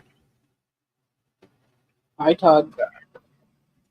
He said something tonight about some Ray filing or something that I put a wrong signature on there. So I'm like, I didn't do shit. I'm like, I printed and mailed. I don't know what you're talking about. I have no idea. But I don't know. We'll see. He makes shit up all along. Everything he said tonight was all made up. So just another Sunday SPUNDAY. Richard, where's he from? Arkansas? And he's a Gators fan? No, he started in Missouri, right? Missouri? Yeah. He's a dentist in Missouri. Yeah, how these fuckers, they work, they call it people. You know, it's like he's not a freaking fan. He's a He's a joke. He's a flyby. He's a poser. Yeah. He's a hoser. He's a poser. Hey, Shock It, Rocket. I got pictures of me in the locker room. Have you ever been there?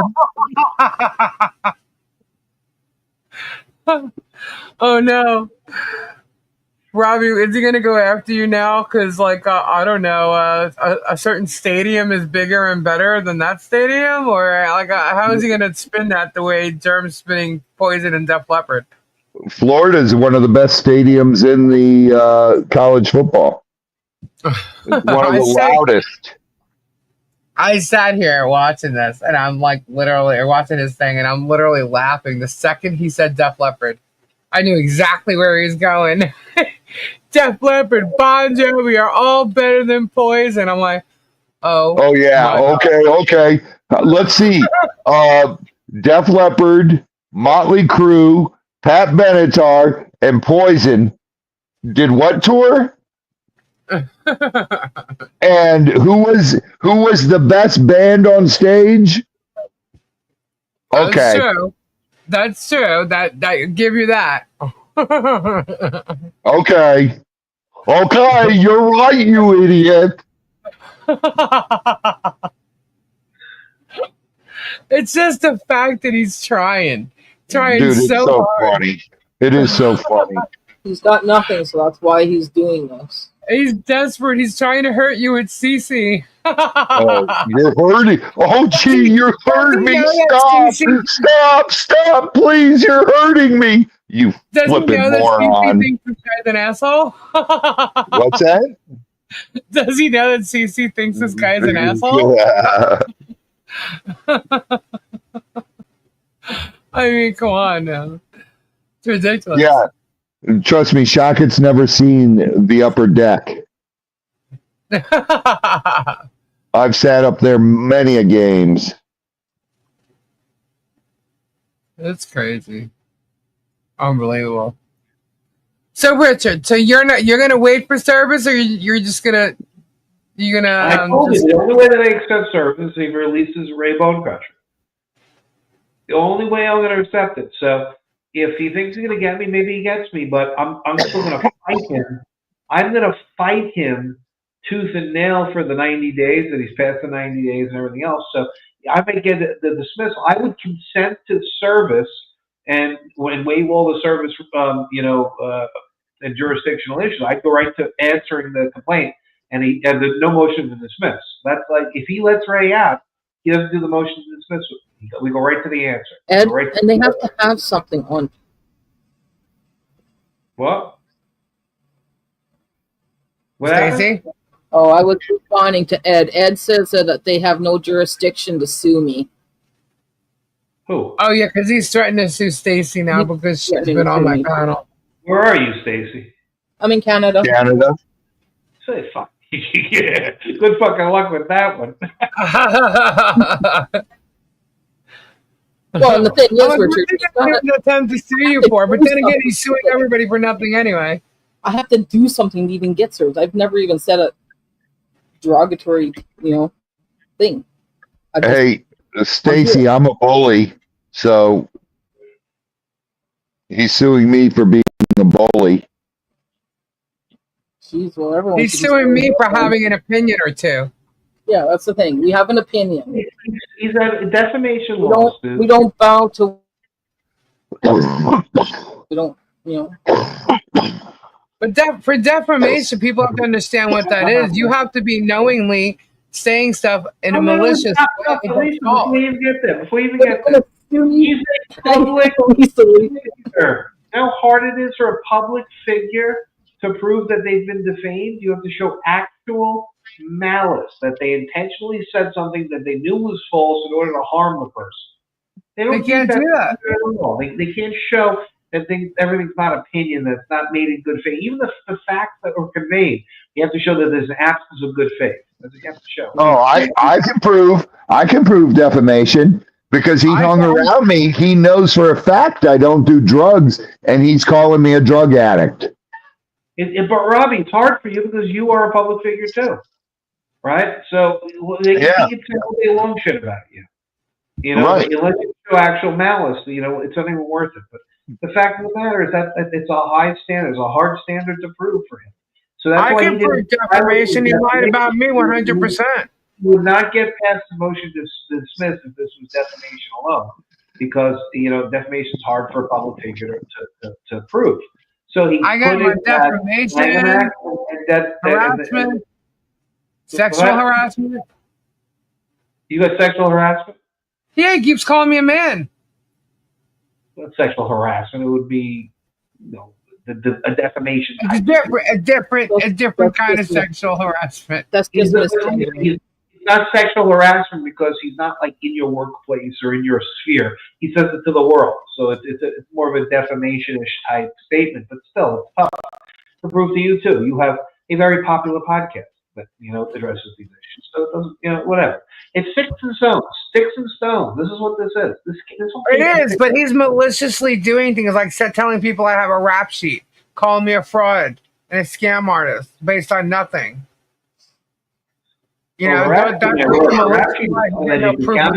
Probably what you have to do is file the Florida 770 notice.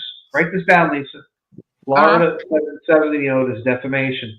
Get all the shit that he's ever said bad about you, where he calls you a criminal and says things like rap sheets and all that stuff, and put it into a notice. With the Florida bar letters. Put it notice and put all that stuff into a notice and then send it to the journal and let him know on the Florida law you're going to counterclaim, because there's a cure period before you can counterclaim. You have to give them a chance to cure and retract and all that other bullshit, which he won't.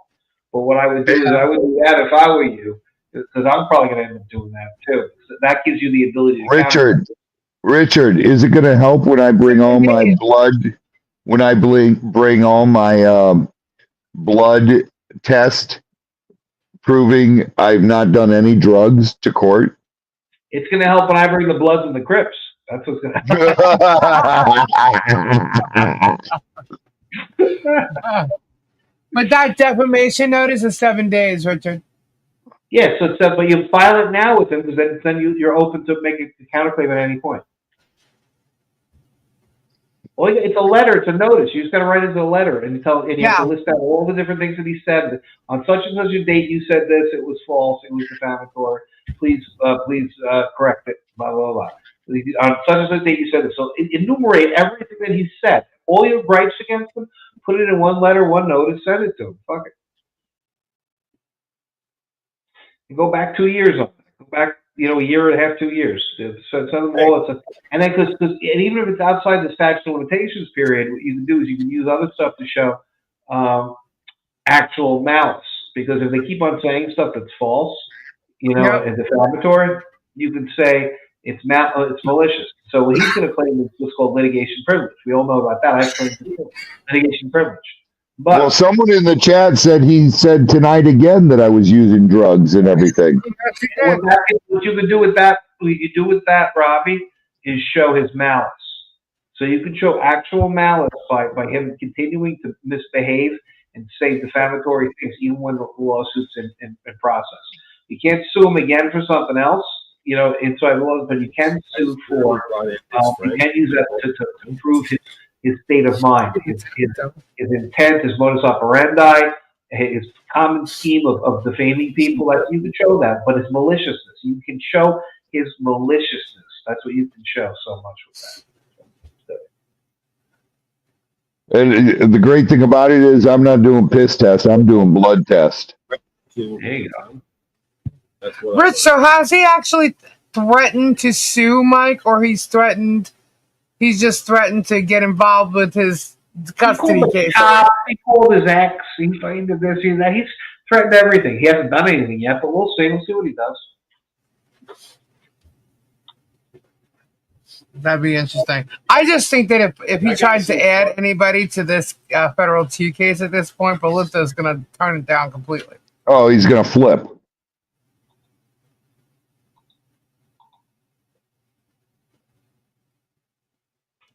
He might make a federal 3 case. You never know. All the people that were involved in federal 1, he screws up getting me. He screws up getting Dave. I don't think he can get Dave, number one, because Dave's not in Florida. Dave is outside of Florida, so he has no minimum contacts with the state of Florida. So I think he'll get out of jurisdiction. But and Volpe too. I don't think he can get Volpe because Volpe's not in the state of Florida. So that's just it. I don't think he can get anybody like that. So it is what it is. Richard, how about his minions following his malicious saying and defame more Lisa and others on his behalf? Yeah, that's where you can show a bit of a conspiracy, concerted action liability, but you can also show. Oh, he said last week on his live, he said one of the videos in regards to Dave, that Megan and Tug have the videos. Like he literally brought them in with the whole conspiracy, how he handed it over to them and they're all part of it.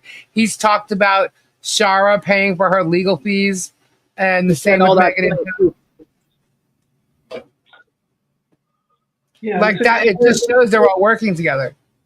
It's a conspiracy. The question becomes, what does it cross the threshold from speech that's defamatory, or does it become activity that is criminal and or harmful, right? So you have, if you cross the threshold, you can have speech and say, I have protected speech, I have protected speech. Well, the instant you say it's harassment, the instant it becomes harassment, that's a crime. Crime is not protected speech. You can use words, but you committed the crime. So if they're going to be acting in a way to commit crimes and torts, outside of defamation, as part of a conspiracy, a common scheme, a campaign, that's the good word for it, a campaign of horror. Smear campaign, yeah. But one part, if you can show that, then you have something there.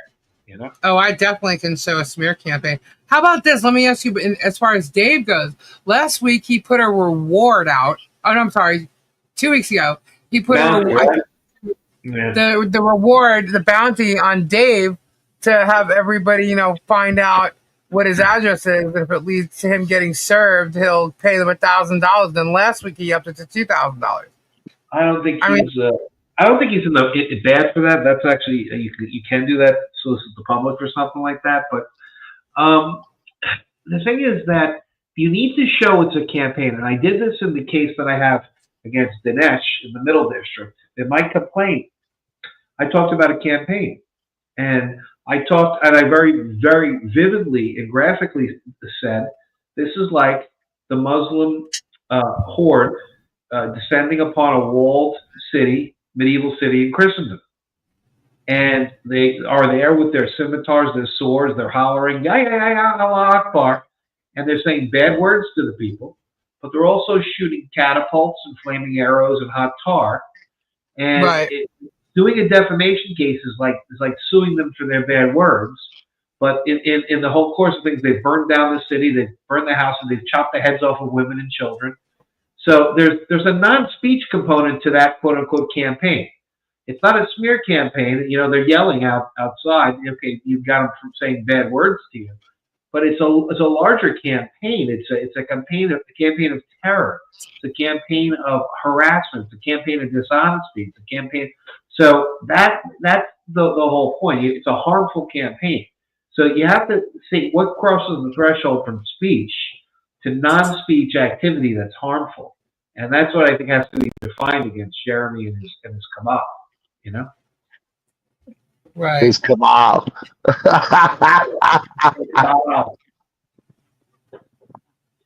So, but on that note, it's about 10-1. I got to get to bed because I got to get up early. I got to get to bed as well. Alrighty, Rich. Thank you so much for coming on and hanging out with us. Thank you. Rich, you rock, brother.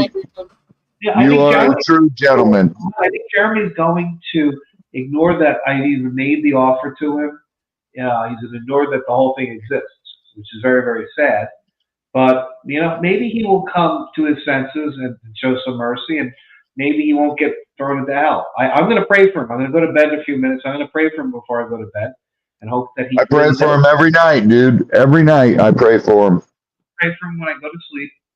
And, you know, we'll see. I hope he comes to his sense because look, it's not, I don't think it's worth it for him. You know, it's not worth it for him, you know, business-wise to continue this. But it's really not worth it for his own soul, for his own well-being, because he's got, what little he has left in his life, he's going to destroy. What little he has, he's an empty person. He might have some money. He might have socked away some money. And, you know, that's fine. But he's lost all the meaningful relationships in his life. He doesn't talk to his parents. He doesn't talk to his children. He doesn't talk to his brothers and sisters. Like, think about that, how terrible, horribly lonely, and we are. Like, Robbie, you know about prison. The hardest part about prison is being away from the people that you love. That's the hardest part. He is in a spot where none of the people that, you know, that other people have in their life that love them, he has no love. He has no connection to those people because he's severed it. And that's what they talk about in the article a lot. They talk about the fact of hell is losing all connection to God and losing all connection to others. And that's where Jeremy's going. That's where he is. So that's it. But then again, Jeremy wouldn't survive there. Well, nobody wants to go to jail and nobody wants to go to hell. And Jeremy's, you know, on the way to both. So it is what it is. Yeah, it is. It is what it is. He's, you know, he's going to be. The Ants have started a new GoFundMe to get another lawyer. Who has? The Ants. They started a new GoFundMe to get another lawyer to get the child. They don't listen the first time. I hope people don't fall for that because the judge said they have no standing. So I hope people don't fall for that. They're just giving them free money at this point. What's the date on that? Guys, I'm going to bed. Is that the All right, second? good night, Richard. Thank you. Good night, guys. Good night, Have Richard. a good night. I'm still waiting for my encore, by the way. Your encore? The dance. Oh. Remember when you did the dance? Yeah. So this GoFundMe, what's the date on that one? Because they opened up a second one after they had to close the first one because the first one got shut down. Or is this a new one just opened up? They're going to challenge it again? Well, hopefully the lawyer will turn around and look at it. And I'm telling you right now, they've had 3. They know damn well they have no standing. And if they keep doing that, then I think that should be in question and GoFundMe should find out about it and know about it. Because the first one, she said she took money out and it was returned to people and only some people got their money back. The second one, Jeremy said all that money had gone to the lawyer. Plus it was $36,000 because he never got the money for the hoodie. So it was, it was supposed to be $56,000. So whatever the hoodie was, deducted, okay, because he never got the money from that, and that money supposedly went to that lawyer, and all that lawyer did was file 2 motions. But I'm gonna let you know something else. Okay, Scam alert! Michelle and John, had their 33rd visit from CPS today. It's fucking ridiculous. Leave that family alone. It's no one's business. But you know who incited that shit? Georgie. Yesterday, John had something to say. She turned around and said, okay, well, it looks like I need to make another phone call. So now she's playing games with people's lives because she doesn't like somebody. And what came, I said, what were the, where's my iPad actually? Where is it? I said, what was the reason they were there today? And it was that John and Michelle were on drugs,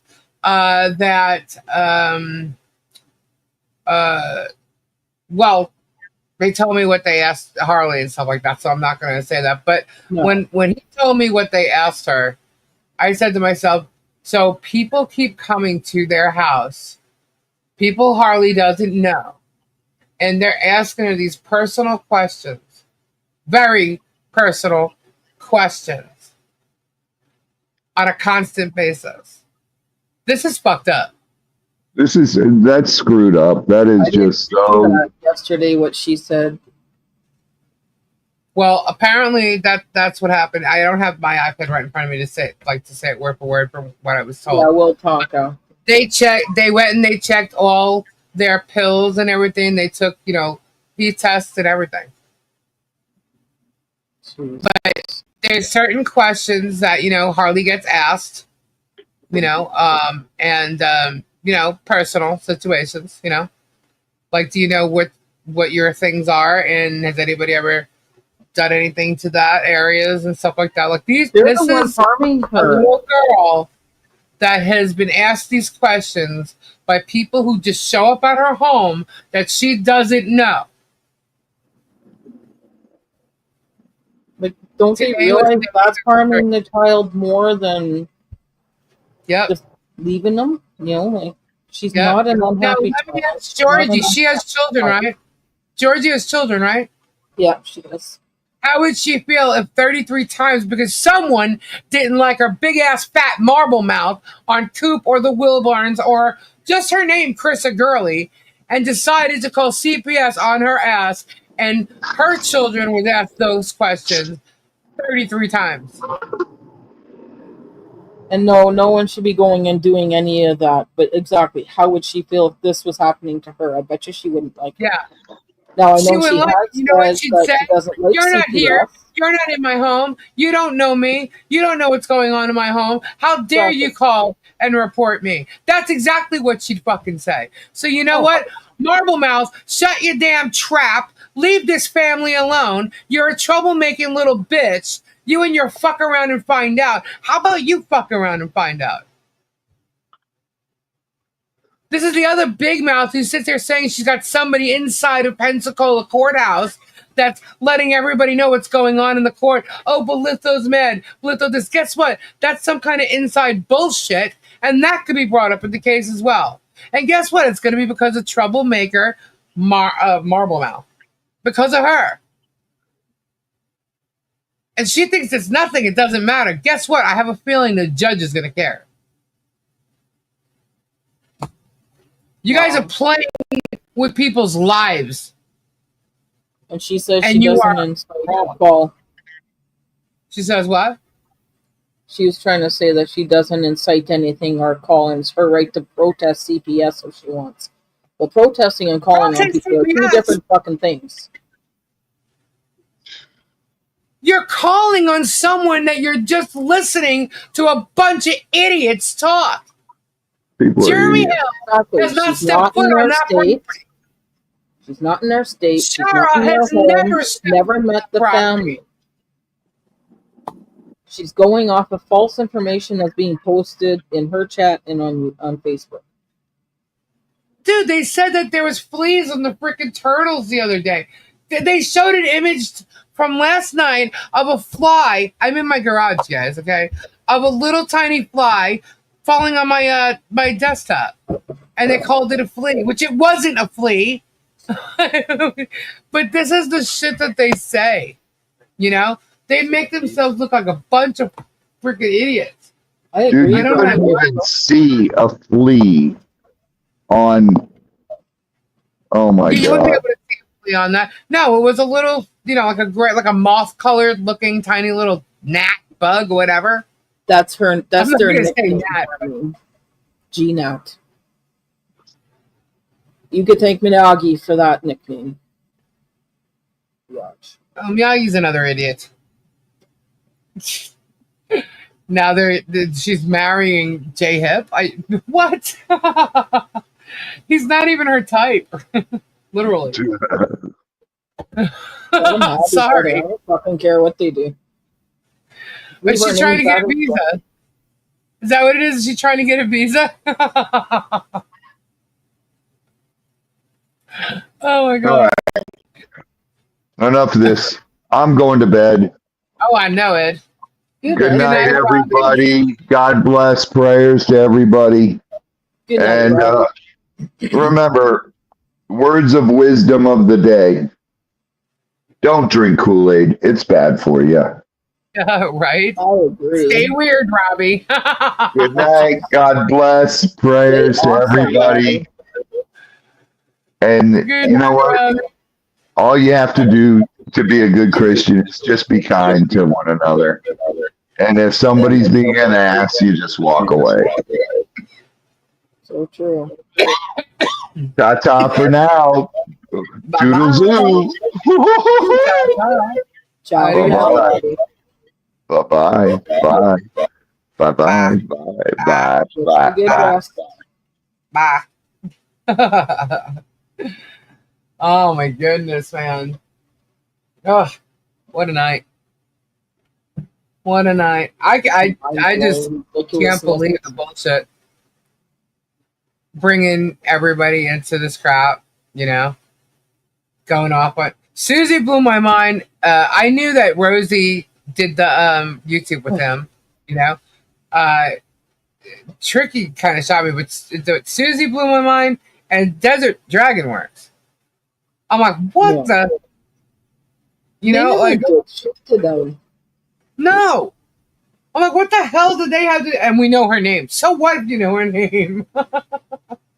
Well, he why just are you going off on these people? That they're attention seekers and that they didn't give them all their attention and stuff. Well, no, that's nothing. Well, guess what? I know of Tricky from Robbie's chat. I know of Desert Dragonworks from my chat. Okay. Who else? Ruthie, I know from freaking everywhere. Yeah. Who else? Rosie. Suzanne. Oh, Rosie. Well, did I say Ruthie? I meant Rosie. Suzanne, Robbie, and my chat. Yeah. You Good know. night, Tricky. And you stay awesome, Tricky. Don't ever let them dim your light.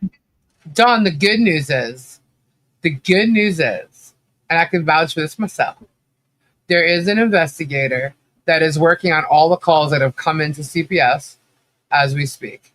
Although it's Sunday. They may have the night off. But as we speak, they're doing all the calls on where they're coming from and the false reports. They are following it. There's been numerous people in Otter Creek validating the incitement that's going on. There's all the videos, including Coop and Georgie, are in their possession. So, yeah, they think this is... oh, let's just do it. Let's just harassment on all levels. Come back, and it's going to bite you guys in the ass. We're not... We say authorities are on top of all this shit now. You don't understand. They are. Go ahead, Stacey. I'm sorry I cut you off. No, I'm just saying it's pure harassment on all levels and to people he doesn't even have interactions or know. I've never interacted with them outside of in their chat back in Hawaii and before that. And they didn't even answer any of my emails, so I just stopped emailing. I only emailed them twice. And they didn't answer, so I just like, whatever, I guess they don't want my money, so I just didn't support them now. Yeah. Oh, and George also made this. Not my fault, that's his own damn fault. George also made this big thing about her being in agreement with me on something, which she's kind of off in what she said. So no, she's not in agreement with me. And then Jeremy tried to turn it all around. So that was their little spin. That was totally a script, by the way. That meaning that I'm in agreement with her, so I owe her some kind of apology. I don't owe George shit. Okay, that's period. I tried to give that girl credit by thinking she was brainwashed, by thinking she's some victim of, Jeremy's, bullshit. And, the way I see it as far as she's concerned, I think she's 100% in it, way more now than she ever was. I don't give her credit anymore in trying to think she's a, what's that, Stockholm syndrome? Yeah, I don't think so. Yeah. Why is she wearing? I don't know, but it makes her look atrocious. That's her The way blonde to is even mock worse than the green. That's her way to mock Leslie. Why is she mocking Leslie? Leslie hasn't even been around, so why are they still? Oh, she's a little delayed. Yeah, but they still bring her up, and that's what they do. I have to say, they're definitely delayed. Definitely delayed. No doubt. Leslie did it so well, and they can't do it. They can't even compare to it. And Leslie's got them. They're trying to say Leslie's playing both sides. No, they're not. No, they're not at all. Follow their court case. They're not playing both sides at all. I know exactly what Leslie's doing. And, it's just ridiculous. But no, I am not in agreement with George. I am not in agreement. Just because something I said sounds similar to what you said, I have a different experience with them. What's 100%, And the fact of the matter is, no, they never asked for a damn thing. But according to you, they have asked you for shit. Okay, they've never asked for anything from me. So, kudos to you, George, for repeating what you heard me say. Because you're following me. You're listening to shit I'm saying and you're repeating what I'm saying. The only difference is you're spinning it differently. I don't agree with you in this shit that you've said all along. I have my own experience, and it's not what you experience. It's totally different. If I agreed with you, I would say so, but I am not in agreement with you. You have an agenda. Your agenda is to ruin people's lives, ruin that family, and break that little kid's heart and destroy her.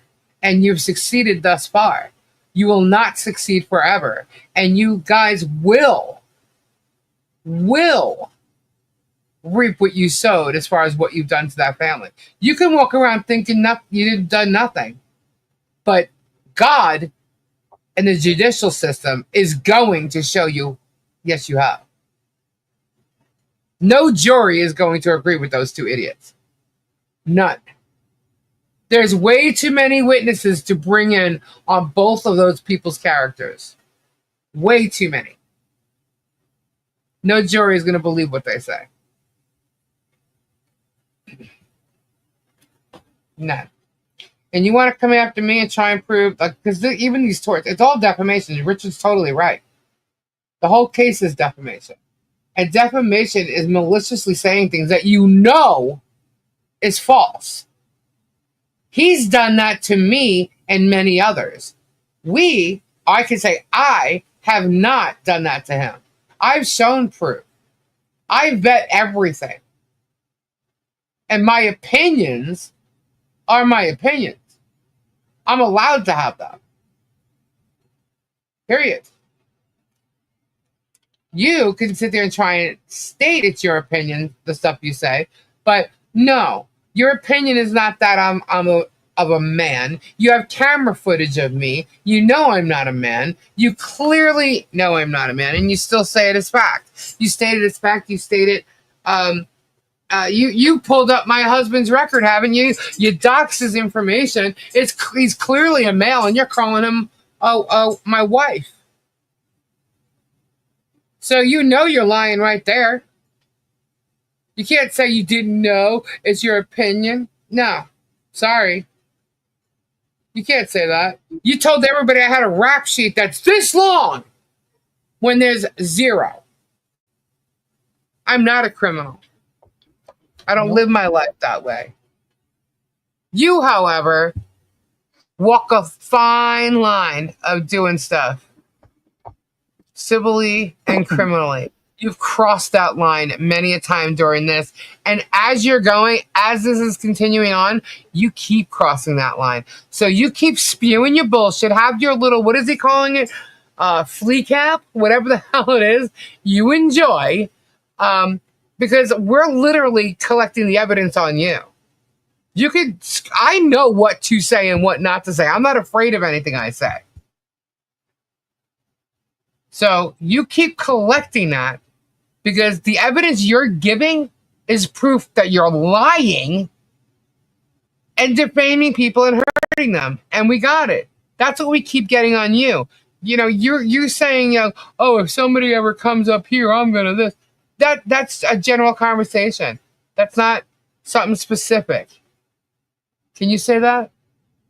That's not something specific towards you. But you know what? I wouldn't be surprised if you lose some subscribers tonight, Jeremy, the way you talk to your viewers and your fans by telling them that they have no brains.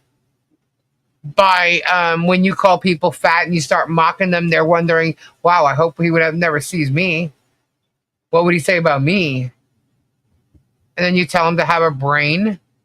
Because when you do mock people who are large or have mental issues or have certain issues that you deem, terrible and, God forbid anybody had these type of things, you put them down as well. And you put down your viewers all the time, especially when someone like tonight turns around in your chat and says, hey, I've done this, and you start yelling at them, acting like you're not talking to them. The fact is you are talking to them. You are just 100% all around a narcissistic hypocrite. That's all you are. That's my opinion. And I'm allowed to have it. Exactly. So, enjoy that, Jeremy. We kept him up all night, didn't we? Well, if that's my only crime of doing long hour streams, so he has to watch. Stay on long. It's my channel. I can stream as long as I want. I'll stream 24 fucking hours if I want. Yeah. He stays on. How long is this one? A video. If I want to put a video to private because I think there's certain things in there I don't want on my channel because it is my home business as well as my hangout with friends. Exactly. You don't have to put whatever. It's prerogative if I want to put a video to private. Like if I didn't have a channel that does like this kind of commentary or a little report on it, well, like that, and it ended up being conversations about him, I would remove it or I'd privatize it. If like it was a live stream that I ended up not wanting, I don't know, some business person, whatever, not to see, I would privatize it. And that's my prerogative. Who can? Too bad you're watching and it disappeared. Oh well. No problem. Lose your shit over that. I mean, there's obviously a reason, and it may not it may not have anything to do with you. And I'm not saying this. Here we go. I'm talking about him or his minions. Right. Since I was brought on Stacy's panel, was I brought up? If not, actually, no, you weren't. Disappointed. Actually, Diana, I did not hear him mention your name. I did not hear him mention Diana. If that's my only crime is long streams and being here supporting a friend, so be it. Have at it. Because I've done fuck all to him or her or anyone else. How long does his Whatnot lives go for? Does anybody know? An hour and a half or so. I don't know. I don't watch. Okay, see, go. So he he foams at the mouth on Sunday nights. He foams at the mouth for an hour. Okay. And then he does a whatnot or an auction for what? Another hour, hour and a half. So for 2.5 hours, he's on for Sunday nights. He does a video every day for at least a half an hour, right? 25, 30 minutes. Okay. So he has got to, now remember, this is one of the reasons he doesn't like Guapo. Guapo can be himself. Guapo doesn't have to fake. Guapo doesn't have to act. Guapo could just hit his live, go on and start talking, right? Same thing with you. Same thing with me. Jeremy has to have a script every time he goes live. Then he has to try and sell shit, what he thinks he's so great at. Okay. And then he's got 30 minutes of another script daily talking about shit and finding and setting up boxes that he can open to pull stuff out that he can talk about. So Jeremy works harder than any of us to do his YouTube channel. As far as I'm concerned. Me researching and stuff doesn't even seem that hard because I don't have to fake shit. I don't have to make stuff up. I'm literally talking about things that are happening every day. New things in the case. Some stupid video we freaking did about somebody. He has to work hard because his stuff is freaking fake. He writes an entire script. Like, I don't even have to write some of this stuff down. I already know it. I remember it. You know what I mean? But I do write it down so I can say, like, exactly what was said, rather than paraphrasing everything. I don't like to do that. I'd rather, and I'll tell you straight up, too, that, like, no, I don't know. I gotta go back. I'm paraphrasing. But, he literally foams at the mouth for an hour. And he tries to get his script right with her, and she just fucks it up all the time for him. Right, Jeff? Apparently, we need to do a 24-hour fucking rights. Did you see the look on his face when she called him germ? Yeah. I can't believe that she did that. I hope she didn't get in trouble. That's fucking hilarious. He would have to hold that in for 2 hours, right? Because they go straight to that auction. Jared says to Diana, "We're angels." Yes, you are. You're our angels. Oh my God. He's just ridiculous. And he said Susie was going off on about Indians or something. What? What was that all about? She did a joke. Okay, and the joke was, and we were telling jokes and we were doing trivia, remember? Uh-huh. Like John, there's people in the comments doing jokes, and she said a couple of jokes, and one was, why do Indians have that red dot in the center of their forehead, right? Uh-huh. And her response was, what was the punchline again? Something about scratch off to get the better deal, or what store will have the better deal or something. I can't remember the punchline. It was something like that. Maybe Susie can put it in the comments here. Oh, so they weren't talking about Native Indians. But they spun it saying, oh, well, that's a Target, blah, blah, blah. Well, they obviously didn't listen to the joke.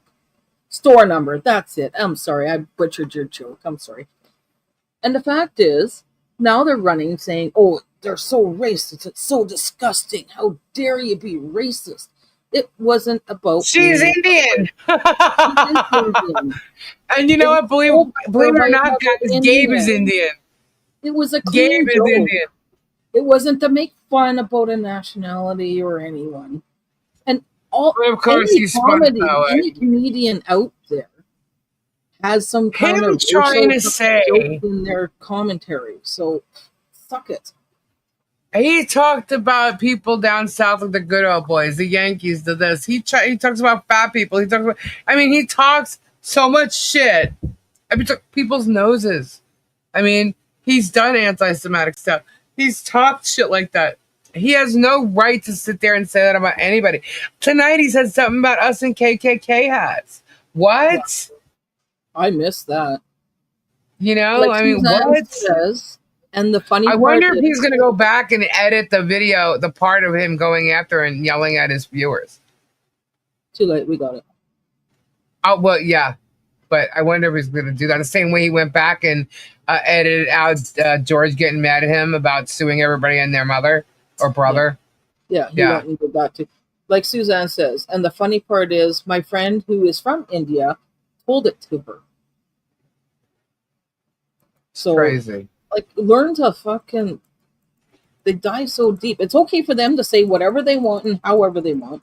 But the minute one little thing comes out of our mouth and they want to twist it and spin it and call everyone everything under the book. Yeah. He also called Guapo a man-child, and I laughed at that. I'm like, you're calling somebody else a man-child. What am I Really? looking up, White? What am I supposed to look up? What was Look she it up, saying? Stacey. Look up what? I don't know. What am I looking up? But he's gone after, I mean, everybody. And he's trying to say, so that was hilarious too, because she says, I'm a victim. All my victims are women. He's like, what? What about Dodgy Robbie? And this and that. I'm like, does he realize what he's saying right now? That he's totally admitting his victims. Guapo. He started adding the men to the list. I'm like, is he an idiot? Of course he is. Moron. Absolute moron. And by the way, he didn't even reach 8,000 people tonight. But I'm like, yeah, he says Guapo is running from him. Hello? He was the one throwing the tantrum and chasing Guapo. Guapo just wasn't falling for his shit. Wasn't falling for his shit.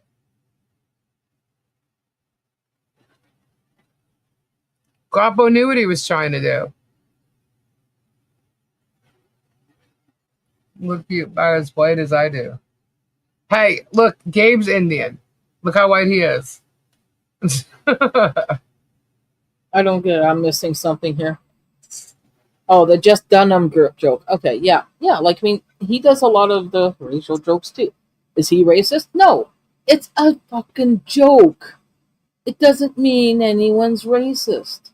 They need to stop it with that shit.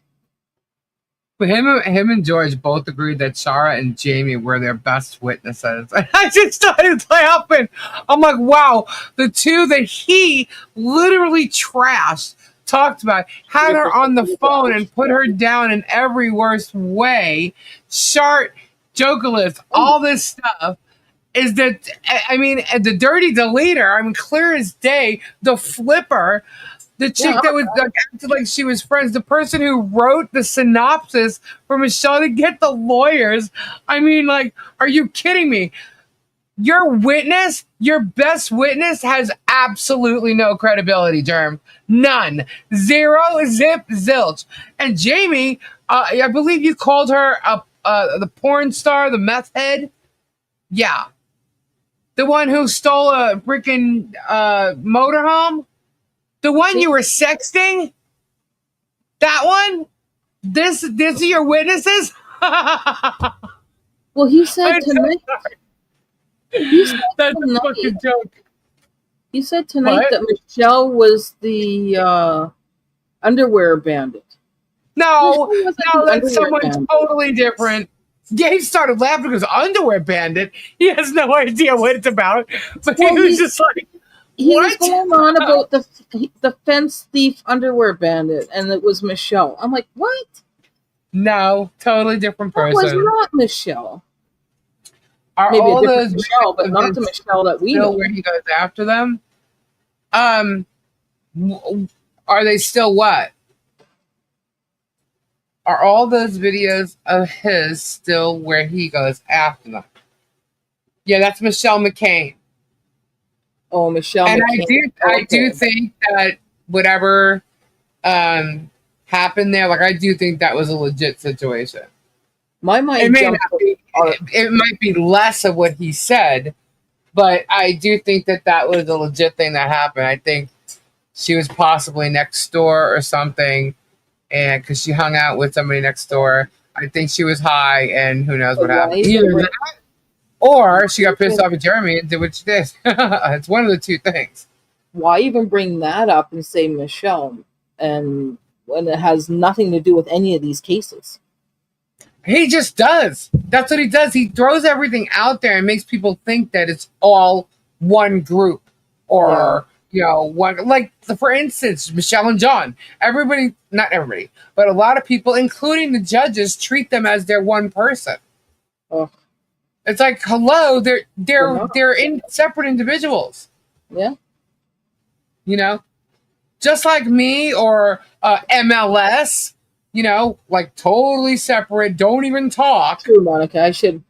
John should be treated like MLS, and Michelle should be treated like me. Two totally separate individuals. You know? She was easy to look at in her underwear. Why was the mummy upset about his tomb building business? I don't know. Why was the mummy upset about his tomb building business? He found out it was a pyramid scheme. I'll be right back. I'm just grabbing a drink. Joke was cute. I thought it was cute. It was funny. You got it, Stacey? Yeah, I got it. I'm going to grab a drink. Whoops. Stop. Again, people. The ones that are lurking and want to report back to wherever, it's a joke. Chill the fuck out. You're reading too much into shit. Involved in something you don't need to be involved in. It's just causing more.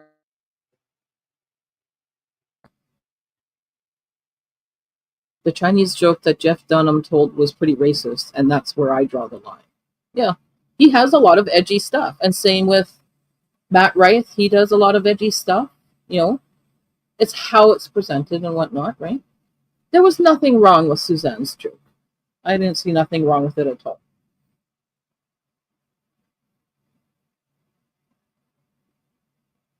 Lori missed it again. Lori J. Wake up, Lori J. You're missing shit.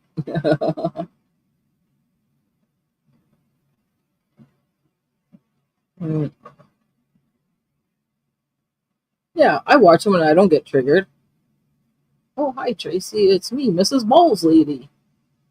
Hell, that middle figure is that finger you put in out loud. Yeah, make me read that out loud. Go ahead. All I got is Andrew Dice Clay. Hey, Mo. You still don't see it? Can't help you, girl.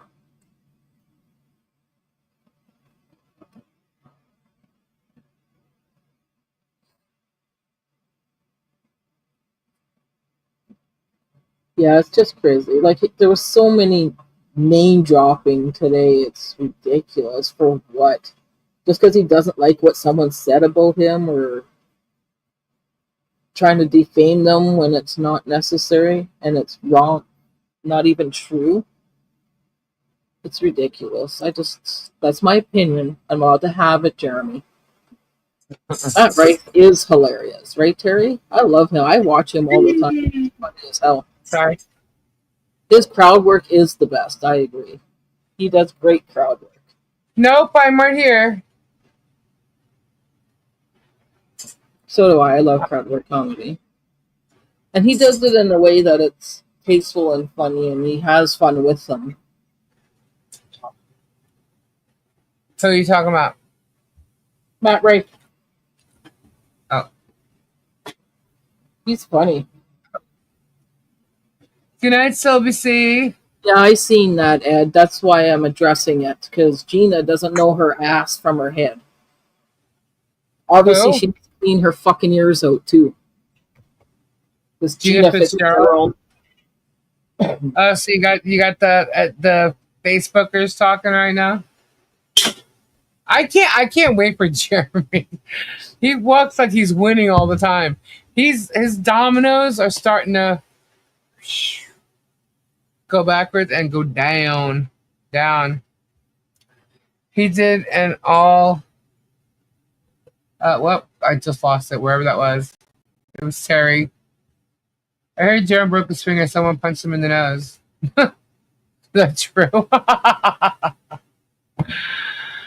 Oh my goodness, guys. Facebook needs to fucking smarten up and start getting rid of shit that's been reported, because that whole group needs to just go. So apparently he was watching on Whatnot. Who was saying that? Who said that? Dan Foyle was saying that he was commenting or saying things on Whatnot, and he was intensely watching our live. Well, if he's going to wreck his own sales by reporting stuff on Whatnot, then that's his own prerogative. Yeah, I've never been to his Whatnot, so I don't go there. Don't plan to go there. I'm not spending my money on him. And since we were able to prove that Michelle and John has never been there either, we'll easily be able to prove that I haven't been.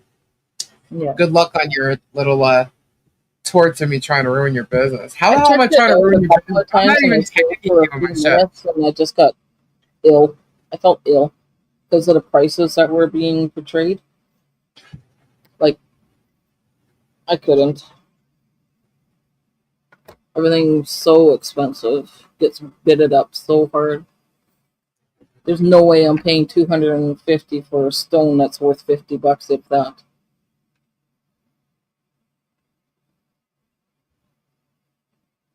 Trying to think if there's anything in the notes that I missed. We should have Richard come on during Sunday Spundays.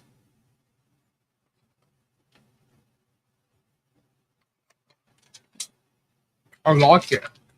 But yeah, I mean, think about it. His wife, his ex-girlfriends, two of them, the victims that he had relationship with under the name Brian Smith, his daughters, George, her sister, Marilyn Raby.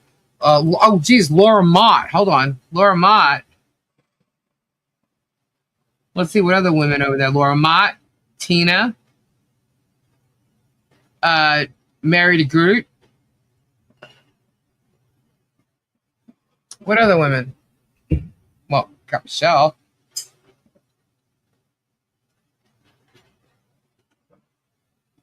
I mean, he said my live. I wanted to point this out. He said my live was He said that I said my live was taken down to technical difficulties. I never said that my live was taken down. No, that's the script with Shara last night. Like, are you fucking kidding me? Dumbass. I put the live. He's a fucking, hold on. Still a moron. Fuck's sakes. I put my live to private because there's certain things in there I don't want on my channel. That was great. And it's my prerogative to do so. It wasn't to hide it from anyone. It's because it's my channel and I can do what the fuck I want on my channel. So get it straight, Jern. And I don't normally use derogatory names, but you're deserving this name lately. You had it removed. He believed you. Fucking ridiculous. The interview. I didn't even read my script that way. You are a fucking moron. You know what? Yours do not. I was even stumbling on my script. It wasn't even. I didn't even read it very well. How could you not tell it was in the script? Like, seriously. Oh my God. Idiot. That's like, dude, that's like almost the same thing as believing in the cruise. He put the cruise in the freaking. He filed the cruise and stuff on the lawsuit. I'm echoing again. Sorry. You're fine. When I read that in the lawsuit, I was like, you have got to be kidding me, the cruise? Oh my God. Idiot. And then, come on, he filed a bar complaint against me. I'm going to make him the laughing stock of the Florida bar. Someone's asking the Facebook group if y'all were traveling agents over the cruise tickets. I almost died. Like, oh my God. It's all dirty. Hello. We are allowed to have fun over here. Oh my God. Lori, calm down. Calm down. Don't get too upset. Sorry to burst your bubble, Miss Lori. He's going to add the island next, right? Oh, that is hilarious. What How else? about you go worry about your own life and the suits that you're in already instead of stalking people's channels? Jeremy is making Jeremy the laughing stock. That's right. He says that they're laughing at us. The funniest thing is he We're on fucking him. laughing at him. He was saying something tonight. I don't remember which part it was, but Gabe came out. He goes, "Are you serious?" I'm like, "What?" He goes, "Dude," because Lisa, he goes, "You are so under that guy's skin. It's like showing clear as day. You have pissed him off." He goes, "No one would be saying the stuff he's saying unless they got under his skin." Terry, I see you. I see you. Sweet Terry, we see you. Oh, Richard's Clown face. I think you meant clown. Right. But yeah. They sound angry, don't they, Monica? Keep spinning.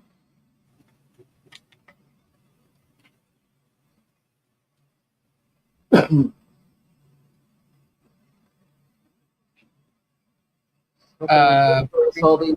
also said that I was proving communication between me and Ray. Third-party communication? No, he just said that I was proving communication between me and Ray. Well, yeah, Ray is my friend. Ray is my friend. I consider him my friend. Absolutely. He's like family now. I mean, like I consider Ray my friend.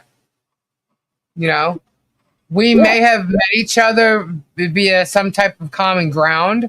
You know what I mean? But Ray is my friend, and you know what? He was definitely in need, so he could focus on his wife. And I did anything I could to try and help him. And you know, it was bad enough he had to like figure out what the hell he was going to respond to with this lawsuit, but by me printing it out and sending it out for him so he could just say, okay, you know, get off the computer, send the file here. You could do it for me. Great. I'm going to visit my wife. You know what I mean? Like he was facing so much, like nobody, you don't realize, you know, they're of a certain age, him and his wife, you know? And when you have injuries like this, it can cause other problems. And with his wife, it did. It's very serious. And he stopped talking about it because he was getting very nasty comments. I saw some on mine, and I couldn't even believe that people had the gall to even type a comment like that when someone's hurt, like actually really hurt. You know what I mean? And facing so I couldn't believe that anybody would even have the gall to say something like that. But anyway, they did. And so that stopped Ray from like doing any updates and stuff. But last weekend, he almost lost his wife. She was literally bleeding out. Bad. And they rushed her in for an emergency surgery. They had to do the same thing the next day. The third time, they ran out of blood. They had to airlift her to another hospital. She ended up having a total of 4 surgeries because she kept bleeding out over like a 5-day period. You know? So you have Ray, who has his own health issues, takes medicine daily, who had to drive, 20 minutes every day to sit at the hospital with his wife. I mean, if this is what happens, it's what you do, But worrying about whether he's going to lose the one person whom he's loved for 62 years, who he spent his entire life with, he's facing losing her at that moment. Do you really think he gives a shit about Jeremy Hales? Or that lawsuit? No. Not at all. But if he doesn't answer it, there could be ramifications. So he answered, and I said, don't worry. Just send it to me. I will print it and mail it. And I did. Twice. And the court told me I could. So whatever bullshit Jeremy wants to make up and send to the bar, I'm going to make him look like a fucking fool with that bar. With the Florida bar. And if anybody has anything to say about it, go to hell. I would do it for you. Stay in your lane. Mind your own fucking business. But Ray, I consider a friend. But Michelle can't ask for prayers for her daughter? Who said that? Of course she can. Damn straight she can. They're always in our hearts and thoughts. And in our prayers. We just want, regardless what Michelle's saying and doing, that's her prerogative. She'll do what she wants. In the end, no one deserves to be harassed, mocked, bullied on any level. I don't get it, Jennifer. I have no idea. Who's saying Michelle can't ask for... Why would you ask that? Why would you say that? Of course she can.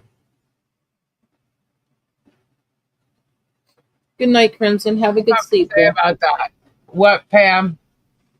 Go for it, Pam. Good night, Crimson.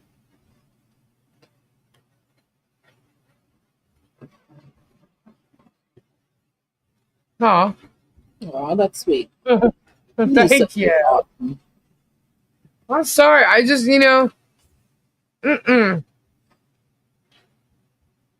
I lost my grandparents at a very young age, and I've lost both of my parents. And I had both of my parents in the hospital at the same time. And so Lisa I thought... What? Jeremy said Lisa being able to mail documents for Ray but not giveaways can be used against her to prove she's a liar. He doesn't even do giveaways unless it's buyer's only giveaway. What does that even mean? What? He's delusional. I think he's losing it. I do giveaways once a month. Sometimes they're a little late on that month. But that's why I do giveaways. When I do my crystals, they go out within like a week or two. So what are you talking about? Jeremy doesn't know what he's talking about. Oh, Terry, we've been proving that left and right. But anyway, I would give anything. He said that you copied and pasted the signature. No. Ray did it at S signature. Ray copied and pasted his signature, not me. I think we just read Pam's comment. I think Ray copied the whole thing, actually. Yeah, we already read Pam's comment. Lisa's awesome. Lisa, did you get Back to Country's email? What did it come? What name did it come under?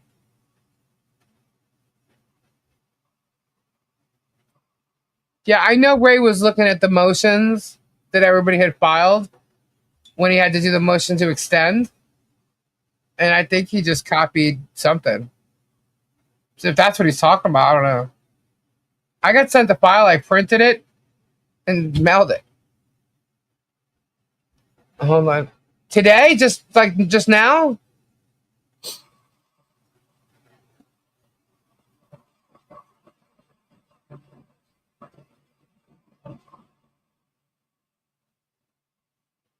I didn't see Kristen. Did you see Kristen tonight? I didn't see her.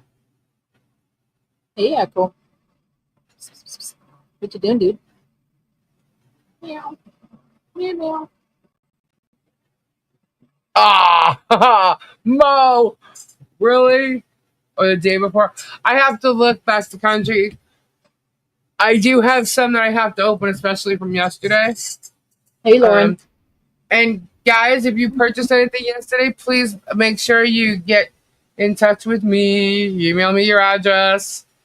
And if you haven't paid for it yet, check out the banner at the bottom of the screen. Dawn says, Lisa, also something about a date not being changed that had July instead of August. About a date not being changed? A date? Yeah, Diana, I looked at your message. You go read my messages now. Silly girl.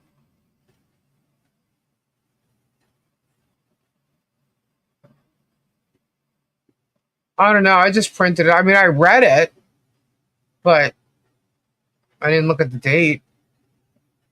I just printed it out and mailed it. Yeah, it's not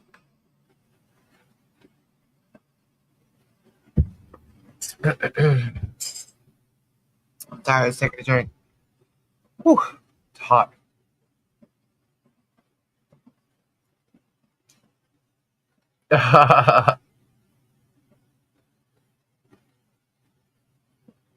That's awesome.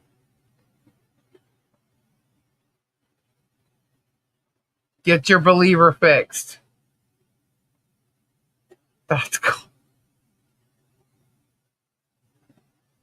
That's Lisa, did you get 50 emails today? I got quite a few emails. I still have to read them. This morning I kind of was like, just hanging out with Gabe, And then, what happened this afternoon? I got busy this afternoon. I forget, right? I don't even know what the hell I did this afternoon. Chill, brother. Look, please. We know the truth. About what? The mouth, right? Guys, you got to hear this. I'll actually read this. This is hilarious. Okay. So I get this letter from the bar. Because I made a comment about it because Jeremy showed it. And I'm like, well, I didn't receive it yet. But if it comes, I will respond. So I did get the letter from the bar. And it asks me, it says, please give us your written position concerning the attached correspondence from Jeremy Hales. I would appreciate receiving your written response no later than August 26th. Let's see. Responses should not exceed 25 pages. Oh, they won't. Anyway, so this is the complaint form. Jeremy says, non-lawyer Lee, a full-time Florida resident of the Villages, Florida, is a co-defendant with non-lawyer Raymond Bonebreak, who is 81 years old and is a full-time Iowa resident, where he broadcasts his YouTube channel solely from his home. It's so small. Hold on, let me get my glasses. Okay, there it is. Much better. Who broadcasts solely from his home garage in Iowa. Lee and Bonebreak both operate their own YouTube channels and have been in contact with each other since at least January. Okay. Am I not allowed to be in contact with him? Lee holds herself out as a paralegal. Anybody heard me call myself a paralegal? Hope you include him using Esquire in his name publicly as the fraud it is. You're right. You're right. You are absolutely right. Thank you, Mo. Hold on a second. Esquire. Add Esquire. Because I already have a response ready. Add Esquire. As a matter of fact, I will even add a picture of it. Because I have it. Add Esquire pic. Thank you. Okay. So, let's see. Lee holds herself out as a paralegal. I am not a paralegal. I've never said I was a paralegal, nor was I a law clerk or a lawyer. No, but that's you stated what a paralegal could do or how to be there, but you never said you were one. No. Let's see. So I hold myself out as a paralegal. Okay. Bonebreak was served with the summons in this matter on June 27, 2025. See attached. He requested a 30-day extension to respond via email to my lawyer. See attached. Yes, he did. On the 17th, a motion for extension was sent to the federal court in Gainesville, Florida, from the UPS store in the Villages where Lee lives. See attached. Bonebreak was not and could not have been in the Villages, Florida, to send this motion on that day. Bonebreak's video proves this.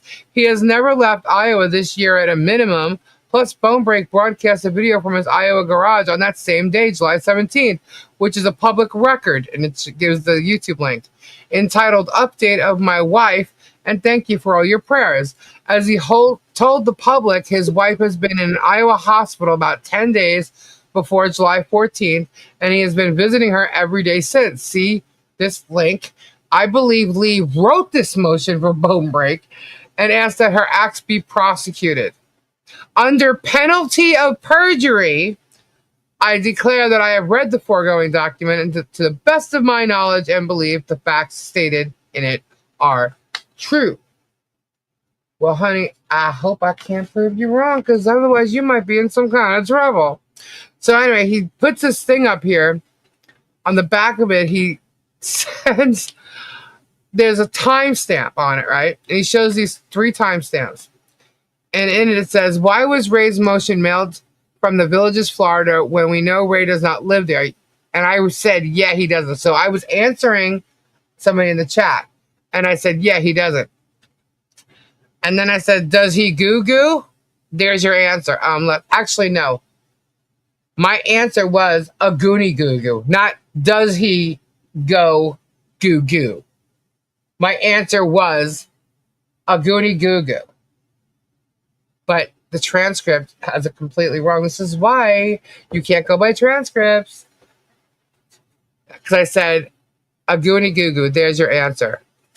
And then the next one, I say, hey, Silverheart, how you doing? And then, isn't that illegal for you to mail in someone else's paperwork as you're not an attorney? I'm not an attorney. No, I'm not an attorney. Nope, not an attorney. That was my answer. So he's highlighting this check. So if you ask me, someone on his little side, or maybe himself, is the person in the chat who asked the question. So you can purposely get me to answer it. See what I'm saying? But Goonie Goo was my answer to the first one. And I said, I'm not attorney. No, I'm not an attorney. Nope, not an attorney. And he put that in his little exhibit here, which I thought was pretty funny.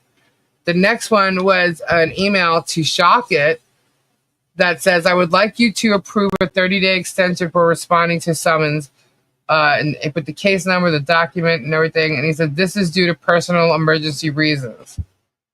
And the response was, because I saw it, that they consent and to file a motion in the court.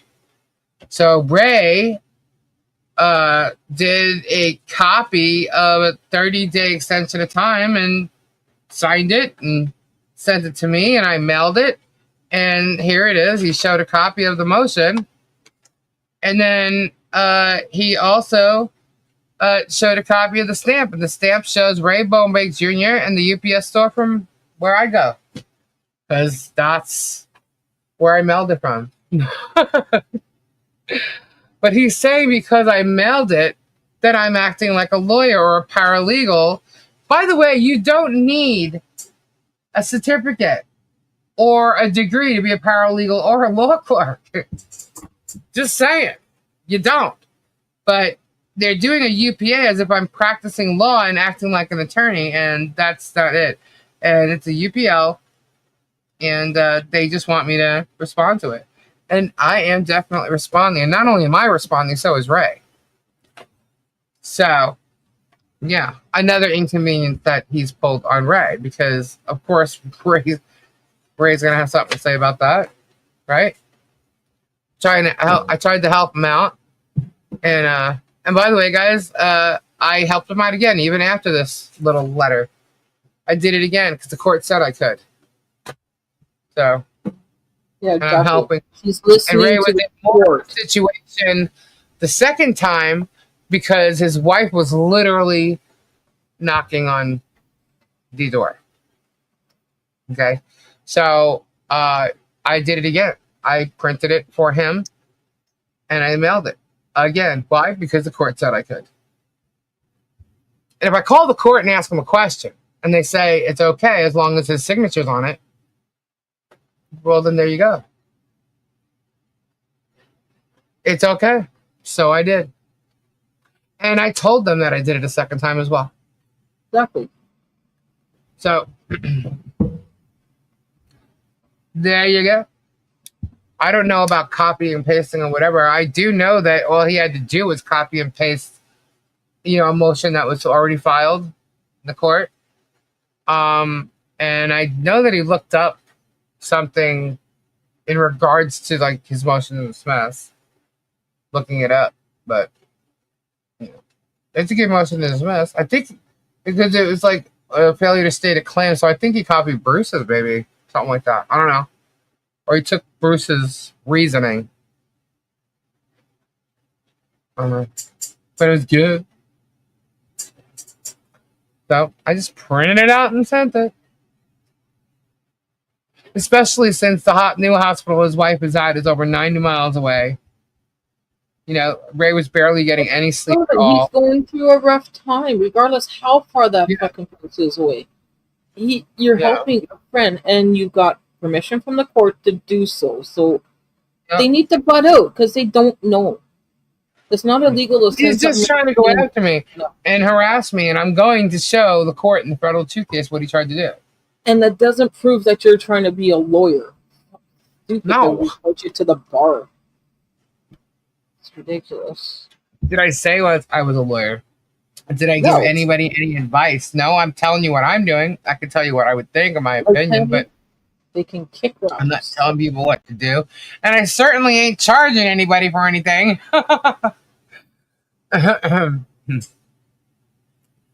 He doesn't understand what helping friends out mean. Look at him. He's got even helping Travis. He's never helped Travis get any permits or anything. Well, he doesn't want to get in the middle of that. But he did help Travis with his YouTube channel. But he also got stuff out of it. Like, Jeremy doesn't do anything unless he gets something from it. Yeah, well, Travis does his. He doesn't do anything for free. Yeah. He doesn't help people unless he's getting something from it. He even said he doesn't donate to anything unless he gets a tax write-off. He said that. I mean, I get people are like that too. But, you know, come on. You know, you don't give anything. Even like $10. I'm the type of person, well, especially Gabe. Gabe's more so than me. If you see someone standing on the corner asking for money, he will pull every ounce of change out of his pocket or whatever to give it to him. If he's got $20, I'll give him $20. Like, we just do that. Even now, they may not use it for what they're saying. They may use it to go get some beer or so whatever. That's on them. You know, God said, if someone needs help, you take your shirt off your back. So, his only friends are Rent a Crowd.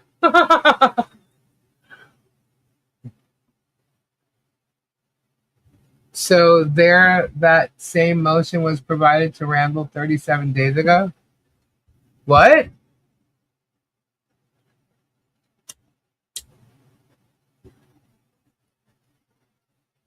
That same motion was provided to Randall 37 days. I don't know what you're talking about.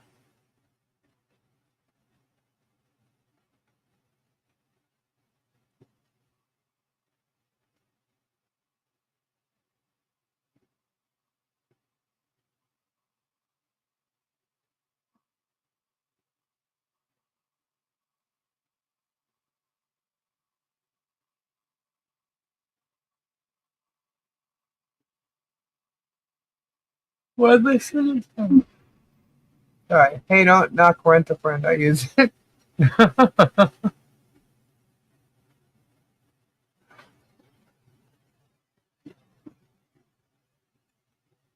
Can you rent a friend? They said that the motion Ray filed, the same motion was provided to Randall 37 days ago. What?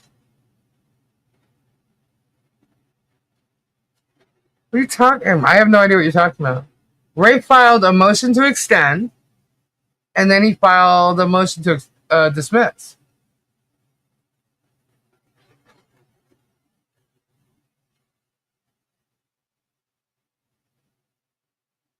Ray filed the same motion. Ray filed 2 different motions.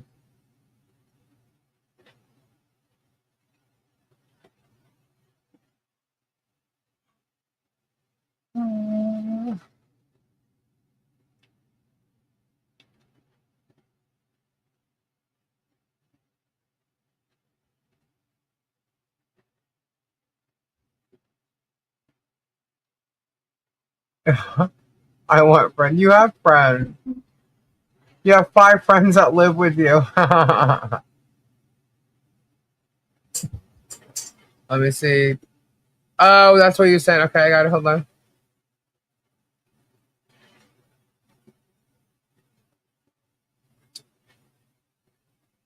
I got you back to country. Got you.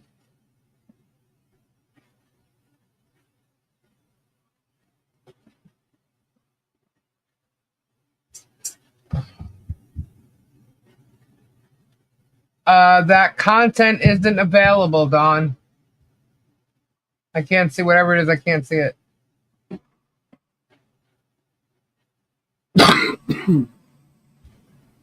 Don't even pay them attention, Ed, because you're just giving it life. And they don't deserve that. What? They don't. The Facebook crap. Oh.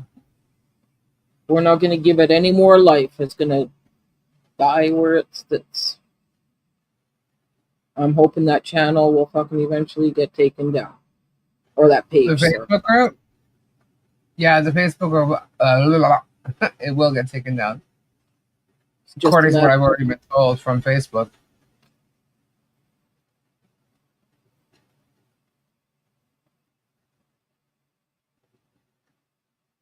I don't know. I know that the first one I mailed was a motion to extend, which was filed. It's on the docket. And the second one I sent was a motion to dismiss, and that's now on the docket too. And I sent 2 out. So 2 out the other day and 1 out the first time. So. Oh, there it is. It is 2 o'clock. Let's see. That uh-oh is my yawn. When I yawn, when I get that yawn, I start going, uh-oh. So, yeah, that was a lot of notes. My God. Ugh. Lisa, did you ever do anything with the I Am Worry recordings? You had to send you. I got it all worked out where the file's been created. I just have to work on the file now. All your videos are all in it, and I have to edit them a little bit and stuff and move them around and play with it. But I have the file already building, which I didn't do, so I did start working on it. All this stuff just became so busy. So, if anybody does want to redo theirs and they could do it, within the next week, you can send me a new one if you want. I do have to take a couple out. Flippers, that is. They don't belong in there anymore. But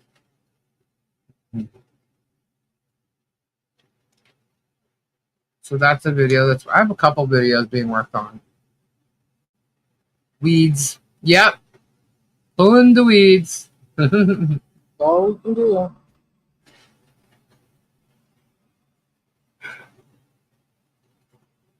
That's so funny. I can't believe he mentioned my my mole, my beauty mark above my cleavage.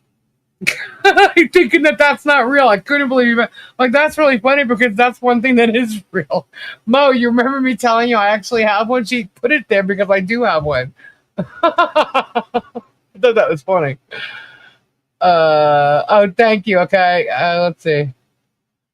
A copy was furnished to Shockit back on the 16th of July, over a month ago. Wow, that was a long time for a mailer to go from the villages to the clerk's office where it was stamped 8/22. Oh, wait. What is this I see? What's that? It was shipped on 8/21. Why did it get shipped from the village on the 21st and arrive to be processed by the clerk stamped 8/22 one day later, but was provided to Shockit 37 days prior? Interesting. Any ideas how or why? What? I don't know. Oh, sorry. Looks like someone forgot to update the dates.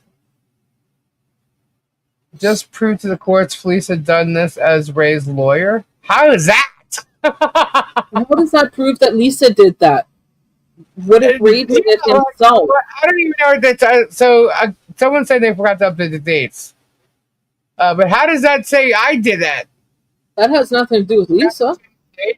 This is the same date he sent a copy of the request for extension, Doc 98.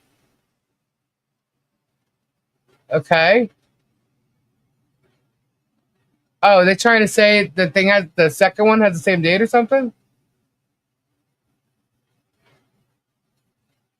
How do they know that he wasn't working on it the same day he worked on the motion to dismiss? Is that what they're trying to say? He didn't have to ask for an extension, guys, but he did. I believe he was going to do a motion to dismiss and then ask for extension because of his wife. I mean, are these people that stupid? So is that what they're saying? They're saying that the dates are messed up? It made no sense to me what you were saying. I'm thinking, what? Shock it. This like the first part of this post. A copy was furnished to Shock back on the 16th day at 8:22. 8:20. Like this, I'm like, what? What are you talking about? Until that comment says, looks like someone forgot to update the dates. That's where it started to make sense. Hell, I don't know. All this legal shit goes over my head. Copy of your motion is what was being my motion. Okay, so he may have copied it. So what? There's a bunch of... Look, guys, what I can tell you is this. There are 10 defendants in this case. Everyone's going to copy off of somebody else. So, you know, there's been... It's not just my motion. I'm not the only one who put out a motion to extend. And Ray's motion to dismiss is not copied off of my motion to dismiss. I can tell you that. Jesus. These people are looking for shit, man. They're just digging and they have no fucking clue. Ridiculous. Guys, don't be idiots. Don't be idiots. I will make a fool out of all of you. Oh my God. They're ridiculous.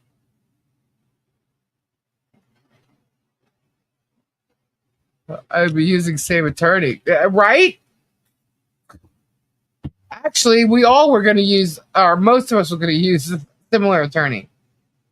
So, and it all, okay, put it this way. I'm saying they, I already filed mine. That's why I'm saying they. But we could all file the same thing jointly. Robbie could do a joint motion on any one of our motions to dismiss right now. Like, these people have no idea what the hell they're talking about because they're not lawyers. They don't know what's going on. They have no idea. They're reading a motion. They don't even know what it means. It would be a buy one, get 9 free. Yeah, you know, hey, if Ray copied something, so what? Do you guys have any? I mean, you guys know what he's going through. Jeremy, shut the fuck up. You and your minions are a bunch of idiots. I mean, that's just ridiculous.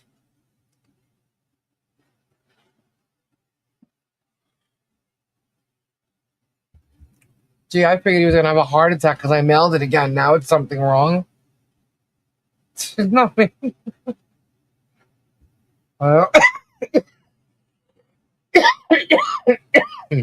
Sorry. Here we go. Late night.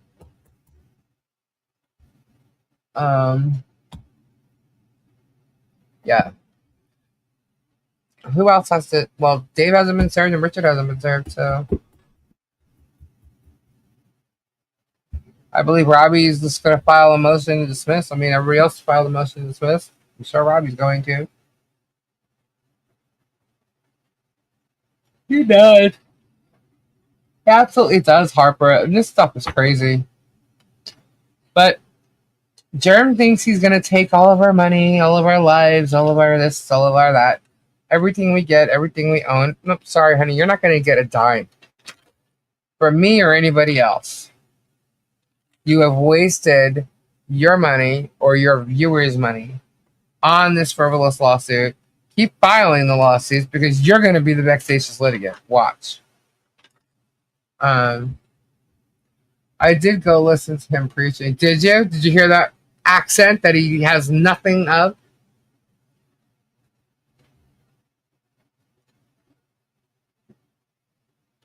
When you say preaching, you mean back in the day, right? Not right now. because he does actually try to preach. I can't believe he literally became unhinged on his viewer tonight. Crazy. Keep showing yourself, Germ. The other night he was on AA and he was telling people. He was telling people that the like anti-Hales or whatever has destroyed his channel. And I find that funny. Nobody can destroy your channel but you. I mean, if you have viewers and you lose viewers, they're not watching your channel. Why? Maybe because your content is not the same as it used to be. And you never said not to go there. You said you guys are free to go wherever you damn well please. Yeah, I don't control anybody. Go watch, see for yourselves. Okay, yeah, that's the only thing you said was you want the bullying to stop. Stop the bullying of everyone, especially of your neighbors. Yeah. I said I don't care. I want him to lose his channel or anything. Like, that's not what the goal is. The goal is for him to stop bullying people on his channel. Go back to your storage units. And it's funny, he kind of did, but that's what I kept saying. Go back into your storage unit.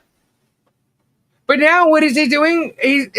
I'm not really watching them. I'm really not. The storage unit stuff, but I see it's a storage, I'm like, oh, thank God, I don't have to watch this shit. But I do see he's sitting down in front of a box, you know? He's not even doing it the same way he used to, you know? Beforehand, there was excitement. He was standing in and out. He was in front of a house. He was, you know what I mean? He was restoring the love. He was, like, he's not even doing it the way he used to do it. So to me, it's like, you're boring, dude. You know, there's plenty of other storage people I'd rather go watch that don't have the attitude you have outside of a storage unit. You know what I mean? That don't have all this shit drama behind them.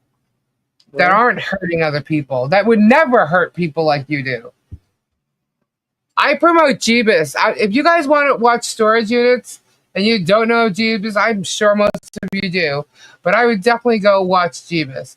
Or go watch Steve and Steph. Steve and Steph, cool. They're still doing their... I haven't watched them in a long time, but they're still doing their dumpster diving videos because I see their feed pop up. They also do a lot of other stuff in their lives. It's pretty cool. They're great people, nice people. You watch them. I don't watch a lot of storage stuff anymore. Jeremy turned me off of storage unit stuff. So, watch Guapo. I know Guapo hasn't had a lot on there, but, you know. And I never really watched storage places or vintage finds. Yeah. I never really watched Rob. You know, not for any other reason, but I just didn't. You know. Rob was even okay. I don't have an issue with Rob. Yeah. And I bought from Rob, and they came in great and packed well. And Rob seems to me he runs a really good business.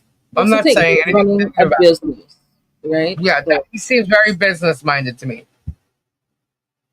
But I've never really watched like his full videos or anything.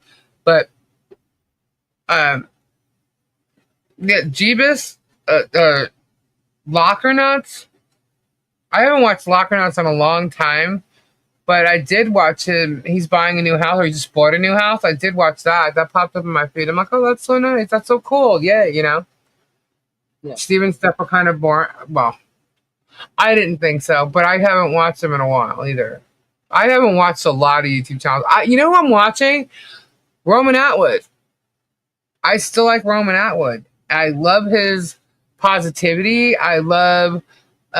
him, he always tries to motivate people, even in the slightest way, you know. Hire put a new house. I like people that try and motivate and bring people up, tear them down. Yeah. Why do you want to watch people bring people down? Bring people up, motivate them, you know.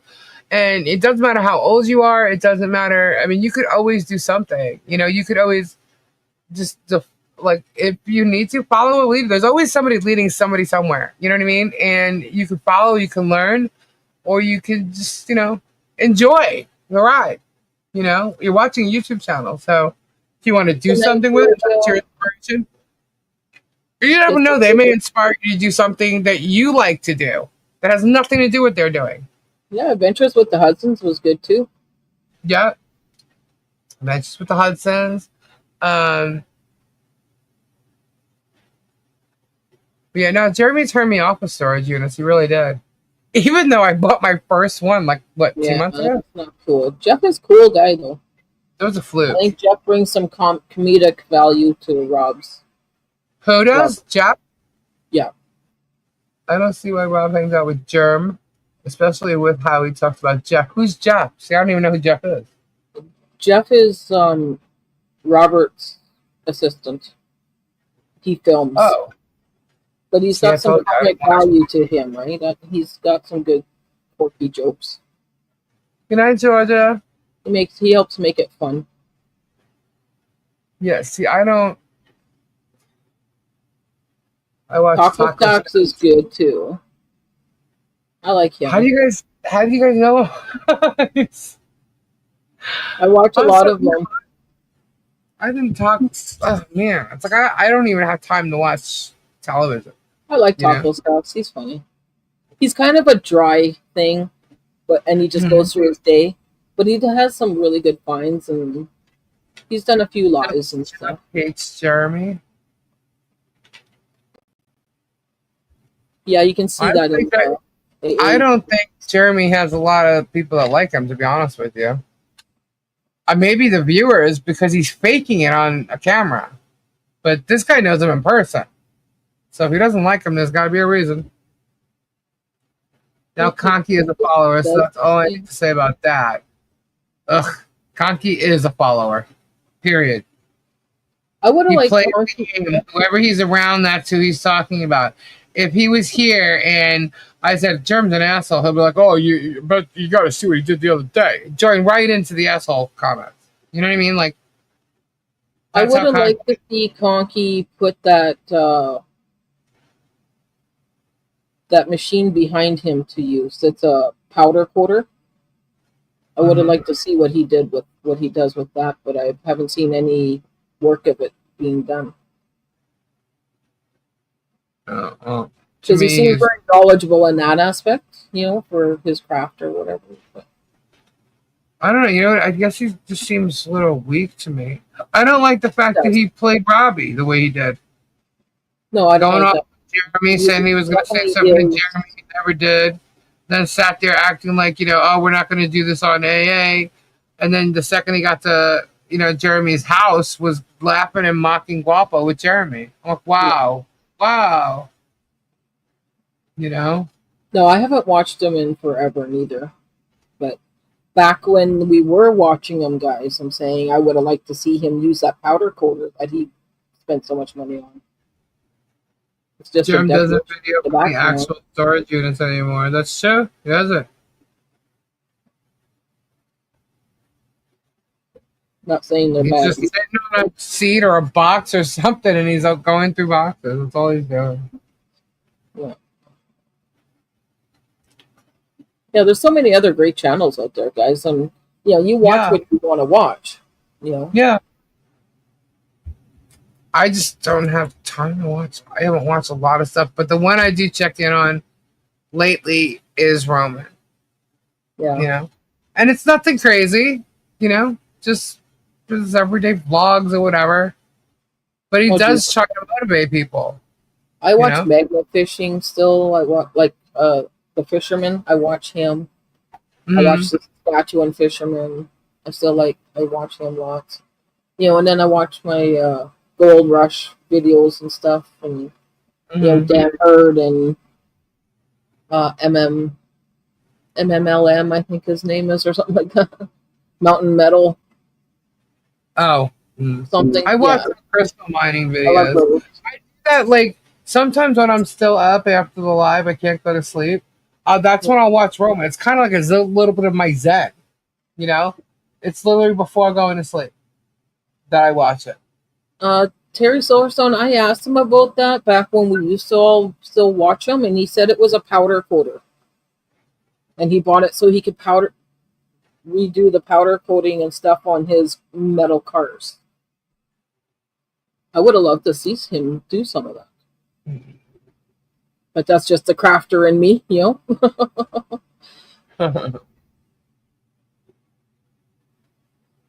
Chit show. I'm use the phrase shit show like I said recently on a live.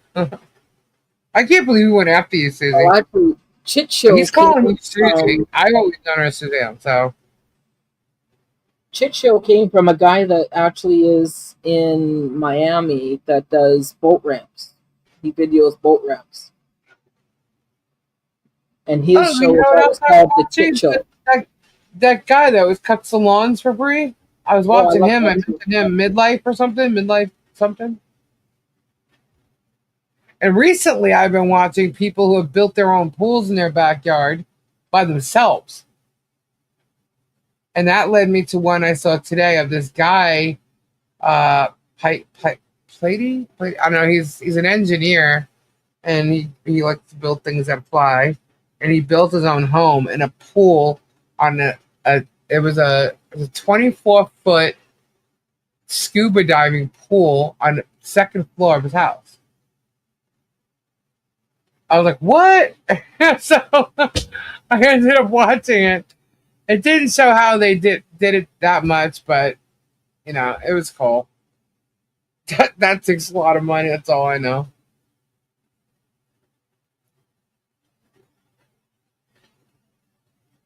So I don't get to watch a lot. Midlife Stockman, yeah, that's the one he does the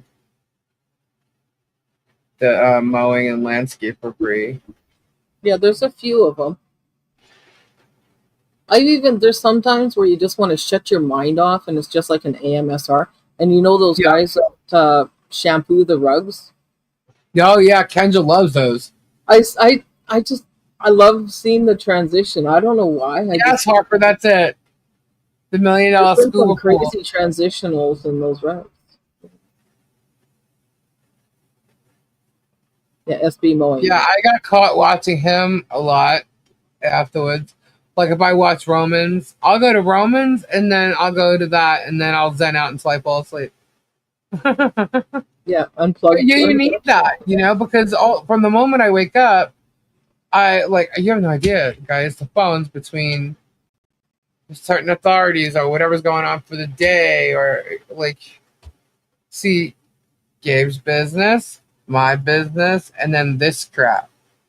And this crap starts from the moment I wake up. Yeah, that's ridiculous. It takes up too much time, and it doesn't need to. It does. And that's why, some people, for instance, like I mentioned, there's people that are helping collecting evidence and stuff. And I'm amazed because I don't have the time to even do all that there's so many out there that have to be saved as evidence. It blows my mind. Almost like 3 full-time jobs, Tom. Right? It's crazy. Yes, that's it, Suzanne. Alfred Montanier. I love him. He's funny. And who is he? What does he do? He goes he's in Miami and he watches the boat ramps, and it's like a boat ramp fails kind of thing. And he talks to people out there and everything, and everyone knows him. And he's also done, I love his dinghy series, because he'll go in his little dinghy and he'll just travel the area just to show us and stuff. Yeah, I love that. I used to watch Matt Carricker, the abandoned ranch.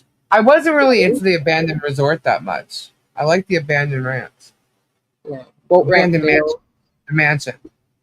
The house that they built. Or what's that? That one that's with him that films.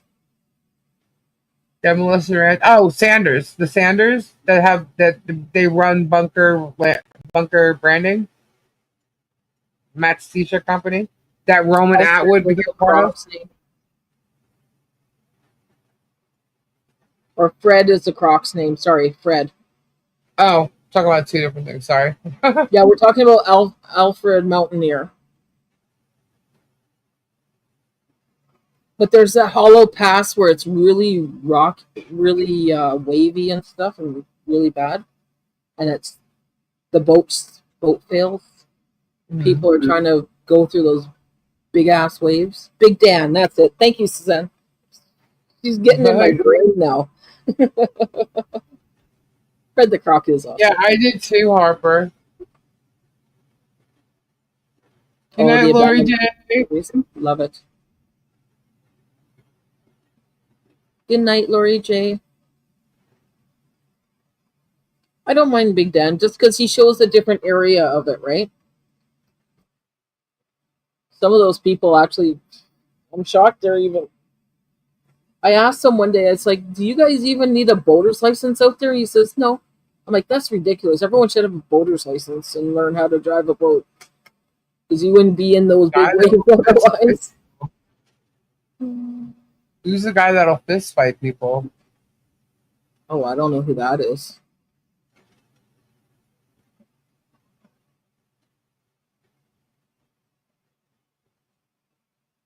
I didn't get into that part of the YouTubes.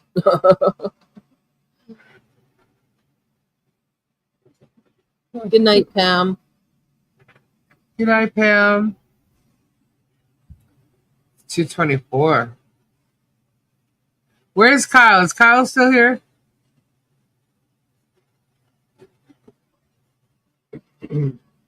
Gabe fell asleep.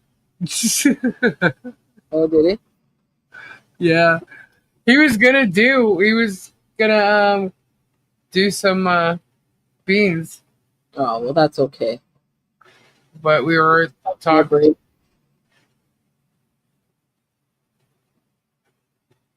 What are you making? A coin, but I'm trying to get it darker. Here, I'll show you. Just 1 second. Let's see.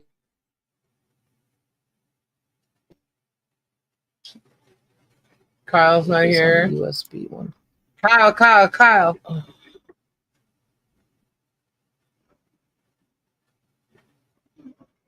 I need it darker though. I don't. He will fist fight people talking shit. Really?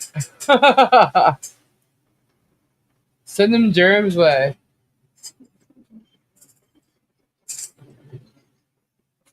Can you make that out?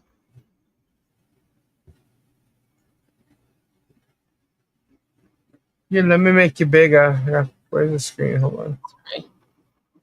I don't want to move the coin because I want to do another pass.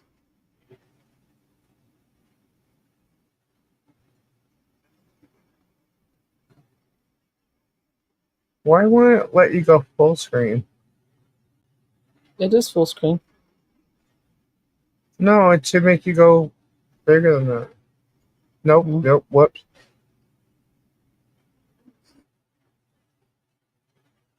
Well, that's good enough. The YouTube logo with wrench on it. Oh, okay. The skull wasn't working? He redid the skull, so I'm going to do that on the other side. Oh, okay. I should have... Next time, I think what I'll do is I'll add a date in it, though. Well, I could probably add a date on the other side, though, too. But yeah, I want it darker, so I got to do another pass or two. Lisa, did Germ say anything about your giveaway from last night? Can you see that now? Does that make better? Can you make that? Yeah. Yeah. Oh, that's cool. I like it. If I can get it so I can get it darker a little bit more than this is the coin, part of the coin. So. That's cool. I don't know if he did say anything about the giveaway. I don't think so. What's that? Giveaway from last night. If Germ said anything about it, I don't know why he would, but. Well, the only thing he said was, how you can mail out racing, but you can't mail out the giveaways or something like this. I don't know. I can mail out racing. Yeah, it has to be out in a timely manner, you know? That's why.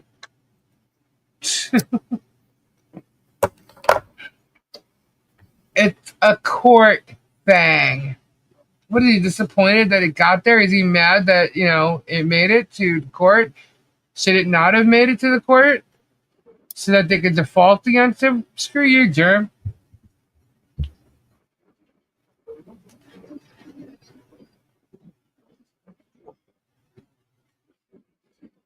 And by the way, Ray doesn't get his mail in front of his house where you put the flag down and come and pick it up. Asshole. Mm. And quite frankly, my mail don't come that way either. Yeah.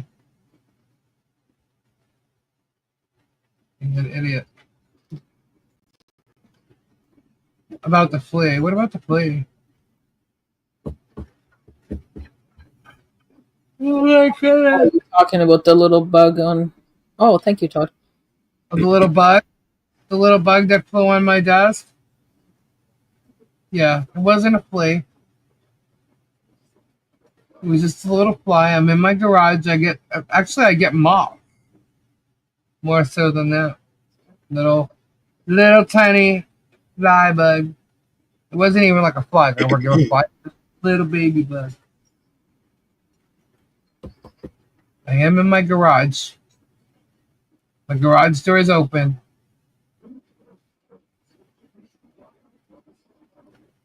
Oh my goodness. Well, guys, I'm tired. I'm yawning like crazy over here. Yeah, you should go get some sleep then. Yeah, the flea. If it was a flea in here, first of all, I don't even have grass here, so it's like kind of impossible. But where you are in Florida, you get sand fleas everywhere. But you wouldn't see fleas. My animals don't have fleas. There's no fleas in my house, and you wouldn't see a flea on top of this black thing anyway. And it would be jumping like crazy. You would not have been able to see it. Nice try, Jerm. Sorry, I didn't see you come in, but good night. Get some good sleep. Good night, Jennifer. Diana. Yeah. You gonna go live, Stacey? No. No. No. But look at your emails. Look at my email? Yeah.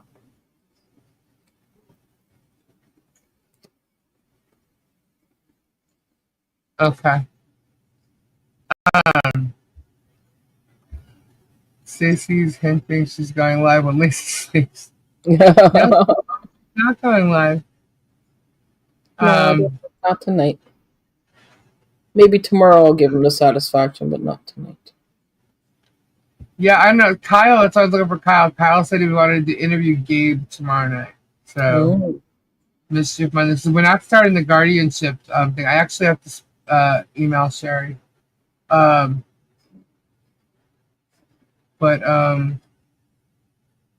yes, I don't know. Maybe I'll message Kyle and see if he was kidding or not. I don't know. That would be fun. Yeah. Good night, man. Anyway, by the way, guys, I just put another order in for some crystals. And all I got to tell you is, holy crap, fluorite. Be prepared. Oh, really? Oh, yeah. Oh, yeah. What's my favorite color in crystals? Anybody remember? Blue. Oh, these things were glowing at me. Glowing. I'm like, oh, no. We should do a members live. And they were big. I was like, oh, no.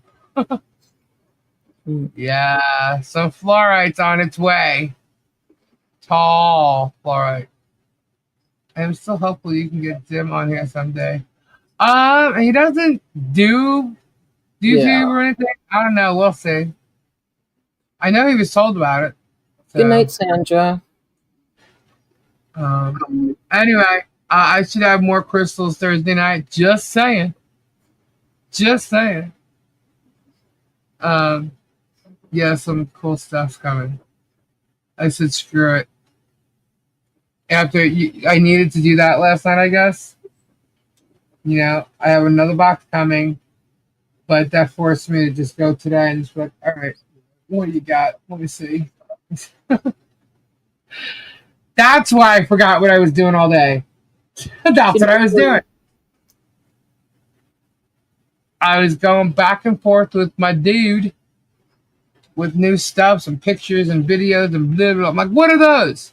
Hold that, back up, go over there. But yeah, I saw some really nice fluorite. I'm like, holy crap. There goes my budget.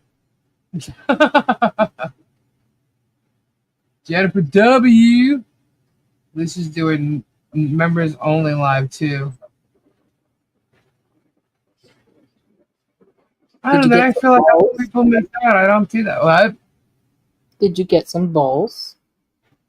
I got balls. I did get balls. I got 1, 2, 3, 4, 5, 6, 7, 8. 8 balls. Oh wait, no, I may have gotten 12. 12 balls. And then I got some eggs. I got some. Good night, Jennifer. Oh. Okay.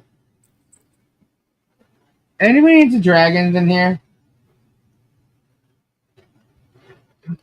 Terry, it's too early to be bugging about the package. Oh, shut up, Terry. I'm not even listening to you. I knew this was going to happen.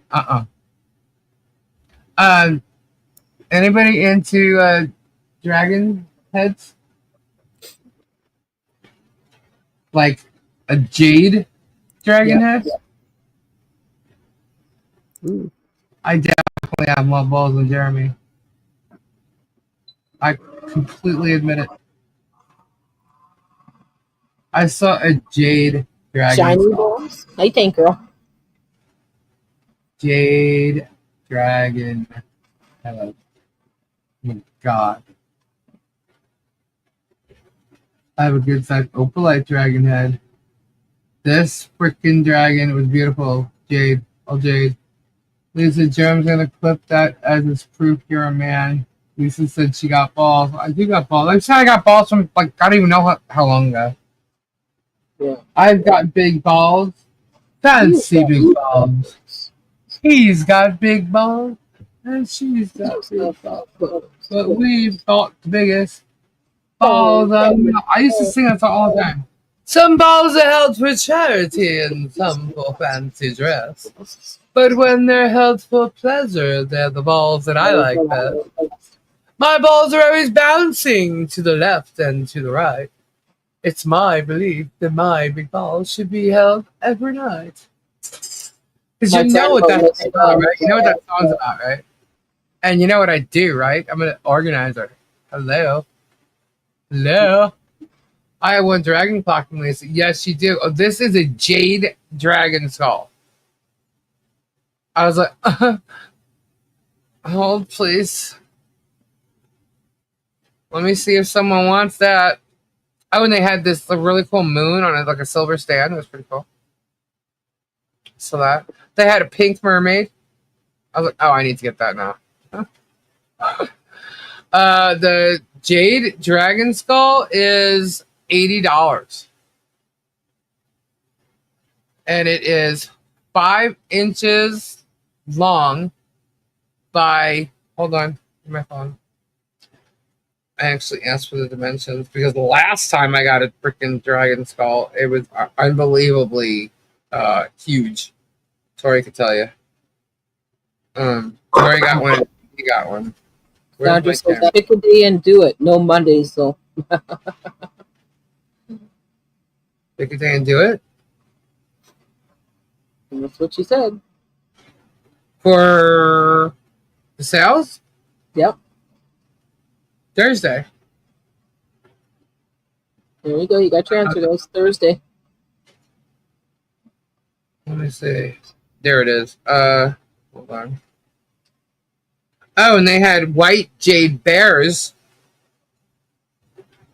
If anyone likes bears, they come in white jade.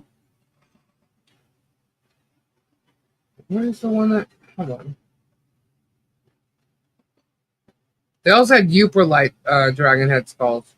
Large. Nice. But this one, I have a measurement on it. Hold on. Maybe I didn't save that picture. I need to go to my. Okay, yeah, here we go. I got some pendulums. Okay, so from back to front, the nose of the dragon is 5.5 inches.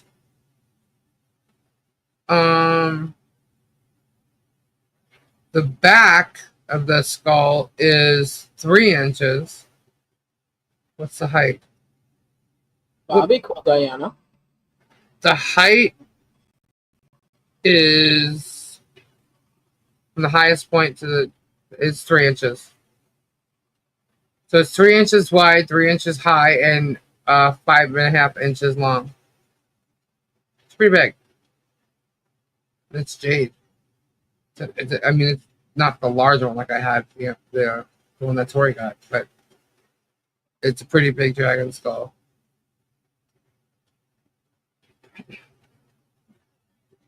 When's Tori going to Dragon Con? Oh, is that September or November?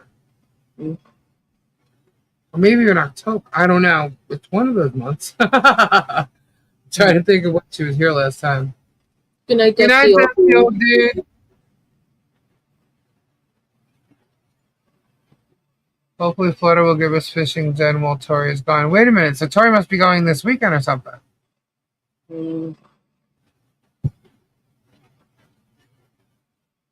It is this week. Okay, yeah. All right. Well, she doesn't go on the weekends much anyways. She loves Dragon Con. She's going to have so much fun. Oh my gosh, it's going to start raining soon.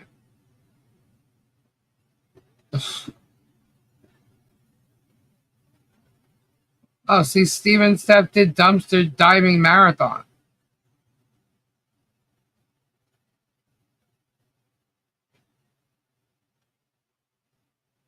See, even tonight, Jeremy's thing said more court evidence on bad neighbors. Really? What evidence did you show? Nothing. Zero. Clickbait. And nobody even cares about that anymore. He didn't even get 8,000 people in there. Right? It's his fault. It's the content he's providing. Well, if he's just going to, like, scream into his camera the whole time, who wants to listen to that? How funny is it? He definitely looked like Olivia Newton-John wearing that shit. Like the fat dude in the exercise room in the video. You know, they had the bandanas around, the 80s bandanas around. So like the sweatbands around the head and then the wrists. So it looks like, it reminds me of Let's Get Physical. Physical. Then Gabe saw the short pop up because why is it every time that guy's got like a thumbnail or something, his mouth's wide open and his tongue's just like out there? I started laughing. I said, I don't know. No clue. Hey, Shelbell. I didn't even see you. She just woke up. Oh. Well, wakey. We're getting ready to head out of here, though. August 28th through September something.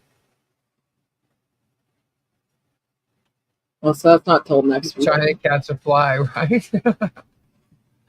I put my book away.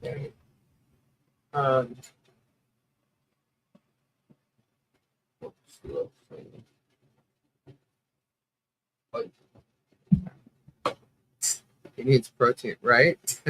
Rewatch Crow. That's all giddy. Thank you for being here. But yeah, I'm exhausted. It is 2:43. So I'm going to say goodnight. Probably be on here tomorrow night. I don't know. My normal nights off are Wednesdays and Fridays anyway. So, yeah. So, definitely go and subscribe to all the mods here. The great peeps. And you'll find out some interesting, cool stuff about them and what they like to do. They're crafting, they're fishing, they're all kinds of fun stuff. Collecting. Prayers out to everybody who needs them, and please keep sending prayers to Ray and his wife and his family. They're working. They're absolutely working. And I should see you guys tomorrow night around 10 o'clock. I think. If I'm not going to come on tomorrow night, I will post something saying so. How about that? Enjoy your bites with your husband. Yeah. I may have to. I think I have some stuff at the post office I'm going to have to pick up. Oh my God, Kyle. You think he was joking about that? I don't know. I'll do replay for when I slept during the way. Good night, Marla. All right, guys. Well, I'll be back tomorrow night. If I'm not, I will say so. I'll do a post. All right. Be weird. That's right. Well, be weird. Thank you, Stacy, for coming on. No problem. Doing this with me and being a part of this nightmare.